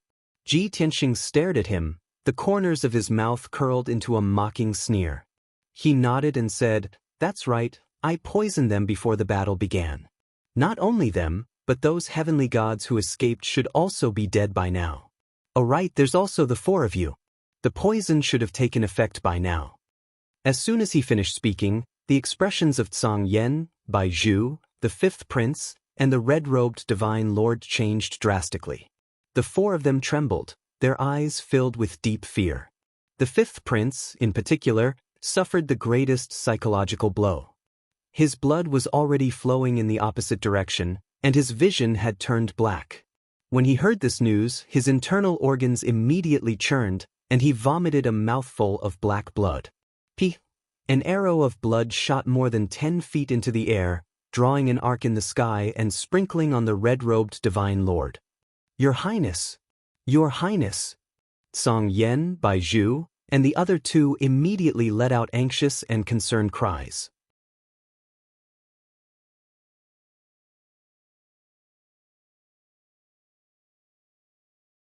Chapter 30:27. As expected, the fifth prince was poisoned. His entire face had turned black, and his veins were bulging. Black blood was flowing out of his 7 orifices. His internal organs had been corroded into black ashes, and they were mixed with blood as they spurted out of his mouth. He screamed in pain, holding his head with both hands and letting out a muffled roar. Zhang Yan, Bai Zhu, and the red-robed divine emperor were dumbfounded. They could not understand. The fifth prince did not participate in the battle, nor did he consume much of his divine power. Even his cultivation realm was on par with theirs, not much different from theirs. Why did the fifth prince's poison break out before the poison in their bodies did? Could it be that the poison's effect was related to one's rage level? After all, the fifth prince had been humiliated and humiliated repeatedly. He was in a rage. Just as this thought flashed through their minds, the poison in their bodies took effect one after another. The red-robed divine emperor's injuries were even more serious. He could not hold on any longer and spat out black blood. Immediately after, Bai Zhu's body trembled like a sieve. His internal organs were burning as he fell to the ground, twitching nonstop. Song Yan was the strongest. He lasted a few breaths longer than the other two before black blood gushed out of his mouth and nose. This time, the fifth prince's men were completely wiped out. The battle had already stopped. The second prince and the third prince's men looked at this scene with complicated expressions. They felt a chill run down their spines. Everyone had a deeper understanding of Ji Tianxing's methods. They were even more in awe and fear. However, the second prince and the third prince's expressions were somewhat strange. They saw the fifth prince bleeding from his 7 orifices and howling in pain. Soon he would turn into a pool of blood. The third prince was filled with hesitation and struggle. He thought to himself, "No, fifth prince can't die yet. At least he can't die here. Father has already appointed him as the crown prince. If he is poisoned to death by Tianxing, father will definitely be furious. No matter what the reason is, father will definitely kill Tianxing. Even second brother and I will be implicated. We will definitely be severely punished by father." Thinking of this, he wanted to persuade Ji Tianxing to save the poisoned fifth prince. As for the second prince, he was gloating. There was a hint of anticipation in his complicated eyes. "Ah, old fifth, we thought you were scheming enough and would bring us a lot of trouble. I didn't expect that you still weren't Tianxing's match. You were poisoned by him and didn't have long to live. That's great. If you die, you won't be able to become the crown prince. This king has one less competitor. Next, I only need to defeat the third prince and I will be able to seize the throne." Moreover, you were killed by Tianxing. It has nothing to do with this prince. For the sake of Scandinavia's reputation, father would definitely execute Tianxing. As for this prince, at most, I will be punished by my father, but my life will not be in danger. This is really killing 2 birds with 1 stone. This prince really has to thank Tianxing. The second prince hoped that the fifth prince would be poisoned to death as soon as possible and turn into a pool of blood. Then his wish would be fulfilled, and he wouldn't have to bear the crime. However, things didn't go as planned. The fifth prince howled in pain for a moment. Then he suddenly took out a large number of divine pills and refined them. Then, he took out the bronze chessboard and a dark green cauldron. He released his divine power and activated these 2 divine artifacts. Suddenly, the bronze chessboard emitted a 5-colored light that protected his entire body. The dark green cauldron also released an endless amount of green light that entered his body and resisted the corrosion of the poison. These weren't enough. He took out a shining golden talisman and stuck it on the corroded hole in his chest. Suddenly, the mysterious golden talisman emitted an endless amount of golden light and formed a special protective layer in his body that firmly protected his heart and godhead. Even though his heart was poisoned and had a few holes in it, his organs were still damaged. The rest of his organs had already died and turned into black powder. However, he managed to survive with the 2 divine artifacts and the talisman. His physical body wasn't destroyed, and his godhead wasn't corroded by the poison. No matter how miserable his injuries were, at least his divine body and life were preserved. He could try to heal his injuries in the future. The second prince and the third prince's gazes were focused on the fifth prince. When they saw the mysterious golden talisman, they immediately frowned and revealed a look of surprise. Divine Talisman of Heaven Amplification, isn't that the talisman that Father bestowed upon him during the ceremony 50 years ago?